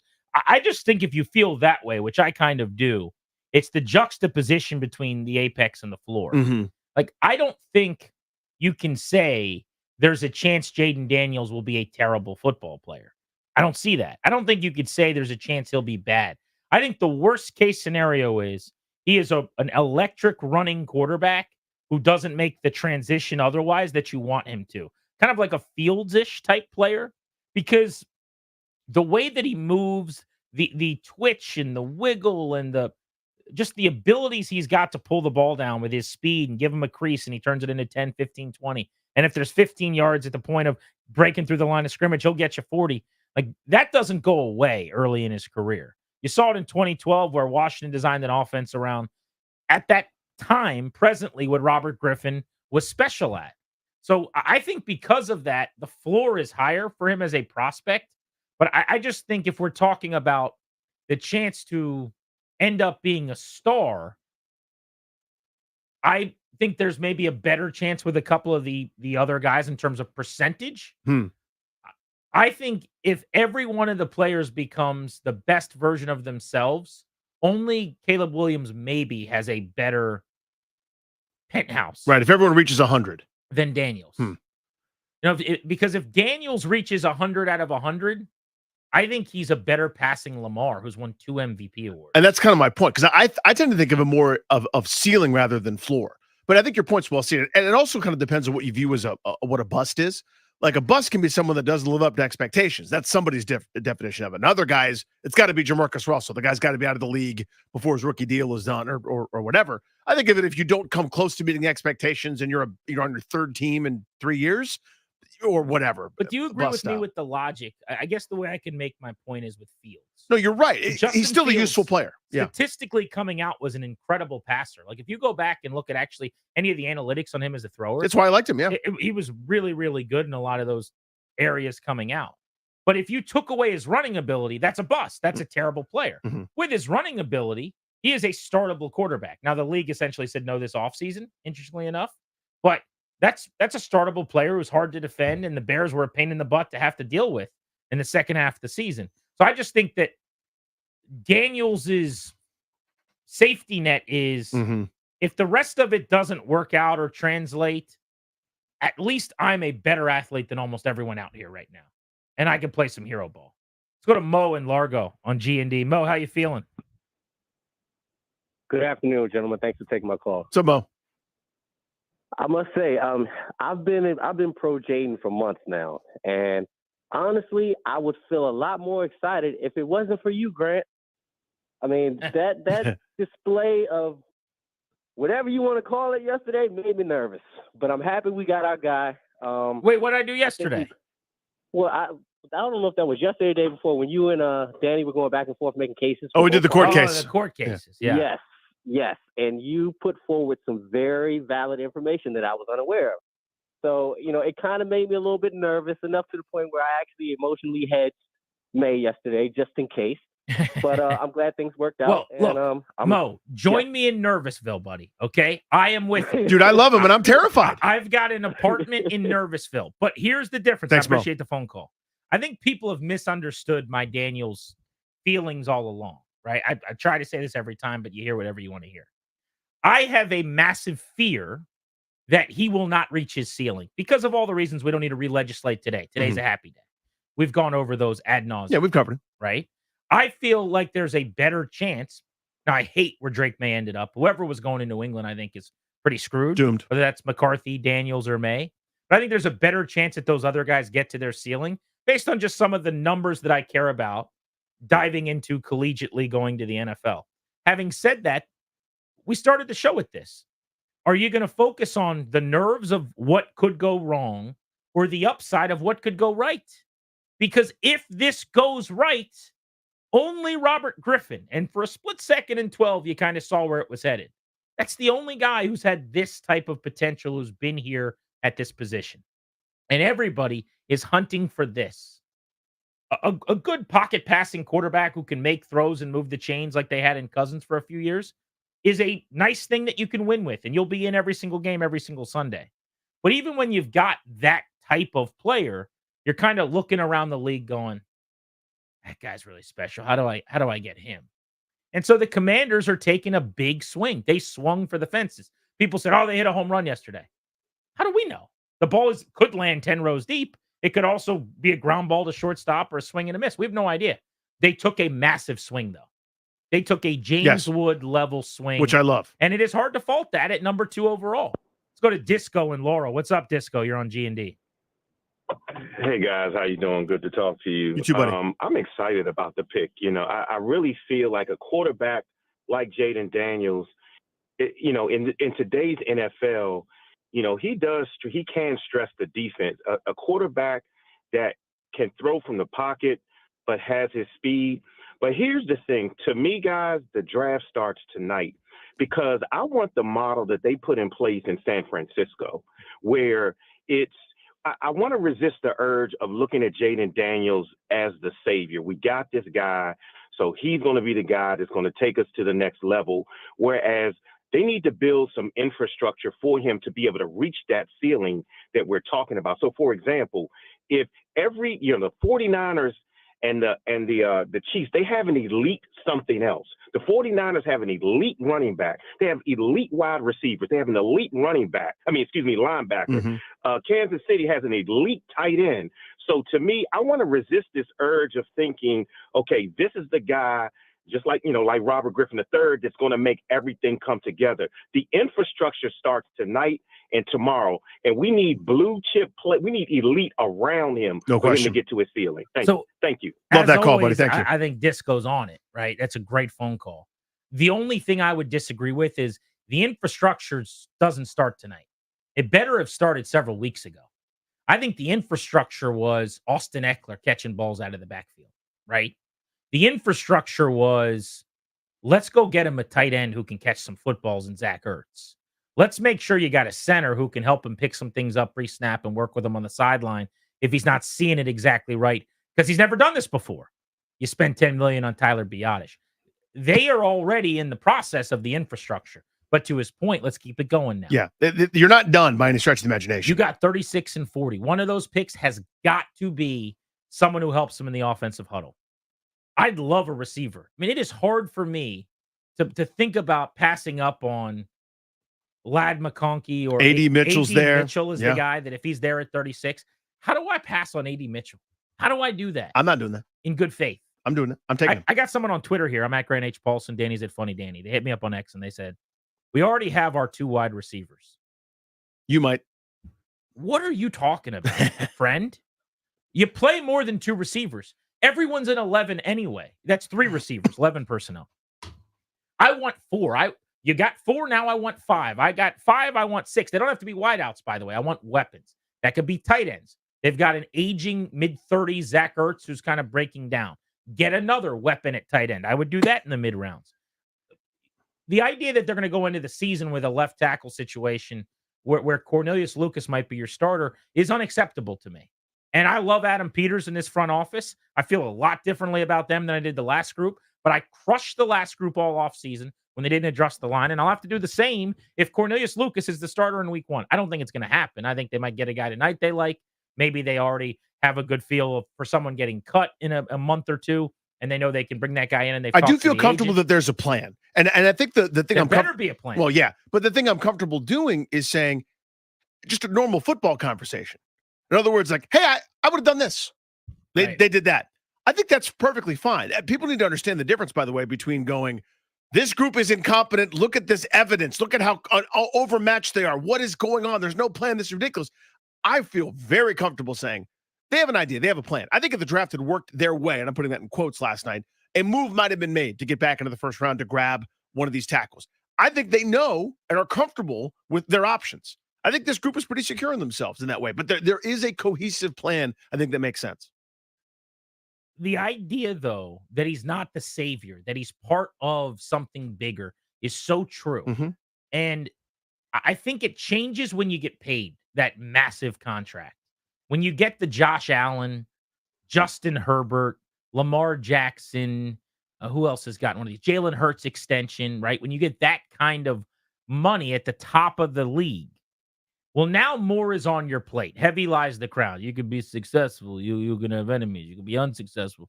You're going to have friends, Frank.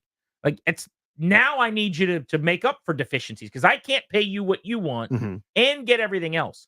But with Jaden Daniels on a kid contract, making kid money for the next few years, he's got to be a piece of the puzzle. It's the biggest piece. It's the most important piece. If he's not great, you don't have a chance. But if he is great, everything changes. But what a good point by Disco. Let's help him now. Every decision you make from this point moving forward, and I hope it's been this way all offseason already, has to be about how does this help Jaden Daniels be excellent?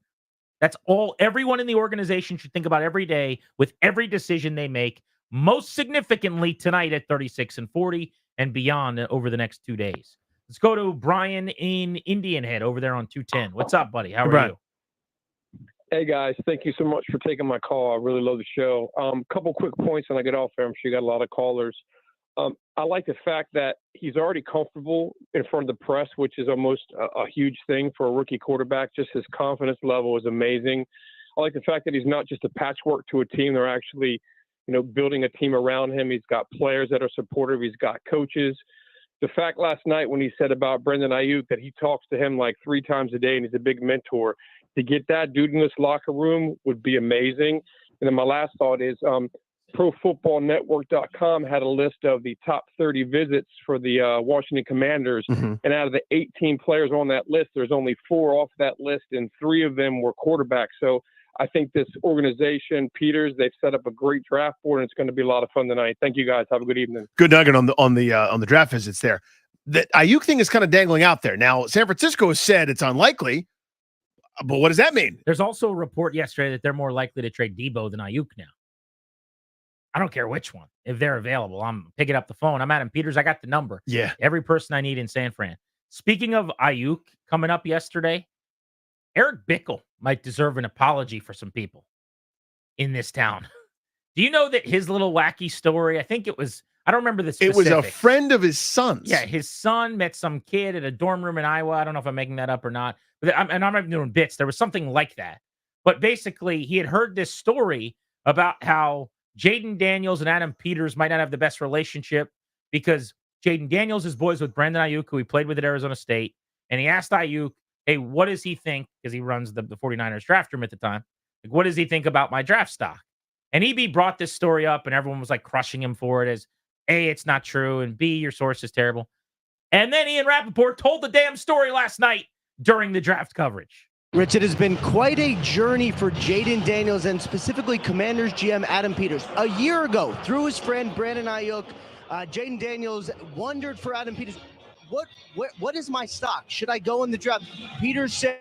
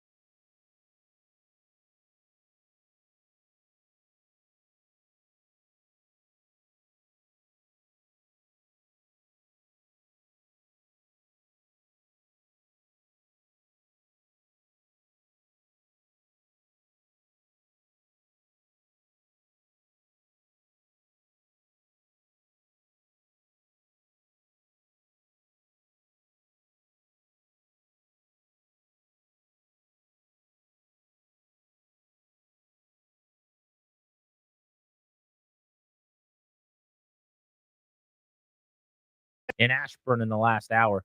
800-636-1067 is the number.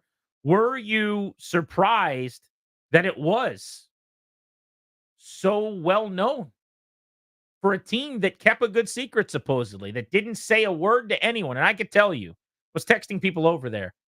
Everyone was being very polite and friendly and responsive. Thanks so much for asking. They weren't offering any information on anything and haven't for much of the offseason, I might add. Are you surprised that the secret was so poorly kept? Or is it just too hard in this era with too many people digging, teams knowing what everybody's thinking and doing? You can join us on the MGM National Harbor Listener Lines, G&D on the Fan. Something amazing is happening. This agency is experiencing a cyber attack, but no one is panicking. That's because CDW Government secured, optimized,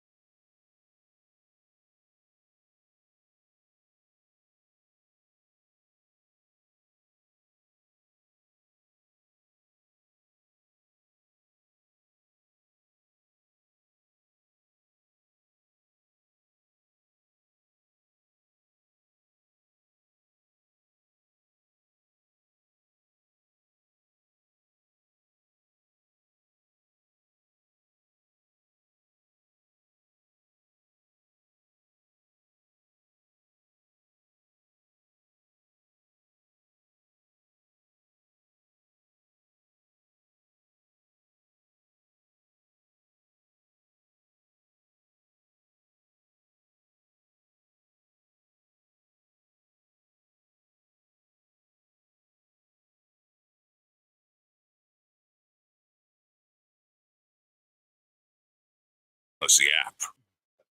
It's Jaden, Adam Peters from the Commanders. How you doing, man?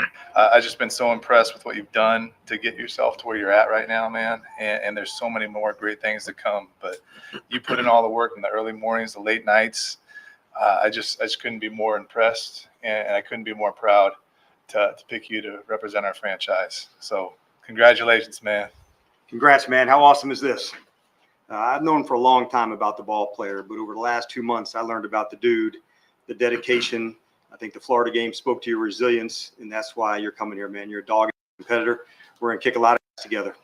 Congrats, man. Welcome to you and your family, to the DMV. I know we're going to make it happen together. I'm so appreciative that we're going to be doing this. And what a night, and you've earned it, and just celebrate. Can't wait to see you tomorrow. Turn it in. Let's go.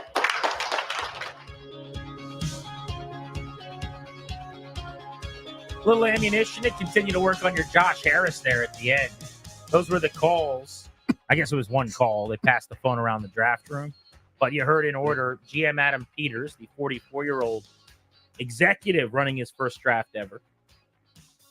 Dan Quinn, the new head coach in his second go-round here in D.C., year one with the Commanders, and Josh Harris, who owns teams in the NBA and NHL. But that had to be quite a thrill for him last night. That's neat. You drop $6 billion, you're in the war room, and you get to talk to the Heisman Trophy winning face of your franchise. He's like, hey, Dan, let me grab the phone real quick. Can I talk to him? I'm the one that's paying him all the money. Hey, Jaden, it's Josh. It'll be my signature at the bottom. Good for you, Josh. I'd like to pick a little nit, if I may. Oh, no. Can I hear what Jaden Daniels is telling him back? The Commanders do this really good, like all the video stuff. We were I see. Yeah. raving about the Darryl Green video yesterday. But all these videos you see, it's a two-way phone call. Now, I don't know if maybe the audio was bad or something happened or he was mic'd up and for some reason it didn't work. I'm sure there was a reason for it. But you just got what they said to him. And even in Quinn's case, a couple things that were like edited together with whatever he said taken out. I just would have loved to have seen his reaction, his emotions. That's part of the fun for me. Because I actually, again, super nerdy, put my head on my pillow at 3 a.m. last night. I went upstairs. It was like 3:10 in the morning. I hadn't seen my wife since first thing. And I go up and she's like, "Are you serious?" And I was like, "Sorry." She goes, "It's 3 in the morning." I know. I hate it when and I said, "I can't sleep after the draft." She said, "Maybe you could just try." That's a good point. Yep, scolded. I mean, I never laid down. I just kept watching. But one of the things in my 3 hours at home when I got home that I was doing, one of the things was scrolling every team account to see their call to the pick. And they're all the same, and none of them are that interesting. I don't know why. I am such a sucker for it. I love it. Well, that part's not for me necessarily. I want to see my guys. But the thing you're talking about with your wife, that has happened to me 1,000 times. Where it's like I've done something irresponsible. Like I'm not 15 years old. Yeah. I'm not staying up till 3 in the morning playing video games. Well, it's amazing. And then I too. did. When I do, yeah. Kanye style, I'm gonna let you finish, but I feel terrible today. Oh, yeah, of course. I felt like death today. Ridiculous. You know, just one night doing that. And you weren't like out on Bourbon Street getting hammer time. I didn't have a sip of alcohol, but right. It felt like it. Yeah. It felt like I had drinking all the alcohol in the greater DMV, and I got run over by a bus twice. Like it ran me over, and it's like, is that Grant? Is he still alive? And it went back over me. That was me this morning. Terrible. Just because I stayed up late that time. Pretty much. Old man. Yeah. That's the stumbling in, knowing you were doing something you weren't supposed to do. And it's not like I was out philandering. I was like downstairs, like playing video games or something until way too late. And then I get into and I try to climb into bed quietly, and she just goes, "Are you kidding me?" File this away, It's Claire. File this away. Right now, you're going, God, guys, you're ridiculous. You stayed up late once. You wait. 12 years from now. You wait, buddy. I don't know what you'll be doing. You'll be somewhere making a lot of money doing something. I'm going to call you up, and I'm going to be like, stay up till 3 in the morning, and then let's talk tomorrow. Let's see how you feel. Like, why is my Achilles tendon sore? I didn't do anything. You stay up late every night. What time did you go to bed last night? Well, I was going to say, Ryan doesn't even stay up late anyway. You remember he was true. When we were down in Florida, he was ready to go to bed at 10 o'clock every night. It's ridiculous. We're in West Palm Beach. Last night, I think I put head on pillow around 3:30. Because we were actually we were both sending DMs to our show DM chat. That's true. Of video and clips and stuff and audio to use today. 3:30. And we were basically just going back and forth. What time did you wake up? We sleep in a little bit after the 3:30. I had about 10. Yeah, about 10. Okay. Not terrible. See, the problem I'm gonna have is when Truman comes waddling in that room at about Yeah, 6:57 in the them morning. kids, buddy. That does a little number on you. Them kids will do it. Let's go to Kevin in Arlington. You Come got on. a new face of your franchise. How are you? Hi, you guys cracked me up. Wait till you're my age. But 34. Seriously, you know what, Grant? What you're describing is something called adrenal fatigue. When your adrenaline is running high, and I know it was. You were so pumped up yesterday for the whole thing. Yeah. And you told your wife you couldn't sleep. Buddy, what you're experiencing this morning, I'm pretty sure is adrenal fatigue. But I'm not a doctor. I can't confirm that, but I'm pretty sure that's As far as I'm concerned, you're a doctor, Kevin. That Good was enough for genius. me. I bought it. So let's go back to January for a minute. What were we saying? Well, we know we've got an owner who looks like he knows what he's doing, but we need the GM, we need the coach, and we need the quarterback. Boys, what I felt last night is check every one of those boxes, but like that caller earlier who said, it's not just about the quarterback. With the coach shift, it's not just about Quinn. It's the whole coaching staff, just as it's the whole team. And I just feel for the first time, when you heard Adam Peters, he was over the moon. He was so happy about the Daniels selection. It wasn't just him. I was like, God, look at it. Everybody over in that building, Look, they they're all love on him. the same page. It's obvious. And by the way, I guess they kept the secret a little bit because as of 48 hours ago, we're going, is Drake May their guy? Could it be J.J. McCarthy? Everyone's saying it's Daniels, so we'll assume it's Daniels, but maybe they secretly love someone else. And clearly they love Jaden to the point where it seems like they knew it was him for several weeks. Now, here's the thing. I believe that's probably true.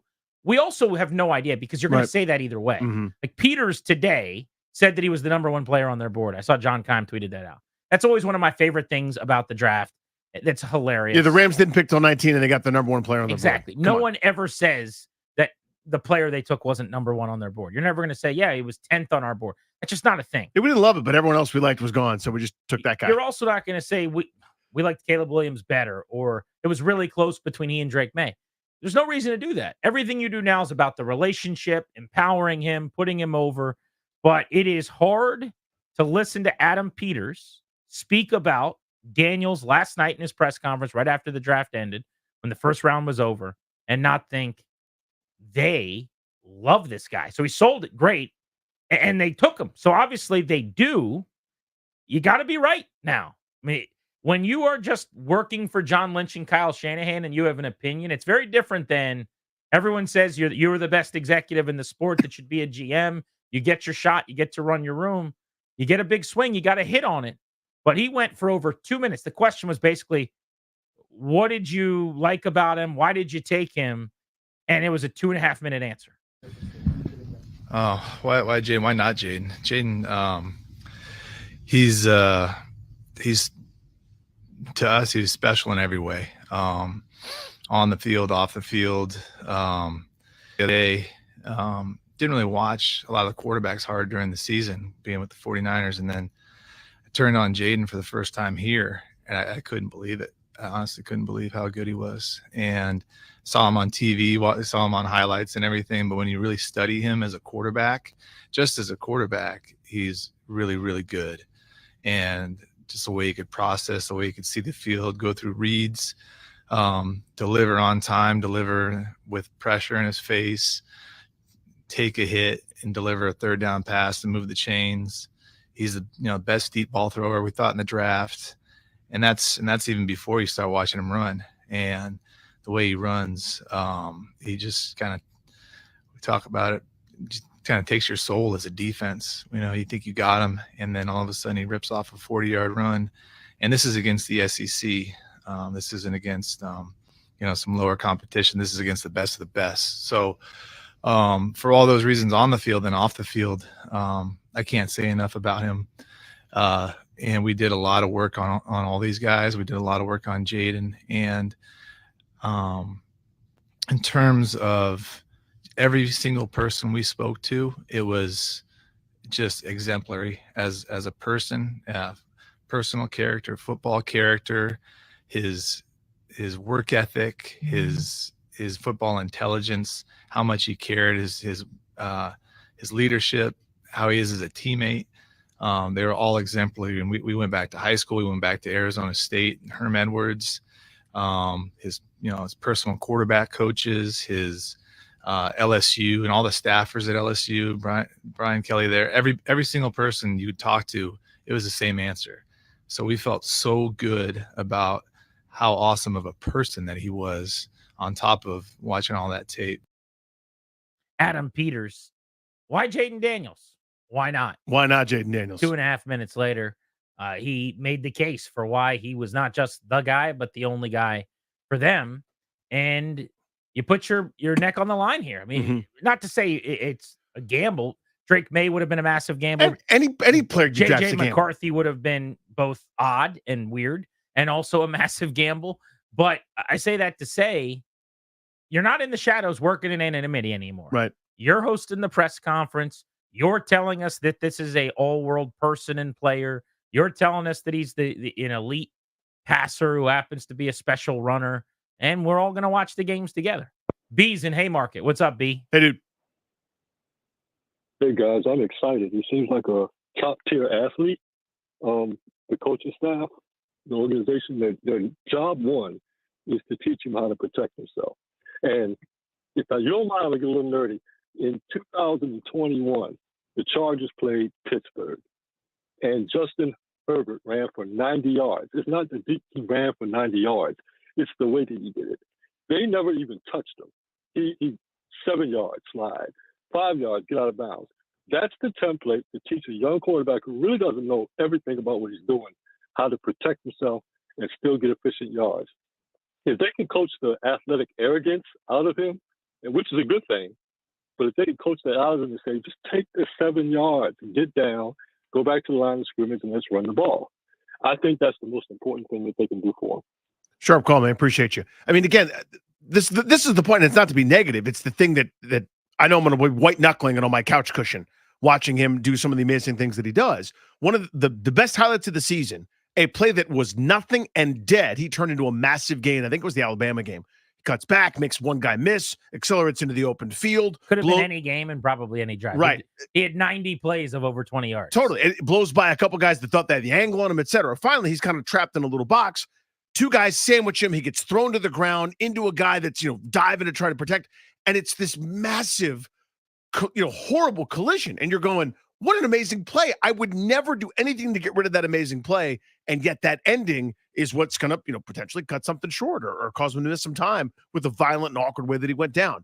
That's kind of the double-edged sword here. That playmaking ability, which he has, is good or better than anybody in this draft, may be the thing that you ultimately have to go, do that, but not all the way. Well, that's hard to do. Maybe he can figure it out and learn. Like I think in a lot of ways, our opinions and how we think are just products of what we've experienced. Of course. And I was on the beat every day for Robert Griffin. And I remember that he had a really hard time learning how to do that. And basically at that time, the conclusion I came to was you can't rewire your brain. This is a muscle memory thing. In game, you revert back to whatever it is that you've been doing your entire life. And he was never a slider, and he was never a use the sideline guy. Jaden Daniels hasn't been. Maybe he can learn to be that guy. And hopefully, because he is going to play probably right around 200 pounds for some part of the season as the year goes on, hopefully he can figure that out. But it is certainly one of the worries. Doesn't matter who you took last night, there were going to be worries. Like, that's not a knock. Course. Yep. You're making one of the biggest leaps in sports. Minor league baseball to big league baseball. Jackson Holiday just went 1 for 100, got sent back to the minor leagues. It's hard. You're coming to the big leagues now. Everybody was the best players on their teams. Luckily for Washington, you just drafted a guy who was the best player in the country. Hopefully the transition out of the SEC is a little bit easier. G&D on the Fan. We'll give you a double play next. We're blitzing at the top of the hour. Remember, we've got Caps tickets for Game 4, Capital One Arena on Sunday night. We'll give those away at 5 o'clock right here on the Fan. The Caps are back in the playoffs. It's 4-1 Washington.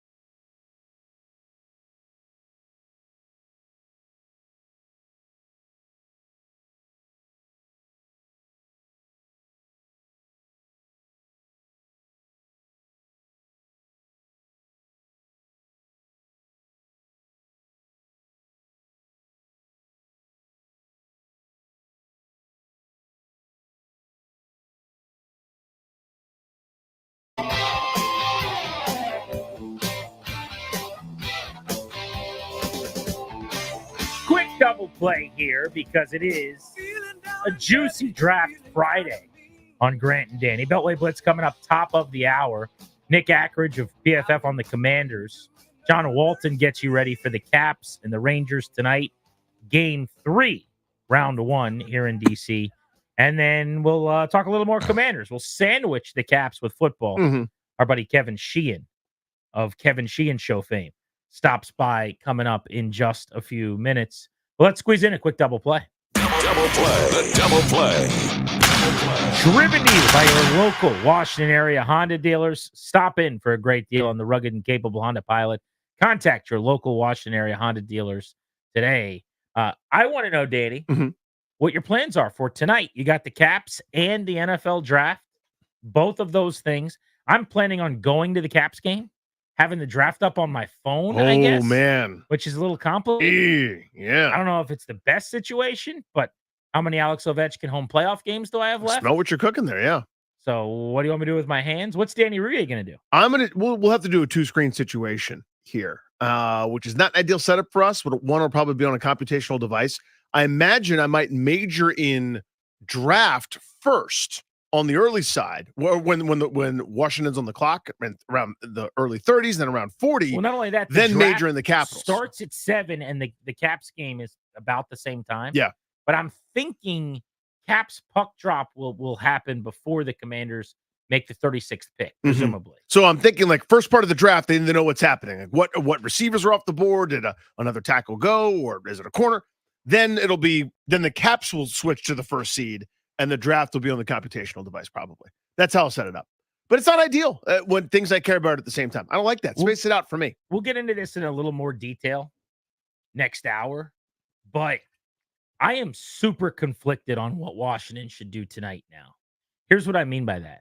You guys know my thoughts on what their needs are, right? Corner, wide receiver, tight end, edge, among them. There's very little they could do that would annoy me. But the way the draft actually fell, there's a ton of value at cornerback right now.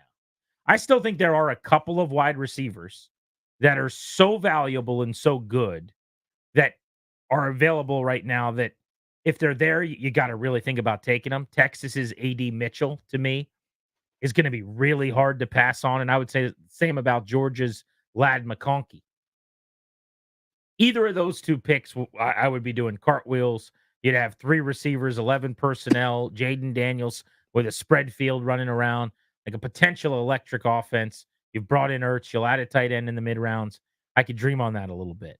They obviously need a tackle, though. So one of the two picks, 36 or 40, almost has to be tackle. The question then becomes, do you grab a receiver that's available that shouldn't be there and grab value? Do you play the board thinking the receiver class is so deep I can get one in a round, so let's pounce on corner right now? Because look at this. Cooper DeJean from Iowa fell. Kool-Aid McKinstry from Alabama was supposed to go around now, but he is still on the board. Ennis Rakestraw Jr., who's been mocked to Washington a bunch. Missouri corner is available. I think that the best value right now, other than the 2 receivers I've already referenced, maybe more if you really like Keon Coleman, Florida State, or some of the other guys. I'm not quite as high on him, but the value's at corner right now, yeah? Right there in receiver, those 2 spots that you just referenced.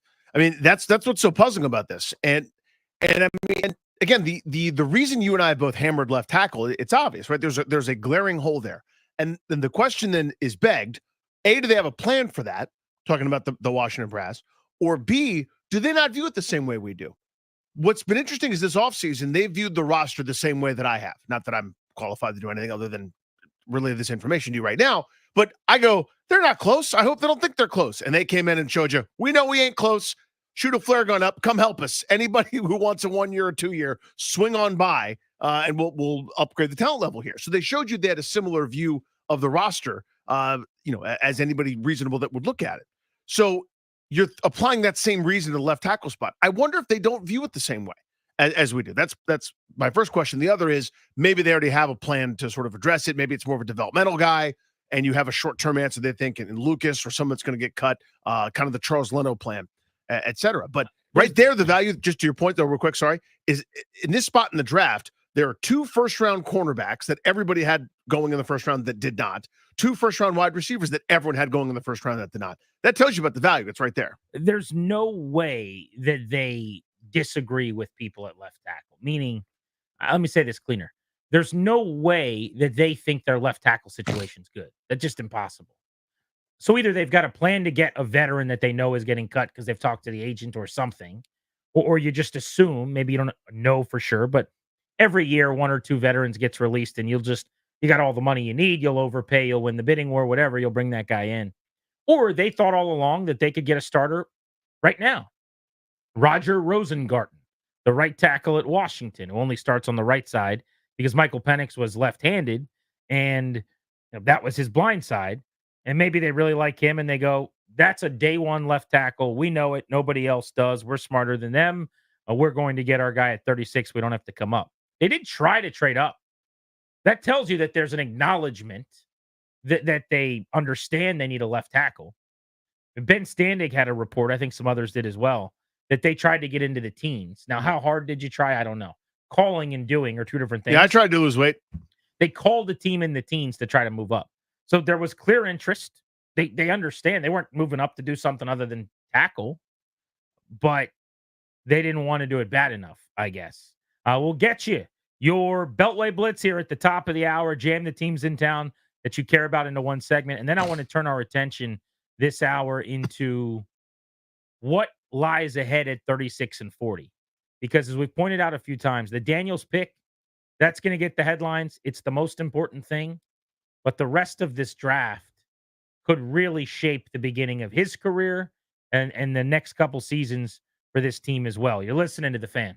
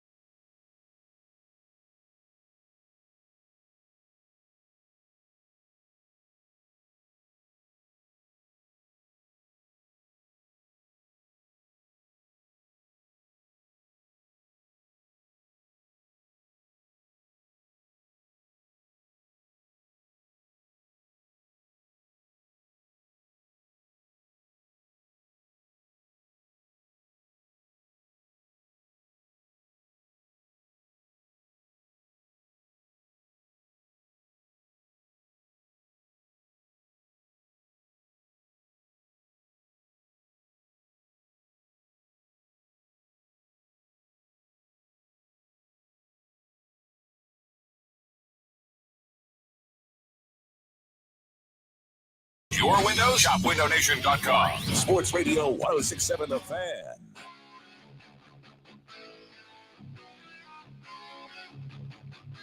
The Commanders hope they found their generational QB. Don't forget to think about your next generation. As the exclusive sponsor for our show, the law firm of Condori and Murad can guide you and your family in the right direction. They'll help you draft your will, set up a revocable trust, or create a healthcare power of attorney. Schedule a free consultation with their estate planning attorneys at kmlawyers.com, and be sure to tell them Grant and Danny sent you to score a discount. That's kmlawyers.com. We are 3 hours from day 2, round 2 NFL draft. Of course, tonight, the second and third rounds, Washington's going to be busy. We are also 3 hours away, just about, from puck drop over at Capital One Arena across town, where the locals look to get back in their series with the Rangers. A win would get them within one at 2-1 going into a home game 4. On Sunday, we're giving away those Caps tickets in 1 hour right here on the Fan at 5 o'clock. But let's get to our Beltway Blitz. We're covering the Commanders and the Capitals. Let's go. Commanders. Nick Ackridge of PFF joins us to discuss the selection of Jaden Daniels at number 2. What'd you think? Yeah, I mean, it was eventually kind of underwhelming since we kind of knew about this, probably a week ago. But nevertheless, pretty excited because he brings an exciting skill set. There's no doubt about that. His ability to run, his ability to play from the pocket first is something that you really kind of want to look for. And he's kind of, almost built and allowed to be this kind of new age prototypical quarterback where he can attack you with his arm and his legs. Obviously, he'll need to bulk up a little bit and try to get down a little bit more, but pretty excited. What's fair for an expectation for, hey, this year one was a success? And what's kind of the threshold for below, this would probably not be a success and maybe even a failure? Yeah, you just want to kind of see him improve week to week. I know it's tough to kind of nail down certain stats and goals he's got to hit, but you just kind of want to see, consistent improvement and sort of improving on stuff that he was not as good at in college, so to say. So you kind of want to see him maybe avoid some more sacks, play under pressure better, and not look to always try to scramble. So just kind of look for those sort of goals, just kind of small goals now, and start out and put some games together and see how it is. If this goes well and he delivers the goods for Adam Peters, what's that look like? That looks like a playoff caliber team. I mean, he's got the tools, man. For Jaden Daniels, I was a little skeptical because I do think that the sacks are a bit of a concern. But if he can clean that up, man, the sky is the limit because he's got the talent. And there's not a throw that he can't make. He showed that at LSU. And his ability to attack in the run just kind of elevates his floor. It kind of makes him a bit of a safer prospect. So if he does kind of hit his ceiling, the sky is the limit. And he can kind of take this team to where we've been hoping they could go for a very long time. So we've talked a lot about the sack numbers, and Grant and I've gone through that a million times over. I think a lot of people have, Nick.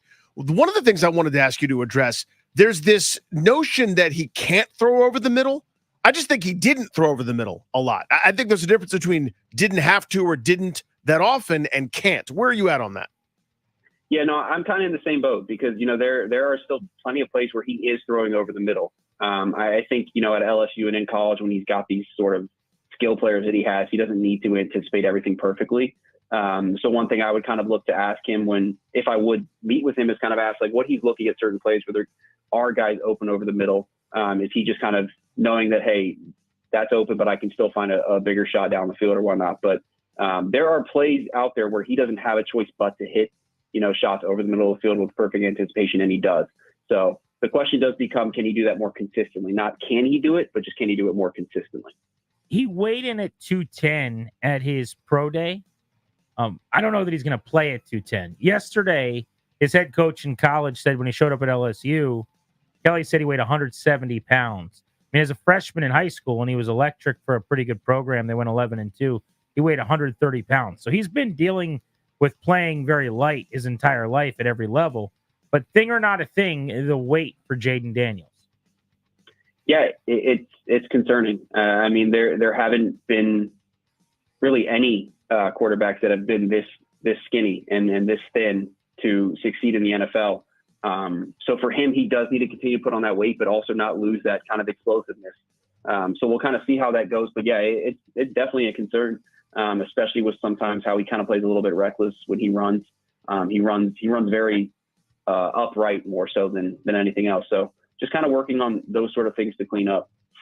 What are some things they can do year one to make sure, A, that he's improving, and two, make sure that he's, staying safe and not getting hit too often, and kind of give him some success? Like, there's a perfect balance there. What do you think that looks like? Yeah, you just got to keep it simple with some of the stuff you ask your offense to do. Obviously build more along the offensive line and give him some veterans. I like what they did with the center position and just kind of giving him someone in Biotish that has played a lot of football. Even though he's still young, he's played 4 years at Wisconsin, was a starting center, and 3 more years with Dallas. So give him, veterans around him that can help him make it easier. You don't need to throw him to the wolves like we saw with Howell last year. Just make things easier on him so he can build up that confidence and just continue to grow. Nick Ackridge of PFF. Thank you, buddy. Good intel. We appreciate you. Yep. Thanks, guys. You have a good one. You got it, man. You as well. All right, let's talk some hockey. The Capitals. Massive for the Capitals to get back in the series tonight. You lose, you're down 3-0, and while it's not impossible, it's probably a matter of time before this first round ends and you're eliminated. You win tonight, and this thing's on like Donkey Kong. John Watson will be on the call. You can hear him right here on 106.7 The Fan this evening. So, John, why don't we start with how do they get this first game of the series in Game 3? Well, I think there's a lot to look at Game 2 and how that game went down that can be a blueprint for Game 3. Most notably, stay at 5-on-5. The Capitals were, I thought, the better team in Game 2 when they were at 5-on-5. The problem with special teams, a couple of power play goals for the Rangers, a very unfortunate shorthanded goal that Keandre Miller scored. You take that away, and this series is even coming home, and the Capitals already have home ice. So speed from Connor McMichael and Henrik Lapierre, getting in and making life more miserable on the defenders in their own zone, a little bit of forecheck pressure on the Rangers. And the one thing they've got, guys, going into this game and for the game on Sunday here in Game 4, what Spencer Carberry hasn't had yet is last change at home and getting some more favorable matchups. And that might help out Alex Ovechkin, who has definitely struggled in the series so far. But if they are able to get those matchups they like, create a little bit more pressure offensively, make Igor Shesterkin work a little bit, I think there's a real good chance they get it to 2-1 tonight. Nick Jensen, Rasmus Sandin, what do we know? Not a lot. We know they skated this morning. We know that they were out early. We know they skated late, which would suggest if this were, say, a random Tuesday in January, that they would be scratched tonight. Now, as Joe B mentioned on our podcast this morning, perhaps that's just camouflage and you're trying to just not let the Rangers know what you're doing. It's possible. There was some battle drill going on at the end between Sandin and Jensen, which would suggest that they're really close. I would say this. There's a chance you could see one or both of them tonight. I think it's more likely from what we saw that you would see them for Game 4. You might have to get through with McElrath and Johansson tonight. But, fellas, I thought they did pretty well in Game 2. And I think if it comes down to that, you even had, as I mentioned, the chance for whatever matchup you want to put them against. You might even be able to get their ice time up a little bit tonight. So I think there's a lot of optimism there. I don't know if it's tonight, but I think it's soon. It certainly would be in this series. I would be surprised if it wasn't. Injured defensemen returning notwithstanding, what changes are we anticipating in the lineup? Well, we got one. Ivan Miroshnichenko is going to go in tonight. He's going to skate where Nicholas Aube-Kubel was. So he joins Malenstein and Dowd on line 4. That's a line that gets a lot of time, especially in the defensive zone. I like the idea of Miroshnichenko being able to generate a little bit of speed. He's got a heck of a shot. And if you can get some time in the offensive zone with those guys, that line's been pretty quiet in this series. They've had some physical moments, and certainly they're called upon in some pretty tough situations against tough New York forwards. But I really think that that's an interesting ad. I think it can be a good ad. I think it can potentially give some offense there. Other than that, I don't know that we're going to see any other changes at forward. I think the line's going to be fairly well the same as what we've seen in each of the first 2 games. How they get deployed might be a little bit different depending on what Spencer Carberry wants to do with that. John, you mentioned Ovechkin struggling here through a couple of games. I think the Rangers deserve a lot of credit for that. Laviolette and his staff, I think, have been really smart about it. They know all the guys in the room for the most part, obviously. What have they done to slow down Ovi, and what can be done about it? The Trocheck line was out a lot against them, and I think Vincent Trocheck is a great player. And he's, funny enough, he's a Pittsburgh guy. He started in Florida. We saw him in Carolina and out here, and it just seems like he always kind of elevates his game a little bit whenever Washington's on the other side. So I think they did a really good job of blocking shots and being able to contain him. It would not surprise me at all to see getting the Ovechkin line and McMichael away from those guys when possible tonight. I mean, Peter Laviolette's a pretty good tactician, too. So, he's going to try and as much gamesmanship as possible to be able to make. I think that's a line matchup that he likes. But if you're able to open up a little bit of daylight for him, the problem is he's just not getting shots through. And by the time that he's set to get a shot away, it's getting blocked. And, he may have 5 attempts and maybe 4 of them don't even get to the net. So that's been frustrating. I think being able to open up a little bit more time and space, I think Connor McMichael is a big part of that. I loved Mikey in Game 2. I thought he was terrific in being able to really up his game. Not surprising from what he did in Hershey when they won a championship last year. But I think that he will be a big key. The more that he's able to press with some speed, maybe he opens up a little more time and space for number 8 tonight. John Walton on the call, Caps playoff hockey. Thank you, buddy. Cannot wait for puck to drop a little after 7 o'clock. Yeah, we need a W tonight, fellas. Thanks for having me. Thanks, John. Do it. This has been when the Caps have played some of their best hockey. Back against the wall, I'll take my chances with this group. Let's bring our buddy Kevin Sheehan onto the program. Commanders. Sheehan show each and every day. And I believe you and Denton Day tonight over across the hall in the Team 980 are going opposite. Little Caps playoff hockey for the football fans covering the NFL draft, yeah? Are you going to be watching hockey, or will you be able to focus on both at the same time? This is very difficult. So normally what I would do is have 2 TVs in the man cave in the basement. I'm at the Caps game, so I'll have the draft on my phone. Okay. We're on starting at 7, 5 picks, as of now, starting with number 36. It'll be an exciting night. What do you want them to do at 36? Take the best player on the board, but I'm assuming that the best player on the board will also fill a need. And I really like Danny, the corner from Iowa, Cooper DeJean. He was such a good player last year before he got injured. They need a corner. They need an offensive lineman. If there's an offensive lineman there that they really like and it makes sense, we all know that, they need tackles, they need corners, they need, perhaps a wide receiver, an edge rusher. I think there will be options at 36 and 40 that are highest rated players on their board that also fill needs. They tried to come up, how much they tried, I don't know, but they tried to come up into the teens to get a tackle, according to reports. Are you surprised, though, that here we are through free agency and now a round of the draft, and Cornelius Lucas is their starting left tackle with Jaden Daniels at quarterback? I guess a little bit, but I still anticipate that they're going to try to solve that issue tonight. Whether or not they can find somebody that's ready to play right away, we don't know. Remember, with, the Cornelius Lucas, they never really had to comment on Andrew Wiley coming back because he was under contract. But the idea was we need people that we can put out onto the field where we can play games. And I guess there's a level of confidence in Lucas and Wiley that they can play games. I don't think they feel like they're a Super Bowl contender this year, but I think they'll get somebody that can help them tonight. Kevin, let's go back to Jaden Daniels, the selection. I think you and I are pretty much in lockstep. We're enamored with the upside, the skill set, and how exciting he is. What are some of the things that you've addressed to fans and to other smart folks that cover football and watch it about some of those perceived negatives, whether it's the pressure to sack percentage, not throwing in the middle of the field as often, just some of the criticisms you've heard? How have you responded? Yeah, I mean, I know we've talked about this before a lot, and we've talked about it on my show. I think, the latter is just, a result of they just didn't have many third downs at LSU this year. It's something that I've talked to some of the PFF and Sumer sports guys about. They had the fewest third downs of any team in the country. They were just so highly productive on first and second down. You know, they finished 105th in the country in time of possession.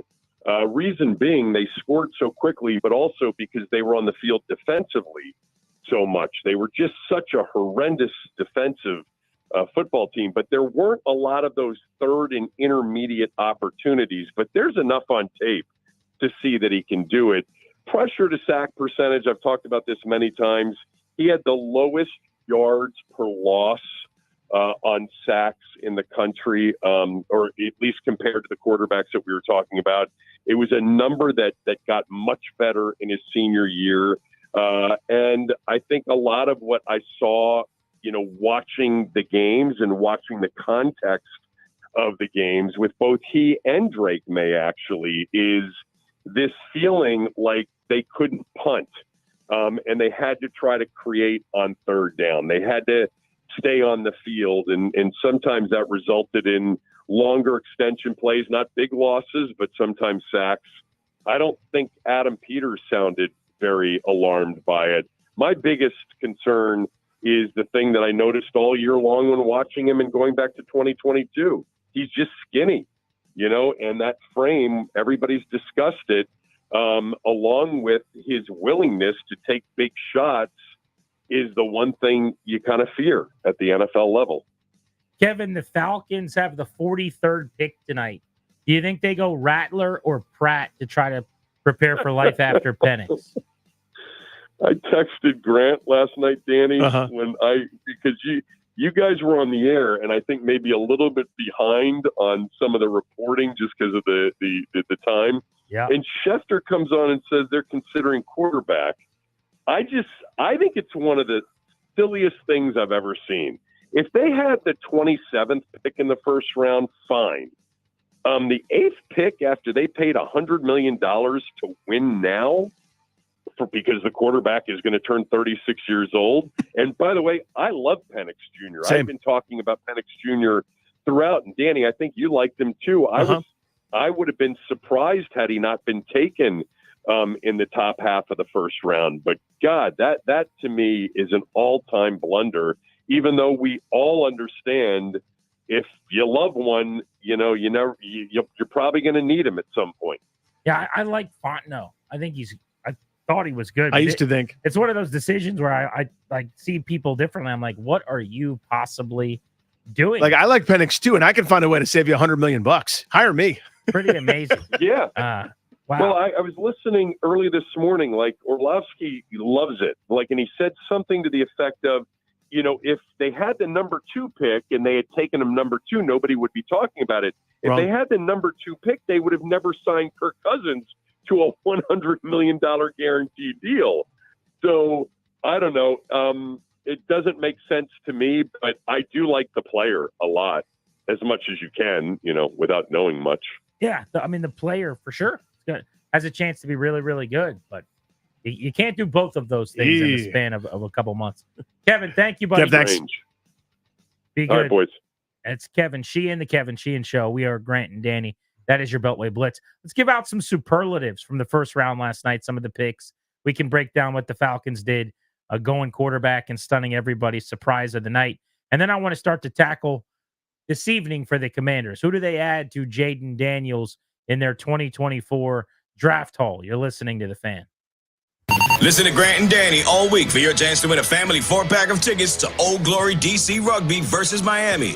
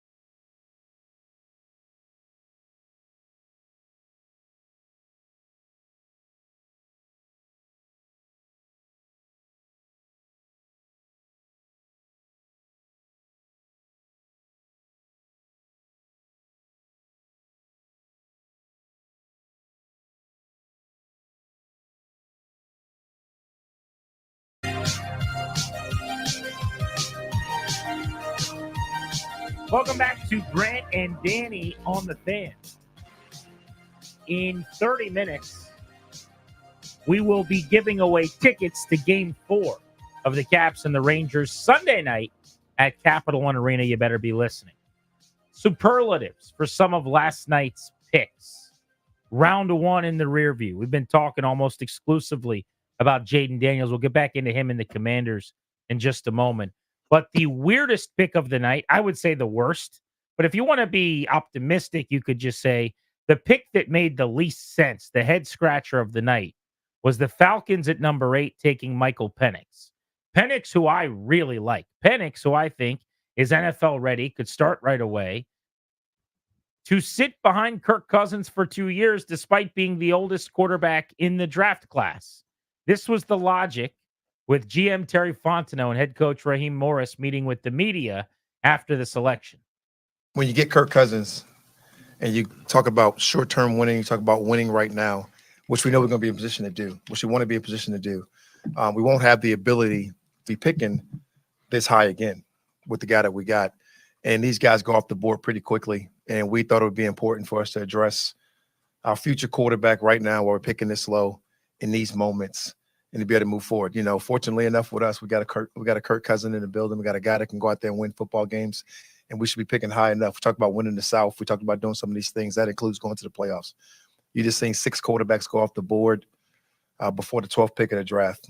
And we don't want to be picking on it anymore. And Terry's done a nice job of getting us some really good players, some quality players, but we don't be back in that position. So let's move forward, think about the future, address that right now.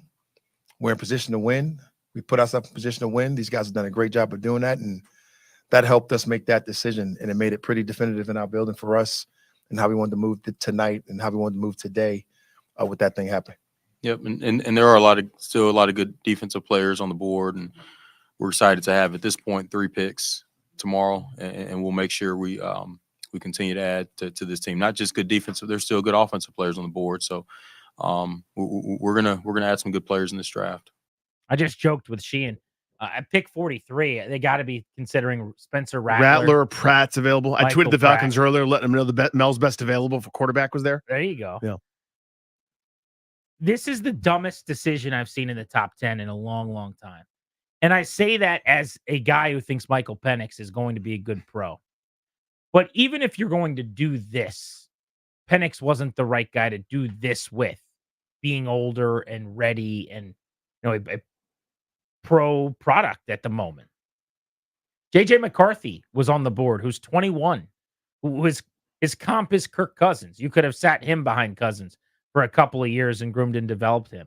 I mean, there's a million different angles to take here, but just specifically, either plan that they came up with was probably a good one. We think we're really good. I'm not even sure they're as good as they think. Yeah, I was going to say the cart's in front of the horse here. Right. That's what you just did. We think we're good. We're going to go sign Kirk Cousins. We're going to guarantee him $100 million, pay him $180 million. Okay. That's a plan. That's fine. Or we're going to take a quarterback because we have the 8th pick. Michael Penix was never expected to go above 8. From day one of this offseason, you knew you could get Michael Penix at 8. They met with him April 5th, which was obviously after they acquired Cousins, so maybe they fell in love a little later. But either one of those plans alone, taking Penix 8 if they needed a quarterback. Smart. I think I like that. That's a great landing spot. He could be really good right away. Let's watch out for the lefty from Washington. That's the story today. But to pay Cousins all the money and then to draft at 8 overall, this is not the Packers. They're like, we're Green Bay. No, you're not. Green Bay did it in between 25 and 32 a couple of times. Mm-hmm. Very, very different. What an unbelievable waste of assets. If you're good, like you said you were, Raheem Morris, then this is even dumber because you're close. So this team that is devoid of pass rush, that had the worst pass rush win rate among every club via ESPN stat last year, that didn't have a single player get 7 sacks, that had 3 guys over 4 sacks, and 2 of them walked out of the building. All the edges in the country are there. You could have traded back and still gotten the best edge. Roma Dunze staring you in the face. You want to add a weapon for the guy you just paid $100 million to? They chose to take a backup quarterback who, according to the contract, this isn't me telling you this is the contract they signed and gave Cousins, isn't going to play for 2 years, barring some type of injury or issue that is unforeseen for a very durable guy. He is coming off of an Achilles, but it's the first time Cousins has been hurt really in his whole career. And the quarterback you've decided to stash for 2 years is about to be 24. He's the oldest quarterback in the class. Nothing about this for Atlanta made any sense. Here's how it makes sense. An astounding level of arrogance. You best be 1-15 a year for the next few seasons. You're all set? You sure?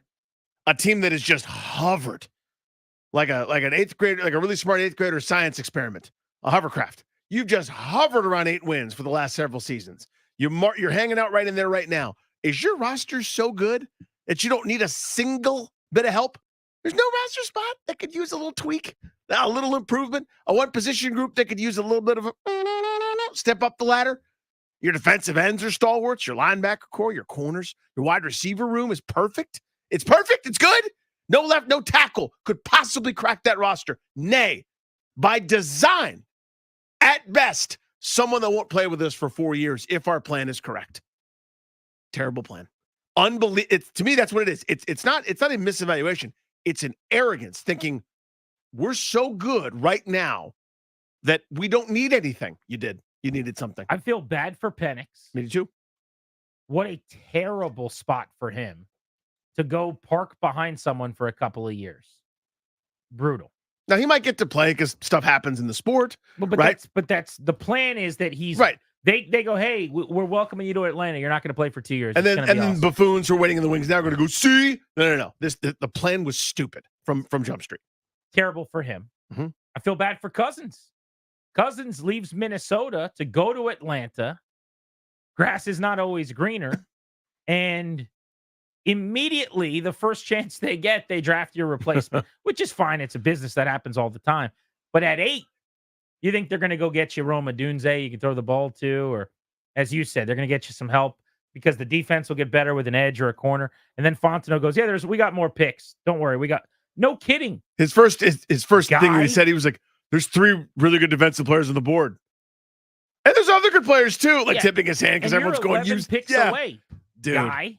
You just took your backup quarterback. Are you kidding me? Again, both can't be true. You want to pay Cousins $100 million? Fine. Reasonable. Do it. You want to take Michael Penix 8th overall to be your starter? Very reasonable. Sure. You can't do both. Absolutely outrageous. They that was just your did. Head scratcher, worst pick of the night, whichever you prefer. Other superlatives. What was your favorite pick of the night? Ooh, I was going to say my favorite set of patience, adulthood, and maneuvers, the Minnesota Vikings. It was thought they were going to have to move up to 4, maybe to 5, give up a whole bunch of haul. They traded for a bunch of different pieces to have 2 first-round picks with the idea. Everybody thought they're going to have to move up in the draft. They didn't. In fact, they moved up, a spot with the Jets, who they probably give up a ham sandwich or something, and still got J.J. McCarthy, a guy that seems they had the pretty eyes for. Then they were able to upgrade their defense a little bit later on, again, by moving around the board slightly to grab, why am I blanking on? Dallas Turner. My opinion, the best edge rusher in this draft. So the only reason I wouldn't say the Vikings won the night is if you actually look at what they traded away all purpose in terms of going and getting 11 and 23, having the second first-round pick, and then moving up 1 spot to take McCarthy, which they probably didn't have to do in hindsight. Because as Sean Payton said, he kind of deked them. It sounds like he's taking a victory lap, making them think maybe he was coming up. But on top of that, and I love the fit of McCarthy with O'Connell. It's a good landing spot for him. It's kind of the opposite of Penix. Penix would have looked good coming from Washington purple and Minnesota purple. But Dallas Turner, you mentioned, I think he's the best edge in the country. DPOY in the SEC, double-digit sack guy at Alabama last year. So I like those players. But I saw Seth Walder, who does the ESPN analytics stuff, basically did the value added and lost with trades based on all the picks quantified with values. And teams were in the plus 10, plus 12, plus 15 that made trades and moved back. Minnesota was minus 50. No one else was more than minus 10 or 12. I mean, they gave up next year after a ton of stuff. Fair. So let me rephrase. Just from last really night. Good. Yeah, of course. Just from last night. You pick twice in the top 17. It's going to look pretty good. Right. Same with the Bears, by the way, picking twice in the top 10. Yeah, they earned theirs in a very different way. That's a great haul, too. My favorite pick last night was the Giants. Everybody thought the Giants were going to go QB and take J.J. McCarthy. And they were like, nah, dude, we weren't serious about that. You bought it. They took Malik Neighbors, who's my favorite receiver in the class, and I think he's a top 10 player at the position in a couple of years. Might need someone else throwing him the football to get there. We'll see. But this is their best weapon since OBJ. It's the first actual legit star at wide receiver that Daniel Jones has played with. I love Malik Neighbors out of LSU. I loved that pick. I thought the Broncos probably had the biggest reach on Bo Nix. I get why they did it. You talked about it when you had him going 12 to the Broncos in the Junkies mock yesterday when you called Nix on their show. But there's still got to be a happy medium here. There's got to be a line of demarcation of, yes, it's important to go up and get a quarterback, but they really, really like him. They think he's ready to be an excellent pro. So, as I said with Adam Peters earlier, who got his guy. All right, Sean Payton. There we go. You got your guy. We get to judge you now. Let's see. So, favorite pick probably, and I hate this happened, but Dallas was on the clock at 24, swapped back with Detroit, moved back 5 picks, and took the guy that I would have taken at 24. Still got Tyler Guyton, the athletic freak, enormous 6'7", 330 pounds, didn't give up any sacks this past year, but still is viewed as pretty raw in terms of his technique and ability. So they got him at 29, plus picked up some extra picks, who I would have gladly taken at 24. That was a pretty savvy move. He's Danny. I'm Grant. You are listening to The Fan. Let's look at the best available players going into round 2 tonight. Next on G&D. The Caps are back in the playoffs. It's 4-1 Washington.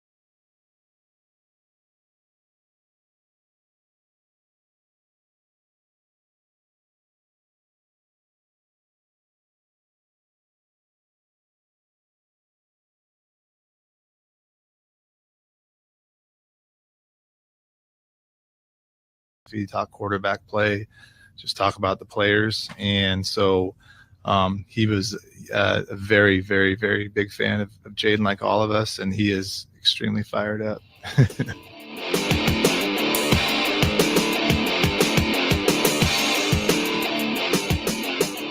Adam Peters talking Cliff Kingsbury there. I am speculating, and this isn't even that informed. This is kind of guessing from the outside in. What do you think of this? I think that Dan Quinn really wanted Jaden Daniels.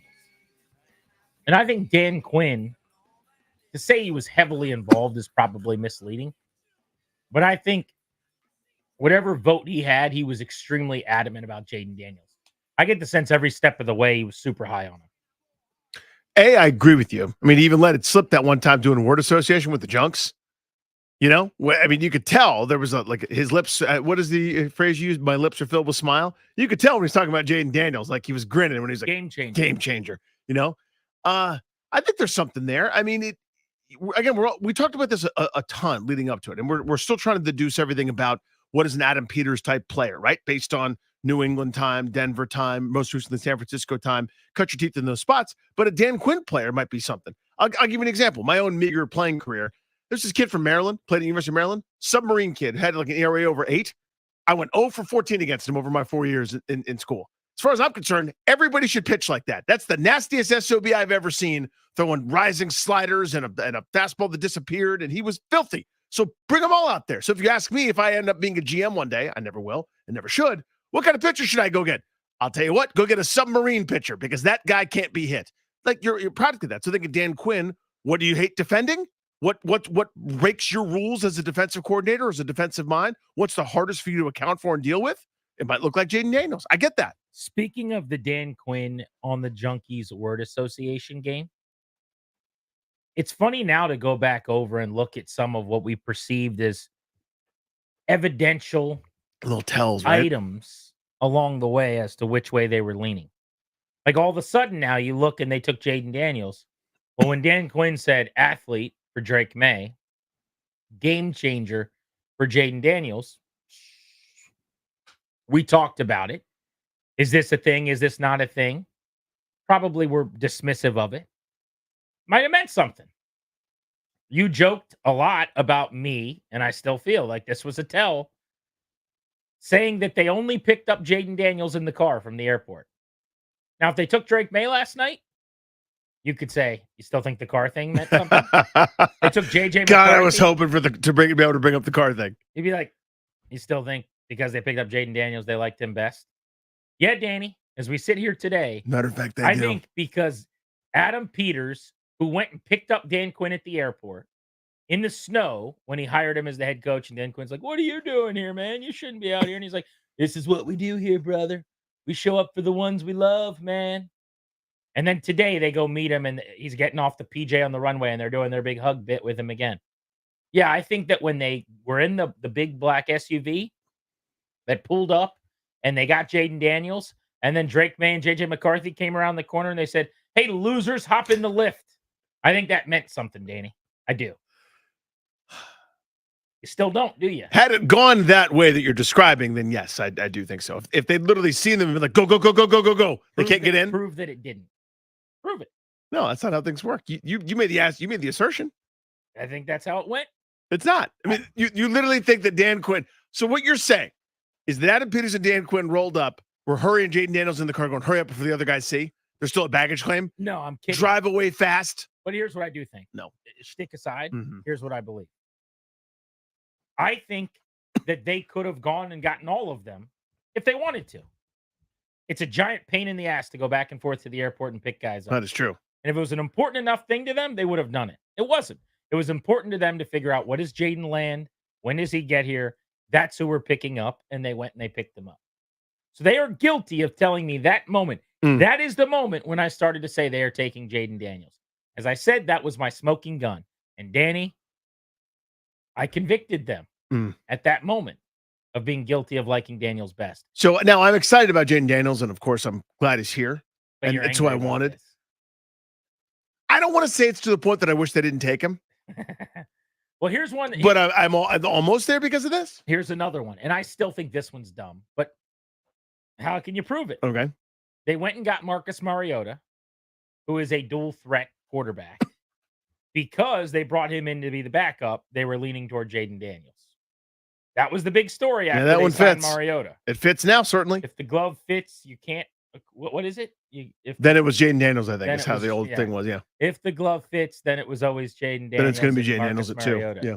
I think that's the axiom. From the 90s. But that one I don't believe.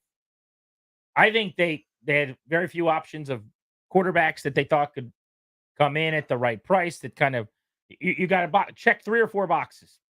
Harmless, not a worthy starter, not going to offend whoever our rookie number 2 is, can help in the room, answer some questions, has been around the block, doesn't cost a lot of money. Would be a decent fit if pressed into duty in, Yeah. in Kingsbury's system. Could play Yeah. okay, can play Cliff's offense, whatever it is.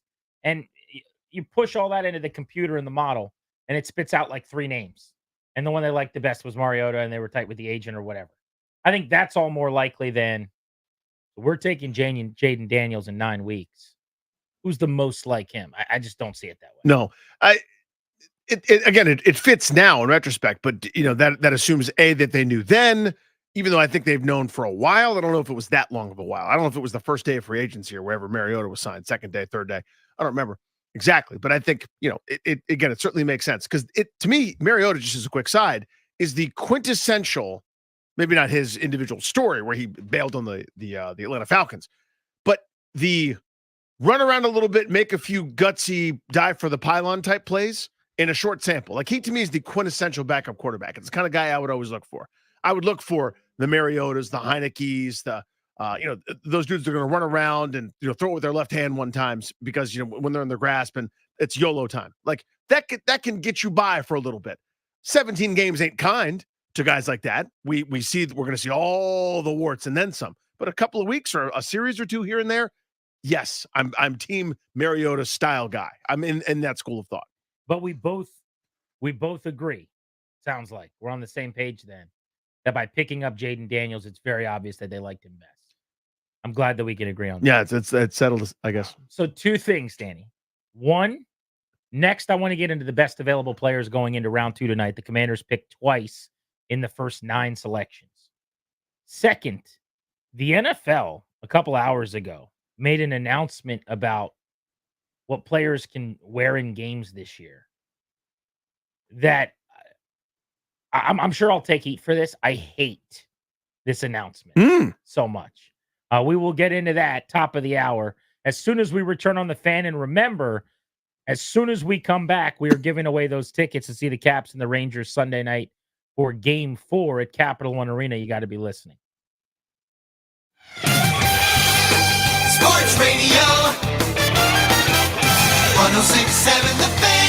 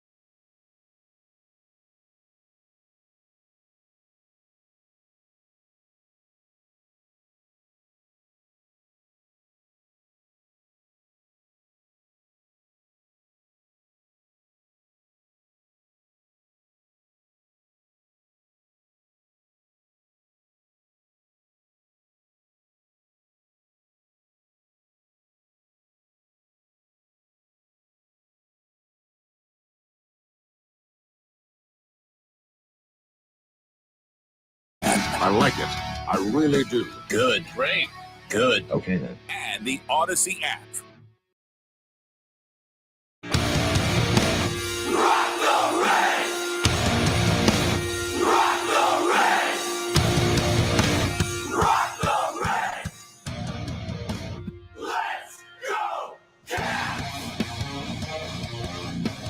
Game 3, round 1.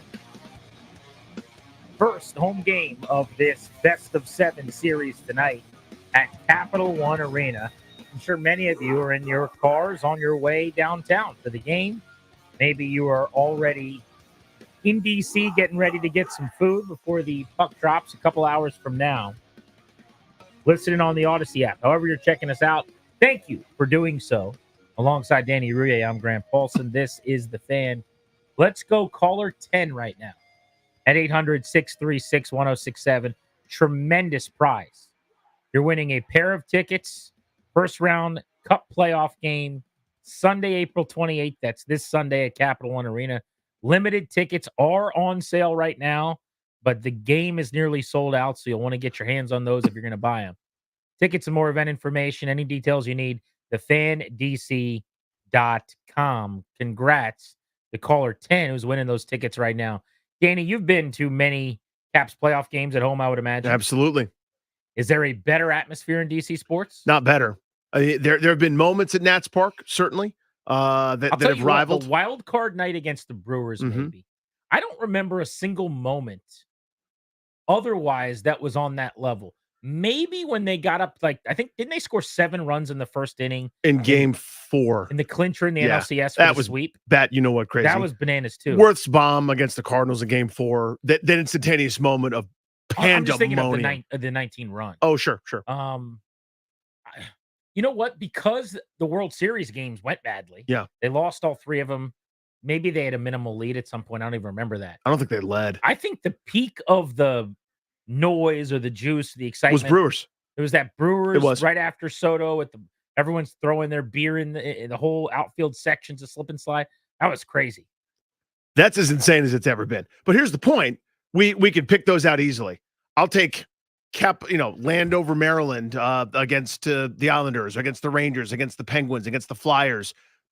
Decades ago in a different building. I'll put anything up at current Cap One Arena against the We Are Louder series against these same Rangers years ago, which was phenomenal. So much fun. It is an unparalleled experience. So good. I was working with Bruce Boudreau on the Altcast recently, the coach of the Caps at the time of that We Are Louder series. And that actually happened because of an interview he had done on the radio locally here. And I'm trying to think of how it was working. You know what it was? It was a national radio interview, I think, on maybe Sirius XM NHL or something, ESPN radio. But they had asked him about, hey, where is it louder? Madison Square Garden or Capital One Arena? And he was like, as he told me, he's like, the hell am I supposed to say? He's like, not that he thought it was louder in New York, but his point is, I'm the coach of the Caps. We're rallying our fans for the postseason. I was like, it's definitely louder in our building. They can't keep up with us, whatever. And that comment is what led to that whole thing. It was just kind of a weird question in an interview where he gave an answer trying to rally the troops. But for people that don't remember, it was a great back and forth in that series. That is a really loud building. It certainly is. And I've been watching it for the Knicks too. I can't explain why it's that loud. Now, it's rabid fans for both sports, by the way, for the Rangers and for the Knicks. But there's something about that building. Haven't gone to a couple games there myself, where it's kind of the way the things hang and the way that echoes. I don't know if it was good engineering or just blind luck, but I'm telling you, noise resonates in that place. It would have to be engineering, right? I mean, it's old. Who knows if they knew what they were doing when they first built it? They're like, the sound will echo. Will it, Dave? I have no idea. I've heard that the stadium in Seattle can be loud. Yeah. In football, I've heard the 12s can be loud. Have you ever heard that? Do you know what the 12s? I don't know if that's true or not. Are you aware of the 12s? As a 12? As a 12? Best available players for the second round tonight. The Commanders have pick 36, 4th pick of the round. And then they pick again 6 picks after that at pick 40. I guess that wouldn't be 6 picks after that. Bad math. You got this one. 40 minus 36. That's 4 picks later. That's 4. Top players available. For me, number 1 is A.D. Mitchell, the wide receiver from Texas. I don't know how much you guys have seen of this guy. I really, really like A.D. Mitchell. He is a late first round graded player, I think, for most people. There was certainly a chance he was going to go in the second round. I also love him in Washington's receiving room. He's big, Danny. He's 6'2". He's 205 pounds, and he runs a 4.34 40. Is that something you're interested in? Basically, like McLaurin at his fastest, but 6'2", adding some size to the room. I got to tell you, man, and I think he'll be long gone before 40. I think he'll be gone before 36 as well. But you can absolutely make the case that he's the best receiver in the country coming into this draft class outside of the big three that went in the top 10.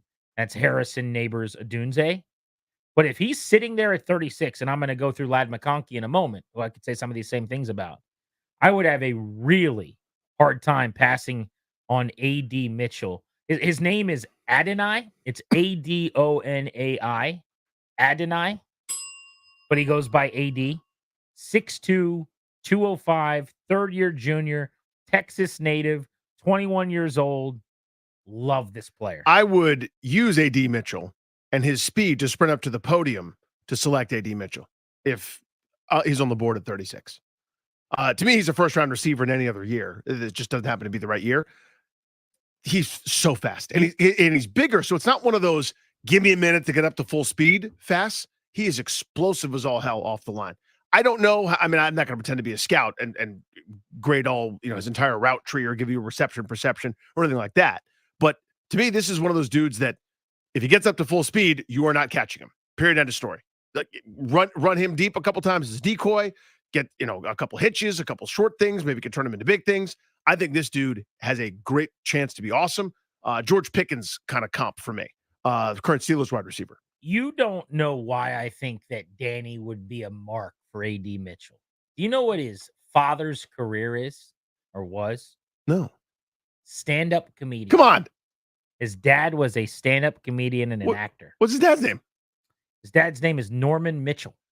He doesn't do it anymore. Norman Mitchell. I don't know if he made it. I'm guessing he didn't make it big, probably. He actually moved to Houston right around 2000 to found the Be Busy Wellness Center, a nonprofit organization geared towards low-income individuals and families. So this is my first Google hit for Norman Mitchell was the English television, stage, and film actor that died in 2001. That's not our guy here. Yeah, I got my nuggets from the Beast from Dane Brugler at the That's Athletic. a different one. His mom's a former model, and his dad's a former stand-up comedian. Whoa! But anyway, I'm such an A.D. Mitchell guy. This year, 93 for 1405 and 18 touchdowns with just 7 drops for him this football season. So love the player.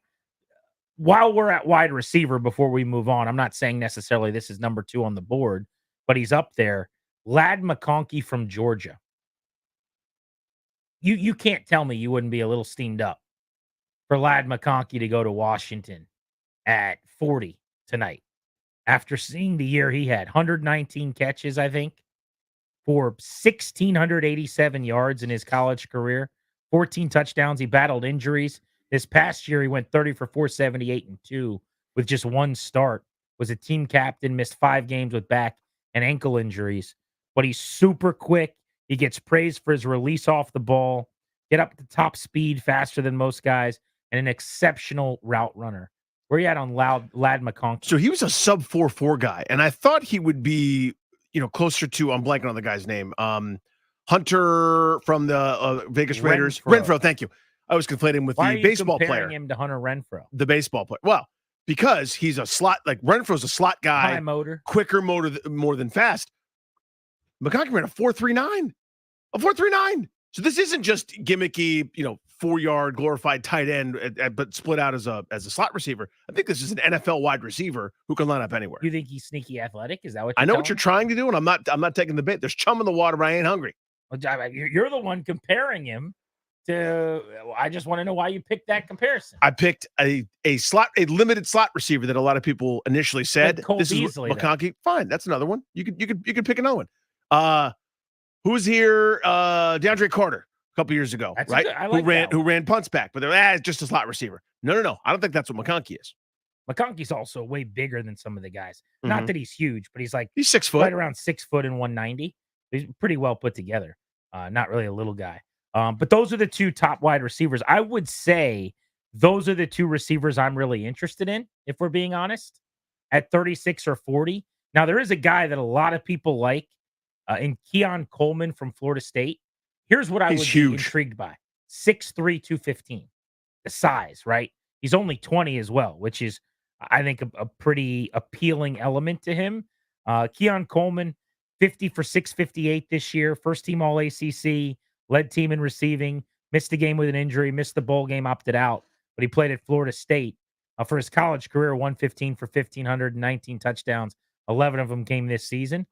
He's another guy that could be on their radar. I've got him just a little lower down than those other two. It's just, I don't know why. And it just depends on what you want to do, right? It doesn't appeal to me the same exact way. Yeah, like to me, and it sounds like I'm knocking him. Just the player type. He's like a poor man's Drake London, right? Ran a 4.6 and change at the combine. Yes. But doesn't have that Anquan Bolden like physical bruising, run right through you type thing. But he started at Michigan State, transferred to Florida State, like bounced around a little bit. But he's got in some that game. Conversation. Yeah, he's a bigger receiver. So that's something that Kingsbury and company are going, that actually fits what we want to do opposite McLaurin and opposite Dotson. I'm all for it. All right, what about corner? We're looking at the best available players tonight for the Commanders. They're picking 36 and 40. We'll get into what you guys want to do in just a few. But cornerbacks that are still available. Cooper DeJean from Iowa was supposed to have been taken in the middle, or probably middles are bullish. In the 20s. Middle 20s, yeah. Late first round. Didn't happen. Kool-Aid McKinstry, not only the best name in this draft class, but also a long-time profile, just been famous for a while at Alabama, really high-end corner. The guy that I had a lot of people telling me about that I didn't know a lot about until a couple weeks ago, and as I was asking around, like sniffing around what the Commanders could do in the second round, was Ennis Rakestraw Jr. from Missouri. Those are the top cornerbacks, at least according to your consensus boards going into tonight. So McKinstry is very intriguing to me for a couple different reasons. One, press corner, and I don't know if that's exactly what Witt and company are going to want to do here, but that's sort of been his MO at Alabama. And number two, just to show you how athletic the guy is, he's a great punt returner in college. Whether he does that at the pro level or not, I don't care, but it just kind of gives you an idea. This isn't just long arm, jam him at the line, and then hope for the best. He's got some recovery. He's got some agility too. I have to imagine, I don't know where you're at on this. Like when I think of Dan Quinn corner, I think of a big guy. I think of size, and I think it's just the Seahawks. Legion of Boom will do that too. My head. But there's been so much since then. There's been Atlanta where they didn't have big guys. Dallas, Diggs is not short, but he's also slender and long. He's not like a big physical Brandon Browner type defensive back or even a Richard Sherman, in my opinion, just thinking out loud. But for whatever reason, I've kind of been penciling in like bigger guys, like Nate Wiggins, long gone from Clemson, but that kind of 6 foot 1 inch, longer arms. I think he has like 31-inch arms. The guy with the length, though, is who you just said, McKinstry. 32-inch arms, about 5'11", 200. She's got a really long wingspan. That appeals to me. Rakestraw, 5'11", 185, 32-inch arms. TJ Tampa is another name I'd throw out there. I think if you wait, or if they move back, let's say like 36, they move back to 44 or something like that. I could see them going with Iowa State's TJ Tampa, who's about just a little under 200 pounds, but 6 foot and has close to 33-inch arms, has that length, a little more of like a Benjamin St. Juste look to him, maybe. Another name, Kamari Lassiter, kid from Georgia. He's been linked to them in a lot of mocks. That's why I brought it up. Yeah, I've seen that a couple different times with that second round pick potentially. We didn't get much into DeJean, who's listed as a corner, but it varies what you read about him. He could play corner, but he can also kind of do everything else because he's a little bit bigger. He's listed as 6'1", 203, but looks bigger on the field and kind of lays wood a little bit, hits folks. Yeah, plays some safety. Official combine, I'm pulling it up now. 6 foot, 202 pounds, so about right where you got him. 31-inch arms. Wingspan is not quite what some of the guys that we were just talking about, but close. 21 years old, but you're right. The calling card is the versatility. Play him inside, play him on the boundary, play him at safety. It's kind of the Quan Martin thing from last year. Yep. And I'm not sitting here telling you shouldn't do it because you have Quan Martin, because DeJean might be a much higher regarded player than Quan Martin. But that was the guy Sheehan mentioned today that he likes if they take a corner. I would have no problem with that. In fact, Field Yates, on his best available players list, he listed 10 guys, ESPN's draft expert, coming into round 2 tonight. Field Yates listed. My guy, A.D. Mitchell, the wide receiver from Texas, 1. And he's got Iowa corner Cooper DeJean 2. Then Kool-Aid McKinstry 3. And Edgerrin Cooper, who is a Texas A&M linebacker, 4th. All about what you want to run, right? If your defense welcomes we need someone to line up we would love someone to line up at 3 different positions on 3 different downs, then you're interested in Cooper DeJean. If you're like, I just need a corner, then that may not be the specialty corner, right? Then you may lean McKinstry or Rakestraw or somebody else. Want to open up the phones right now. MGM National Harbor listener lines for you guys at 800-636-1067. That's 800-636-1067.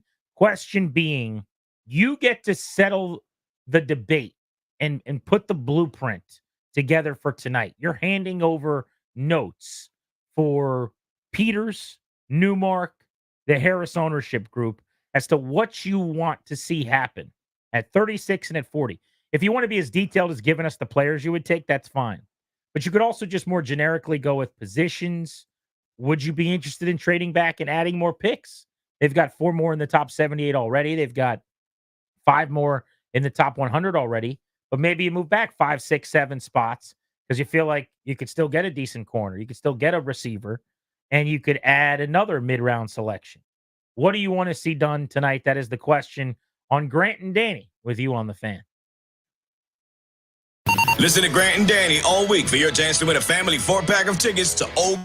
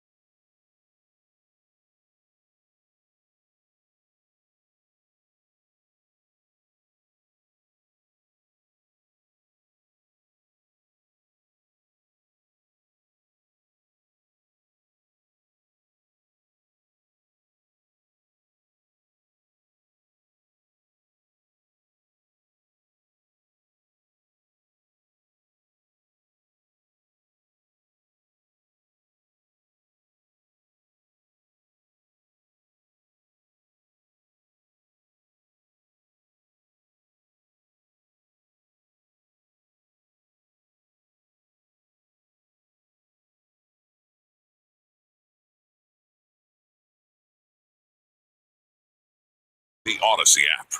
Yeah, I think with Cliff, what's great about Cliff is he can really mold the offense around anyone. You know, that's what one of his, as Q says, superpowers, right? So he's going to build the offense around Jaden, and he's worked with a lot of athletic quarterbacks, so he knows how to do that. And there's some terminology carryover. You know, I think just as you go anywhere, there's terminology carryover and concept carryover, and they've discussed a little bit of that. So they're already vibing, and it's going to be, it's going to be a really great marriage with him and really all of our offensive coaches, Brian and Tavita and Blau in that room. And so we're just ready to surround him and support him to be the best he can.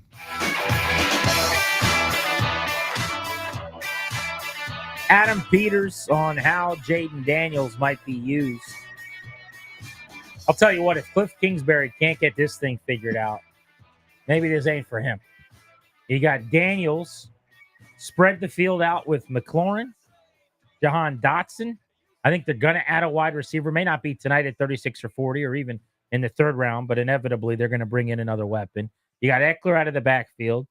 Tight end position still very much in need. One of my most, I would say, bold, italics, size 100 takes at this point that I need everyone to understand is you got to get a tight end. It's the position in the National Football League right now where you can get the most bang for your buck.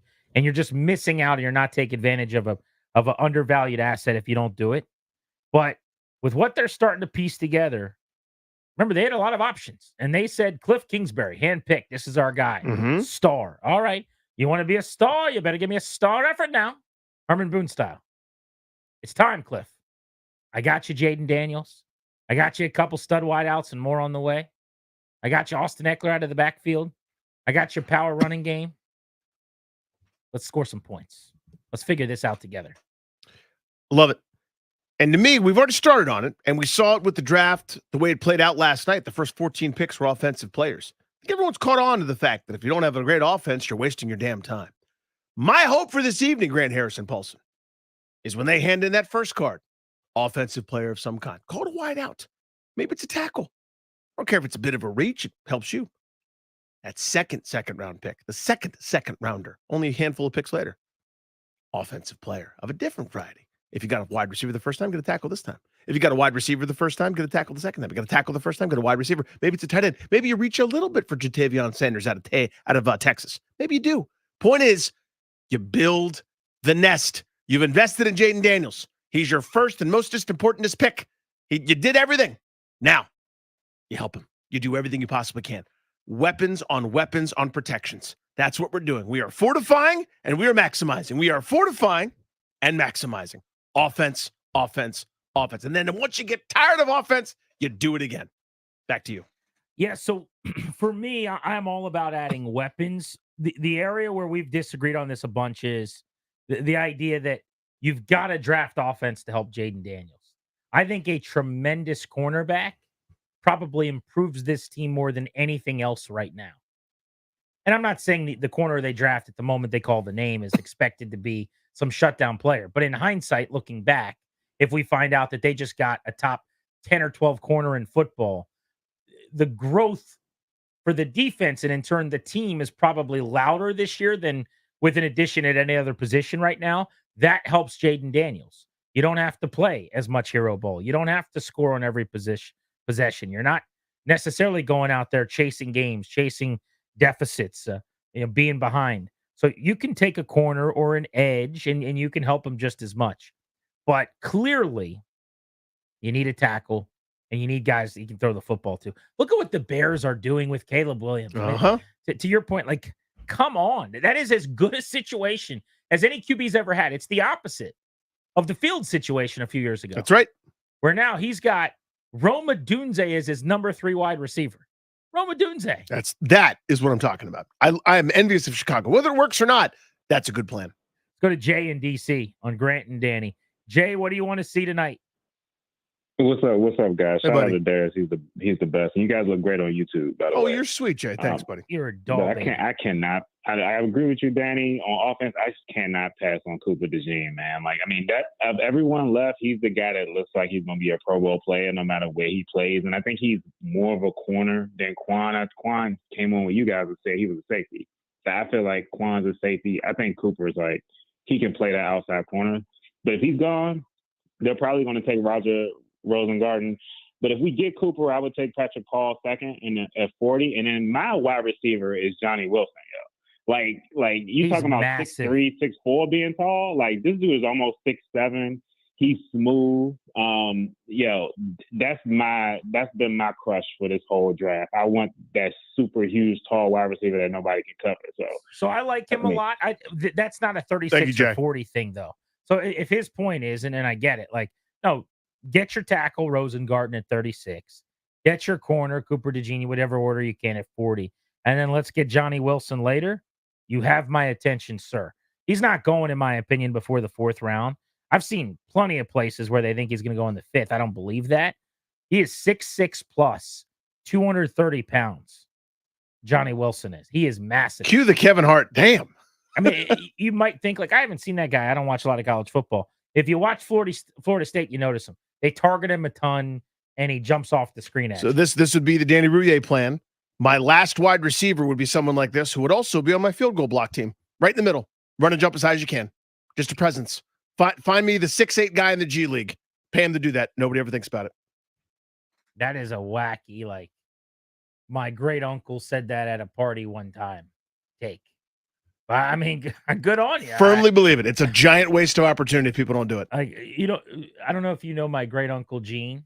Uncle Gene does that? Yeah, but he hasn't really watched football in like 11 years. But the last time I was at a party at his house, it's been a few seasons now, he was like, why don't they draft a 9-foot tall man and let him block kicks? They don't make 9-foot tall guys, Uncle Gene. That was my rebuttal. But he's the same guy that thinks sumo wrestlers should be hired to be hockey goalies. You just sit them right in the net and they take up a bunch of the net so that they can just have the like, puck if you could bounce off find them. a guy that actually took up the net. Yeah, like have you seen the movie The Whale with Brendan Fraser? No, I missed it. Okay, so he plays this character who's like massive. Who's overweight, yeah. Can't leave his house or whatever. Like, find the biggest person in America. I guess in the world. Worldwide, yeah. And then you could just put a sweater on him and have him sit right in front of the net. Why not? Enough of this 6'1", 190-pound pliable guy wearing a lot of pads. No, thank you. That's the same level of idea. Like, why don't you just get Usain Bolt and have him run by everyone and throw him the ball? That kind of deal? Track speed's different. But the dude that can jump really high would be a presence when people jump really high to try to block kicks. Let's go to Zeke in D.C. What's up, Zeke? How are you? Hey, guys. How you doing? Hey, man. All right. Yeah, but listen, you guys, I agree with everything you said about protection and weapons. I think protection is the most important of all. Is that all you got? You good there? I thought I thought there was one more thought thing. he had more gas. I was sure of it. I didn't jump in. Did he bail or was he done? I think he was done. Very succinct. I think he was done. There was a little noise in the background, and I thought maybe something happened. Dog, He had to maybe? jump. That's my fault. I was like, I'm sure there's something else to that. There Just wasn't. But got a tweet in the 1067. Actually, it's in our show chat. Oh, okay. But Darius sent it. And I guess it's just some random guy on Twitter. He goes, I'm so ecstatic over Jaden Daniels. I almost forgot Benjamin St. Juste is about to cover Malik Neighbors. It's a good line. Like, football team, man. Jaden Daniels can go out and run around and make some plays. But you're going to have to defend guys. You're going to have to slow them down. CD Lamb, Malik Neighbors, A.J. Brown just got an extension. They've got Devontae Smith and as Devontae well Smith, too. Yeah. in the division. Let's go to Joaquin in McLean. What's up, Joaquin? Hey, Grant and Danny. Hey, Bob. I enjoy your show. I'm a long-time listener, first-time caller. Hip hip hooray! Hip hip hooray! Hip hip hooray! But yeah, no, I was calling in because I picked up right at 5 o'clock as I was leaving work, and you guys were talking mostly about the guys that are most exciting to you. I guess best available, and then I was kind of waiting to hear when the need would come up. Like because we have some holes that we need to fill. Well, all of our And best available guys, you'll notice, fit one of a few different criteria. We got some puzzle pieces in mind here, dude. We probably haven't talked enough about tackles. Thank you for the call. Thanks, bud. Joaquin's in McLean, home of the Highlanders. That's right. But Rosengarten, I think, is a name. Go back to my Rookie of the Year roots here. Rosengartner. Rosenblatt. They would just yell out whatever name he wanted to at any given moment. You've seen Rookie of the Year, right? Is that the one? Is that pitcher's got a big butt? Yes. Yeah. Okay. Wait, you got So the kids kid- now that should be watching this. Have you not No, they're- shown them this movie? They can't sit for movies unless something on, transforms or there's a King Kong involved. They're They not haven't interested. seen Mighty Ducks, Rookie of the Year, Sandlot, No. Little Giants. No. All the great childhood No. sports movies. None of them. No interest. Bad News Bears. No. That's absurd. Zero. Absolutely absurd. I'm blaming you, not them. You got to just force them to watch it. Just sit them right down there. Yeah, just hold them down if that's what it takes. Give them popcorn, maybe. We've done some holding down and forcing. It's more like brush your teeth. We sort of use our forcing That's where on you those. pick your battles. Yeah. So a couple of names on the O-line that I think are of interest here. So we have talked about Roger Rosengarten out of Washington, 6'5", 308, starting right tackle. He's only a right tackle because that was the blind side of left-handed Michael Penix. So traditionally, you could kick him over to left, presumably, and he could play left tackle, and that's what Washington would draft him to do, I would think. You've heard a couple people mention Patrick Paul. This is the brother of Chris Paul, who's currently on the Commanders. Could be awkward, though, if you draft Patrick Paul and then Chris Paul doesn't make the team. Patrick Paul is 6'7", 330 pounds. He is expected to go mid to late second, early third. But I don't think, when you're in that range, if he went 37, it wouldn't surprise anybody. One other name, Kingsley Suamataya. Am I botching it? Do it one more Suamatia. yeah. I think it's Tia. Sua Ma'a Ta'ia. I'm going to call him Kingsley. Kingsley Suamatia. We'll go with that. BYU, absolutely in the mix, 6'4", 325, could be a pick. If they go tackle, I would imagine it's one of those names that we just threw at you.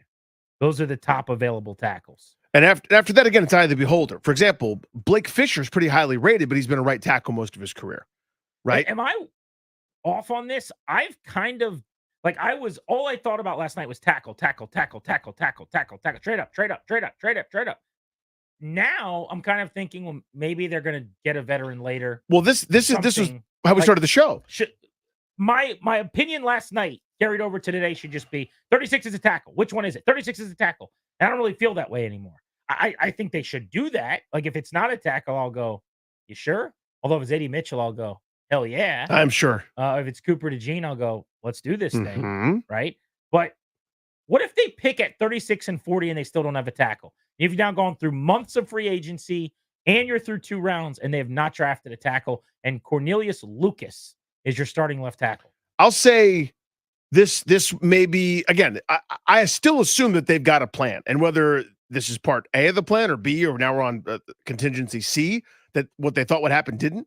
I still think they've got something in the works, but it would be, I would say, their first miss, right? Where anytime where he's your first option, talking about Lucas, is probably a miss. Will we get to a point where you crush them for how they handled left tackle? Like, to me, if it's week 1 and Cornelius Lucas is your starter over Trent Scott, I think is the backup or whatever, and like you have not added to that position in any meaningful way, I think that even though we're doing the Adam Peters benefit of the doubt, I love the guy. I was calling for him in October before anyone knew who he was. I'm a big Peters guy.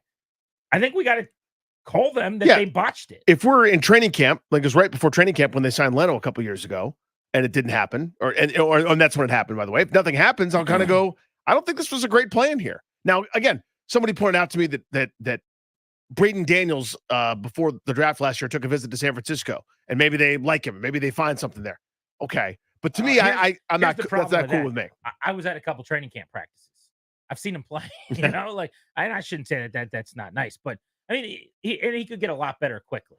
But he probably is a guard. You kick him inside. Left tackle, that's not a real solution. No, it's not to me. And that's my point, is I'll say, hey, This one I didn't see. I didn't understand. There were controllable things. And again, it takes two to tango. The name I've always used is Tyron Smith, who didn't sign for that match. I bet you if you beat Buffalo's offer by, or the Jets' offer by $1 million for a 1-year deal, he might have signed here.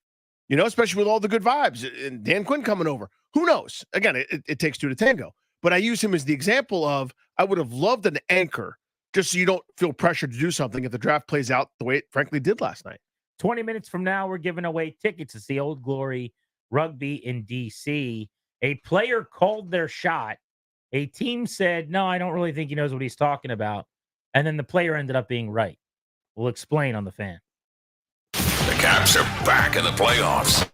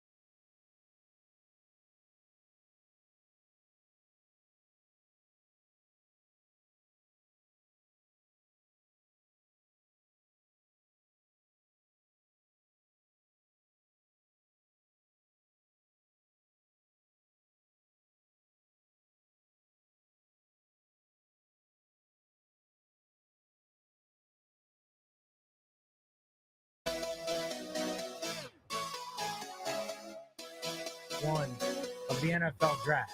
Eric Bickle was vindicated. With Ian Rappaport, I'm hearing that had his own report that was basically EB's report from months ago about Adam Peters, Brandon Ayuk, Jaden Daniels that EB got destroyed for. Vindication. I am certain now that I am. What a great song, by the way. Dashboard Confessionals. You remember that? No. You're looking at me like I'm crazy. What is that one? Vindicated by Dashboard Confessionals. Just one of the top 10 songs of my high school time. That's real interesting. We'll come back with it at 6 o'clock. Okay. You do that, Darius? Big fan of Vindicated by Dashboard Confessionals. But anyway, another person vindicated last night. Okay. Xavier Leggett. He came out, said that the Panthers told him they would draft him. The Panthers downplayed it and were like, this guy, We told that to lots of he people. doesn't know what he's saying. Wrong. Dave Canales, the head coach, kind of Nope. threw him under the bus. And then they traded up a pick to get him. Here we go. I'd have made with the Panthers about 4 or 5 times. And, the relationship that it just keep continuing to grow, and they really hoping that I can make it to that second round. And they keep on telling me, man, that if I'm sitting at 33, they're gonna take me. You saw the video of Leggett saying that he's met with you guys 4 or 5 times, and Yeah. you guys have told him if he's there at 33, you're taking him. Yeah. Oh, yeah. That was, I mean, it was a great conversation. You know, I definitely said that to him and about 50 other guys, you know, like, man, so we take you at 33. It's actually a lead-in question.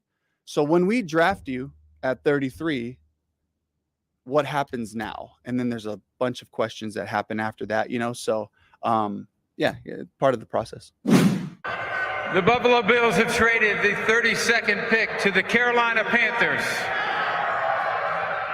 With the 32nd pick in the 2024 NFL Draft, the Carolina Panthers select Xavier Leggett, wide receiver, South Carolina. They are of word, sir.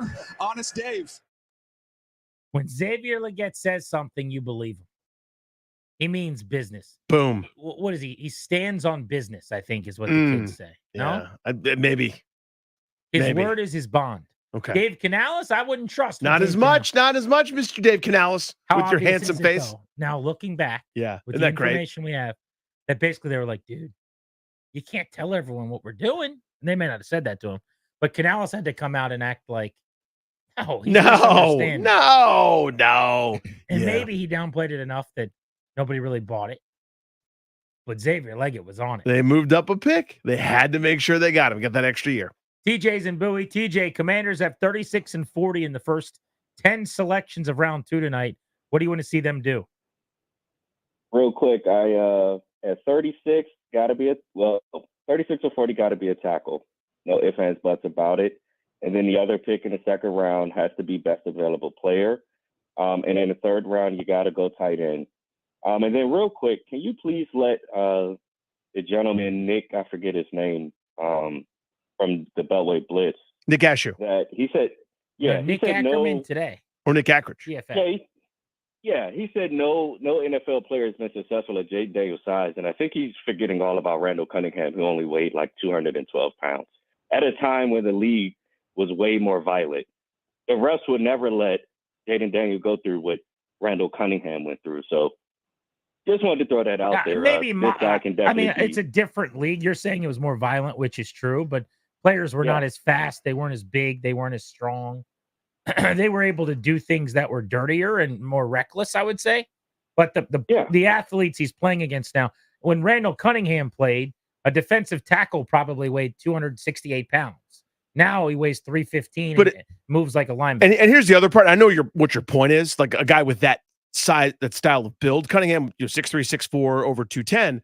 The point is that it's almost like a little bit of a loophole, not a loophole, but semantics to say no one at that size to weight profile, which Daniels is right now probably 15, 20 pounds lighter than Cunningham played at, right? Has been successful. Well, but that's the other thing. Getting to point number 2 is Randall Cunningham was listed at 212, I think, when he started his career.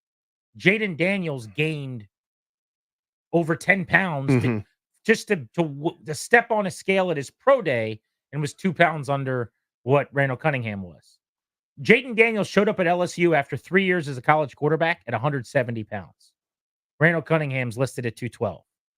Jaden Daniels was a freshman in high school and weighed 130 pounds. I would imagine that was not what Cunningham weighed as a freshman. So there's really not a comparison between the slenderness. Now, if his point is Cunningham was 6'4" and 210 and it worked, okay, sure. Yeah, he was thought of as a slighter player, right? Tall, thin. I mean, he was beyond flexible. The number of times that you go, oh, he's on the ground, and then somehow he'd like touch the ground with his pinky and then bounce back up and still go and complete a pass against Washington and break my heart. Everybody thinks, though, because Jaden Daniels weighed in at 210 at his pro day or combine. That's what he's playing at, which is wrong. He's not going to play at that. No. That's what he basically ballooned up to. It's not like me just going to fast food in the middle of the night. But that is the heaviest he could get to weigh in for it to not be a concern. All the creatine. Wait till you start playing and you go to practice where you lose 6 pounds in a day in August. You're not going to be playing at 210. I just saw a report on what the Giants tried to do to trade up. Crazy. We'll give it to you next on G&D. Sports Radio 106.7 The Fan.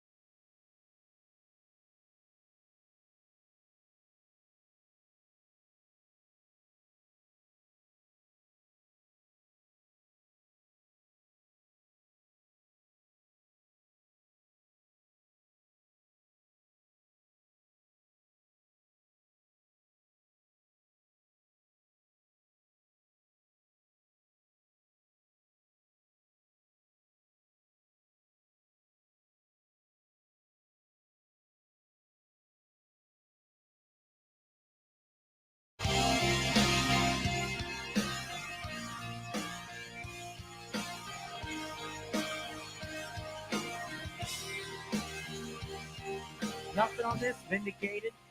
I think I remember this. Can Dashboard let confessionals. me get a little I don't have enough voice. lyrical. Singing along, but this is my jam. Okay. Slow spinning redemption. So this is the era of Winding out, the shine of which has caught my eye. like that early 2000s to mid 2000s where there's like 257 million bands that all kind of do this. That I never remember who's who. Here, pause it right here. Go back. Right there. When he kicks in with Big Bite, Mhm. I think this is a Spider-Man song. But when he yells Vindicated, when you crank it in your car, it's amazing. Mhm. Swear I knew it all along, and I am full. Yeah. But I am bleeding. Huge hole in This my is musical game is Top this era. 5 for me. Play it at 100 volume. Scream it with the windows down on a pretty day song. Top 5 for me. This is right around the same time as the guy was like, to join the Black Parade. Like right around the same time as that era of music. I don't know that one. Oh, you do. I don't. My Chemical Romance. Yeah. My brother was a mark. MCR. Yeah. But that's over My Chemical Romance. That's the time period where it's like, dude, that's Blur, or that's I don't know. Is it? Song 2 by Blur was my jam. Yeah. I did like that. We'll give away tickets to Old Glory DC Rugby in just a moment. Am I right about this? Wasn't that song for Spider-Man? I want to say the Tobey Maguire Spider-Man movies. Somebody dig on that. And if it's not, then everything I'm saying makes no sense, and I just completely made it up. But I think it checks out with the timeline a little bit before I was in high school. Spider-Man 2, Dashboard Confessional, Vindicated. Let's go. Does Grant know the band? If Things it's in a looking up. if right it's in now. a movie he saw that time, then yes. I just saw this tweet from Albert Breer. So you know the Giants stuck at 6. Everyone thought when McCarthy was available they'd take him. They took Malik Neighbors, wide receiver LSU. Love the pick for them. They offered number 6 and their 3rd round pick in 2025 to the Patriots to go up to number 3. Now, first of all, that would have been a terrible deal for the Patriots to accept. Like, even calling and suggesting that is borderline offensive. I'm going to move back 3 picks from 3 to 6. Kiss my quarterback choice goodbye, probably. Maybe even my 2nd quarterback choice. And you're only going to give me, I said 3rd. It was a 1st round pick in 2025. But still, you're going to give me a 1st rounder next year. And that's all. We're just swapping 3 spots and 1 1st round pick. That's not enough. So they said no, obviously. Understood. But that tells me, because McCarthy was still there and they passed on him for Neighbors. They weren't going up to get the guy everyone said they liked. It was for Drake May. They were going up to get Drake May at number 3, who ended up in New England. You agreed with my take yesterday, right? That Daniels, May, McCarthy didn't matter. Whoever ended up in New England's in big trouble. 100%. I'm worried for my guy Drake May now. I think he's good enough that maybe he could elevate it. But God, is that a terrible, terrible offense. So it's also the perfect storm of badness too. For a guy, let's say you buy what some of these the evaluators are selling, that he might need some work. Well, maybe if they sit him and Jacoby Brissett plays all year. Oh, there you go. Maybe that wouldn't be terrible. I don't think that'll happen, but I guess it's possible. Their big offseason move, other than Brissett, was KJ Osborne, who was like the 3rd receiver in Minnesota, who's now their wide receiver 1. Yep. That is a championship waiting to happen, I guess. Yeah, that is devoid. Like, maybe it's transcendent, like, I don't know, like, let's say, sake of argument, CJ Stroud of last year gets dropped there. It doesn't look the same as it just did in Houston. No. It doesn't. I mean, they'd be better. They'd be better than they would be with, random 0.0 war fill-in, but my goodness, what a bad spot. So quick look at the rest of the NFC East. We've been talking about Jaden Daniels to DC. Number 2, Adam Peters swings for the fences with his first choice running the show. Gets an incredible athlete who won the Heisman Trophy. The Giants at 6 go Malik Neighbors. The other 2 teams in the division, I feel like, have to be thrilled with how the 1st round played out. Agreed. Dallas, as you said, moved back 5 spots to 29 and got offensive tackle Tyler Guyton, who's probably the last of the guys worth trading up for Washington. Big 6'7" athlete. He's kind of viewed as raw and maybe a bit of a project. but he's got huge size and he could be really, really good. The Cowboys supposedly liked him at 24. Move back 5 spots. They got a huge haul to do that. Yep. And then you still take him, so that's a win. And Howie Roseman, bro, how does he keep getting away with this? How does this happen every single year for Philadelphia? That they just stand pat and what we call sit and pick. They don't move. They don't ever go up to get their guy. They rarely move back. They just sit where they are. And every single year, the Ravens have this same superpower. Mm-hmm. A really good player who probably shouldn't be available falls several picks lower than is expected, and the Eagles just take him, and you go, oh, yeah, of course. Quinyon Mitchell, the corner from Toledo. He's one of the best players in the country this year at his position. He was supposed to be gone already. Who'd he go to? Of course, he went to Philadelphia. Philly again. They can't keep getting away with this. That's where they broke down. One of the places that they were bad previously was that, secondary. Defensively, they fell apart. Their pass rush, which was record-setting 2 seasons ago, this past year basically all but disappeared at times, especially during this that just run of failure down the stretch. So they needed an upgrade there, and of course it fell right in their laps without any effort or energy. Unbelievable. Apparently my joke about the Falcons is not original. Someone just sent me, someone else made this joke at noon today. I hate that for 2 reasons. Yeah. One, because now I'm Amy Schumer to everybody. Like I'm out here stealing material, which is not the case. But more importantly, number 2, it means it's unoriginal and unfunny. If someone else made the exact same joke I did, I felt pretty good about it. The Falcons have the 43rd pick. Can't wait to see if they grab Spencer Rattler or Michael Pratt to serve as their 3rd quarterback. They have to start preparing for life after Michael Penix. I feel good about that zing. It's a good zing. Too easy, I guess.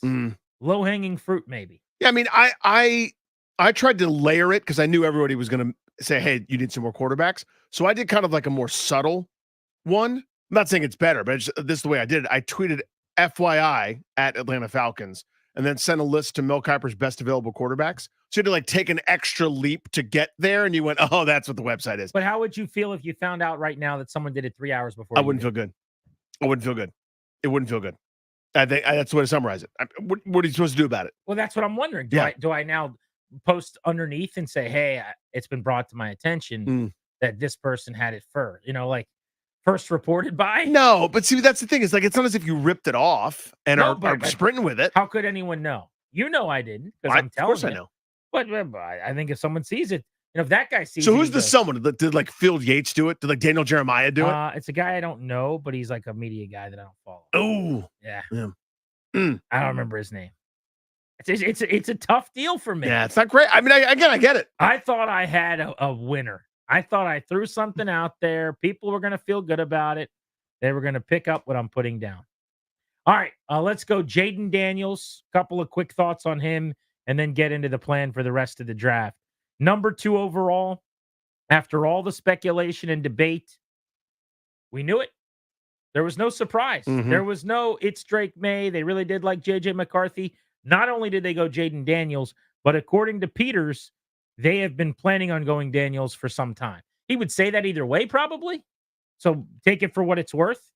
But I'm buying it. I mean, Dan Quinn went on record to essentially say this has been his guy.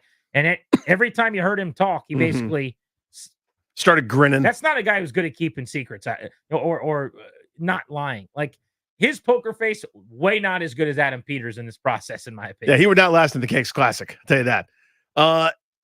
It really did. Now that all the pieces fit, it makes sense, right? I mean, this is not exactly the coaching search, right? Where it was a swerve. It was something we never expected, and they operated in their own, their own way. They had some of this process that was kind of the beat of their own drum, right? When we talk about the much ballyhooed Top Golf situation, or maybe other beats here and there, but they zoned in on this. This was really the whole point here. I think was we are going to raise the bar, raise the tide level with talent on this roster that was in desperate need from it. Yeah, we're gonna raise here the waterline that was way below average, way below acceptable. Even if it's just a bunch of short-term guys, we're going to establish something here. Try to build the nest. They shot the moon. That was the point to me. This to me was the highest ceiling player they could have drafted at the most important position.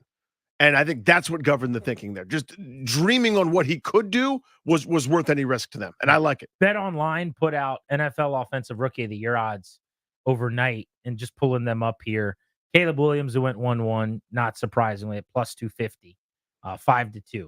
Then you've got Marvin Harrison Jr., who was the 4th overall pick by the Cardinals at 6-1, ahead of Malik Neighbors at 8-1, Jaden Daniels at 9-1, and J.J. McCarthy at 10-1. So here's a few takeaways. Number one, Caleb Williams was the number 1 pick in an offense with Roma Dunze, Keenan Allen, DJ Moore, a good running game and a great defense. Should absolutely be the favorite to win Rookie of the Year. There's really no excuse for him not to have an outstanding first season in the league. But after that, you've got 2 receivers that went in the top 10 ahead of Jaden Daniels, the 2nd quarterback and the 2nd pick. Harrison in Arizona and Neighbors in New York. Neighbors is catching balls from Daniel Jones. As good as Jones was 2 seasons ago, he was a top 10, 12 quarterback maybe in football. They got to the playoffs. They were on the road. He had an unbelievable game. They won a playoff game. I think that year he still had, wasn't it 15 or 20 touchdowns or something? It's not like he was lighting it up as a passer or has at any point. So what's the path to Neighbors, who I love? I think Malik Neighbors ends up being a top 10 receiver. But 8-1 over Jaden Daniels at 9-1 is the Rookie of the Year. I don't really get that. Volume is the only answer I can think of, right? Because is he going to get it in that offense from Dable? Well, let's say for the sake of argument, have they had an 80 catch, 1,000-yard receiver since OBJ? I don't think they have. Racking my brain thinking about it. I mean, they've had guys that have had good stretches, right? I'm blanking on the names, of course, at the moment. Not Sterling Shepard has been a jag. Yeah. The receivers are. The guy that beat Washington. Darius Slayton. That's the guy I was trying to pull. Darius Slayton stinks. I know he does. But what's his career high? He's had good seasons. 600 yards for the most part. For them, I would say he's had good seasons. Yeah, I mean, last year he had 770. So the point I'm trying to make is there's still 500 targets to be had. If he gets 135 of them, because your next option is Wan'Dale Robinson or I don't know, a running back that they just signed. Who's the dude that catches like 6 balls for 80 yards against the Commanders every year? Daniel Bellinger, the tight end. Isaiah Hodgins? That's the guy I'm thinking of. So it's Jalen Hyatt they drafted last year in the 3rd round, who's basically a deep threat, and they barely use him. Wan'Dale Robinson, who's decent. Isaiah Hodgins, who basically is like a plus-size box out, 10-yard at a time Z. Darius Slayton is a jag. You mentioned McKenzie. Isaiah McKenzie, is that the former Bill and Colt Isaiah McKenzie? He's kind of interesting, I guess. They can move him all over the place and make him versatile. I don't know. I don't see, like, if Neighbors went to Atlanta, just as an example, you could tell me he's going to go for 1,000 as a rookie. If he went more realistically to Arizona at 4 with Kyler, I see it. It's hard for me to imagine a Daniel Jones-led passing attack this year after what we saw last year with that O-line and pass pro. Like allowing him to go have a monster season. That's too harsh? No. But I think the solution there would be, or the path there is, something happens, Caleb Williams misses just enough starts or something that he can't do it. And the volume leads to enough opportunities that he compiles the stats. You know what I mean? Like, even if it's just a bunch of hitches for 1,000 yards. Cleveland. Yeah. Like when he went 70. If he goes 77 catches for 1,005 yards and 6 touchdowns and, the water's clear, then maybe. And Caleb Williams gets hurt or has a bad year. Or twists an ankle or something, misses 3 weeks. I think Jaden Daniels should be higher, I guess is my point. Williams favorite. I think Daniels should be second. He's going to start 17 games if he's healthy, with an offense led by Kingsbury, where he's throwing to McLaurin, Dotson, and whoever they draft tonight, probably, with upgraded tight end weaponry, with Eckler out of the backfield. Make that case for me that Harrison in Arizona, really? I mean, Neighbors with Daniel Jones are more likely to win an award that quarterbacks typically win anyway. So here's why I like Rookie of the Year. Here's why I like it better than the reasons you stated. I think he'll have, just by getting out of bed in the morning, 600 rushing yards. To me, that's what's going to do it. That's my point. More so than the passing totals. Like, I like when you say he's going to throw it to McLaurin and Dotson, I'm kind of going, okay, that's fine. Like, I like McLaurin, but just in general, like, how do you put together odds where he's behind those 2 receivers after he goes 1-2 to Washington, where he's an immediate starter with decent weapons? And the floor of, to your point, is rushing. Yeah, to me, Which I think 600 could be low, but I'll take. I think just by getting out of Yeah, bed, I exactly. think without anything designed, without any kind of emphasis on it. Yeah, I don't know.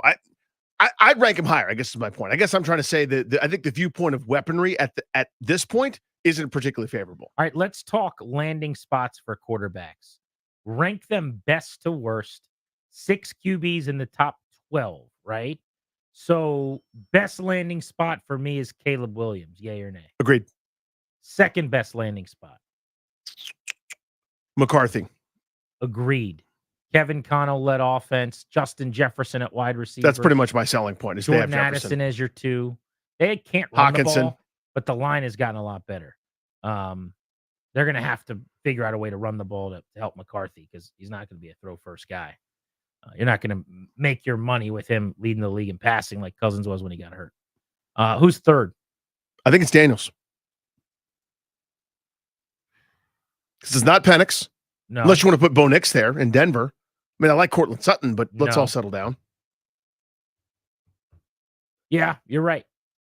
Isn't it? That's fair. Because it's certainly not made in New England because New England's a tire fire. Okay, maybe that's what we need to do then. Let's skip ahead to the 5-6, the end of the debate. Yeah.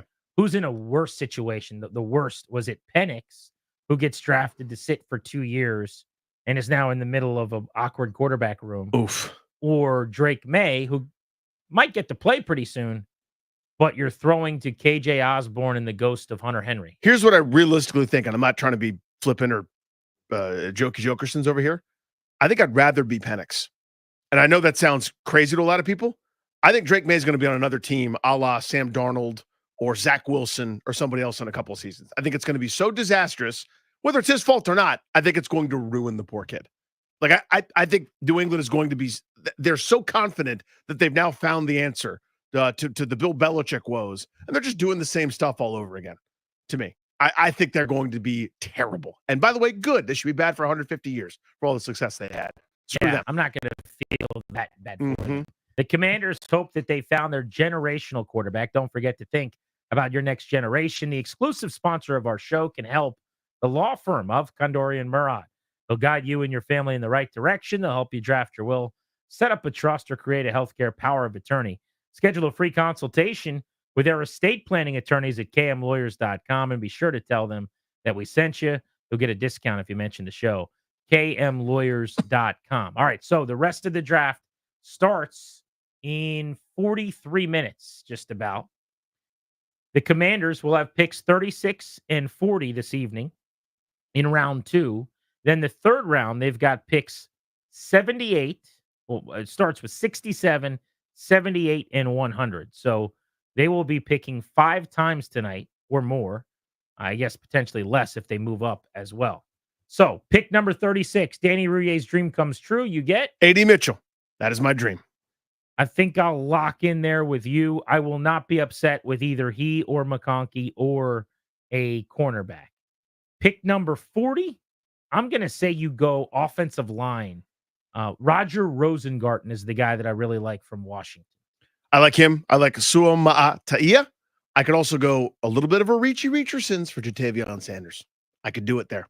It's a little high, but my point is I might not get him or I might not get anybody else I like. They're in 3rd or 4th round. I want one of those picks at 67 and 78 to be a tight end. Now, I'll say this. If you don't go receiver at 36 or 40, then one should be a receiver, one should be a tight end. With those 4 picks before 100, when you get there, you're just kind of grabbing best on the board at that point, probably. But I want of those, let's say they pick at 36, 40, 67, 78. I want one wide receiver, one tight end, and probably a tackle and a corner. I would feel really good about that if they do that.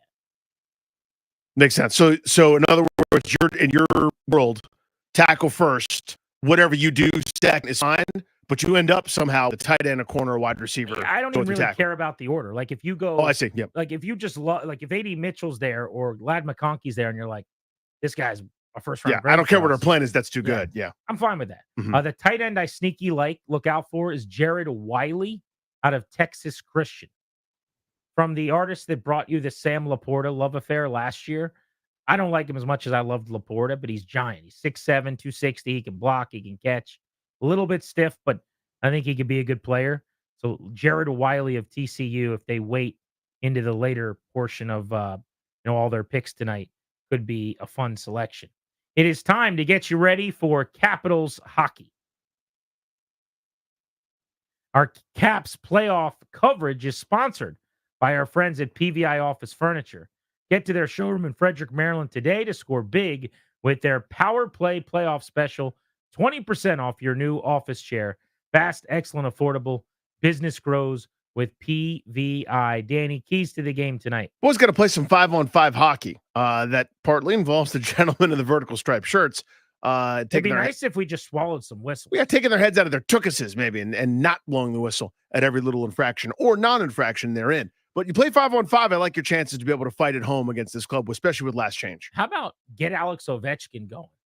Get him some looks. Would be nice. Scheme something up. Coach something up. Let's get him away from the Rangers defenders that have shut him down. Just one shot on goal and pointless through these couple of games as far as putting pucks in the back of the net. Your keys to the game presented by Rude. Is your cooling system letting you down? Take a slap shot with Rude and experience peak performance. Dominate the season with unmatched cooling power. And visit Rude.com. It's RUUD. If it ain't Rude, it ain't right.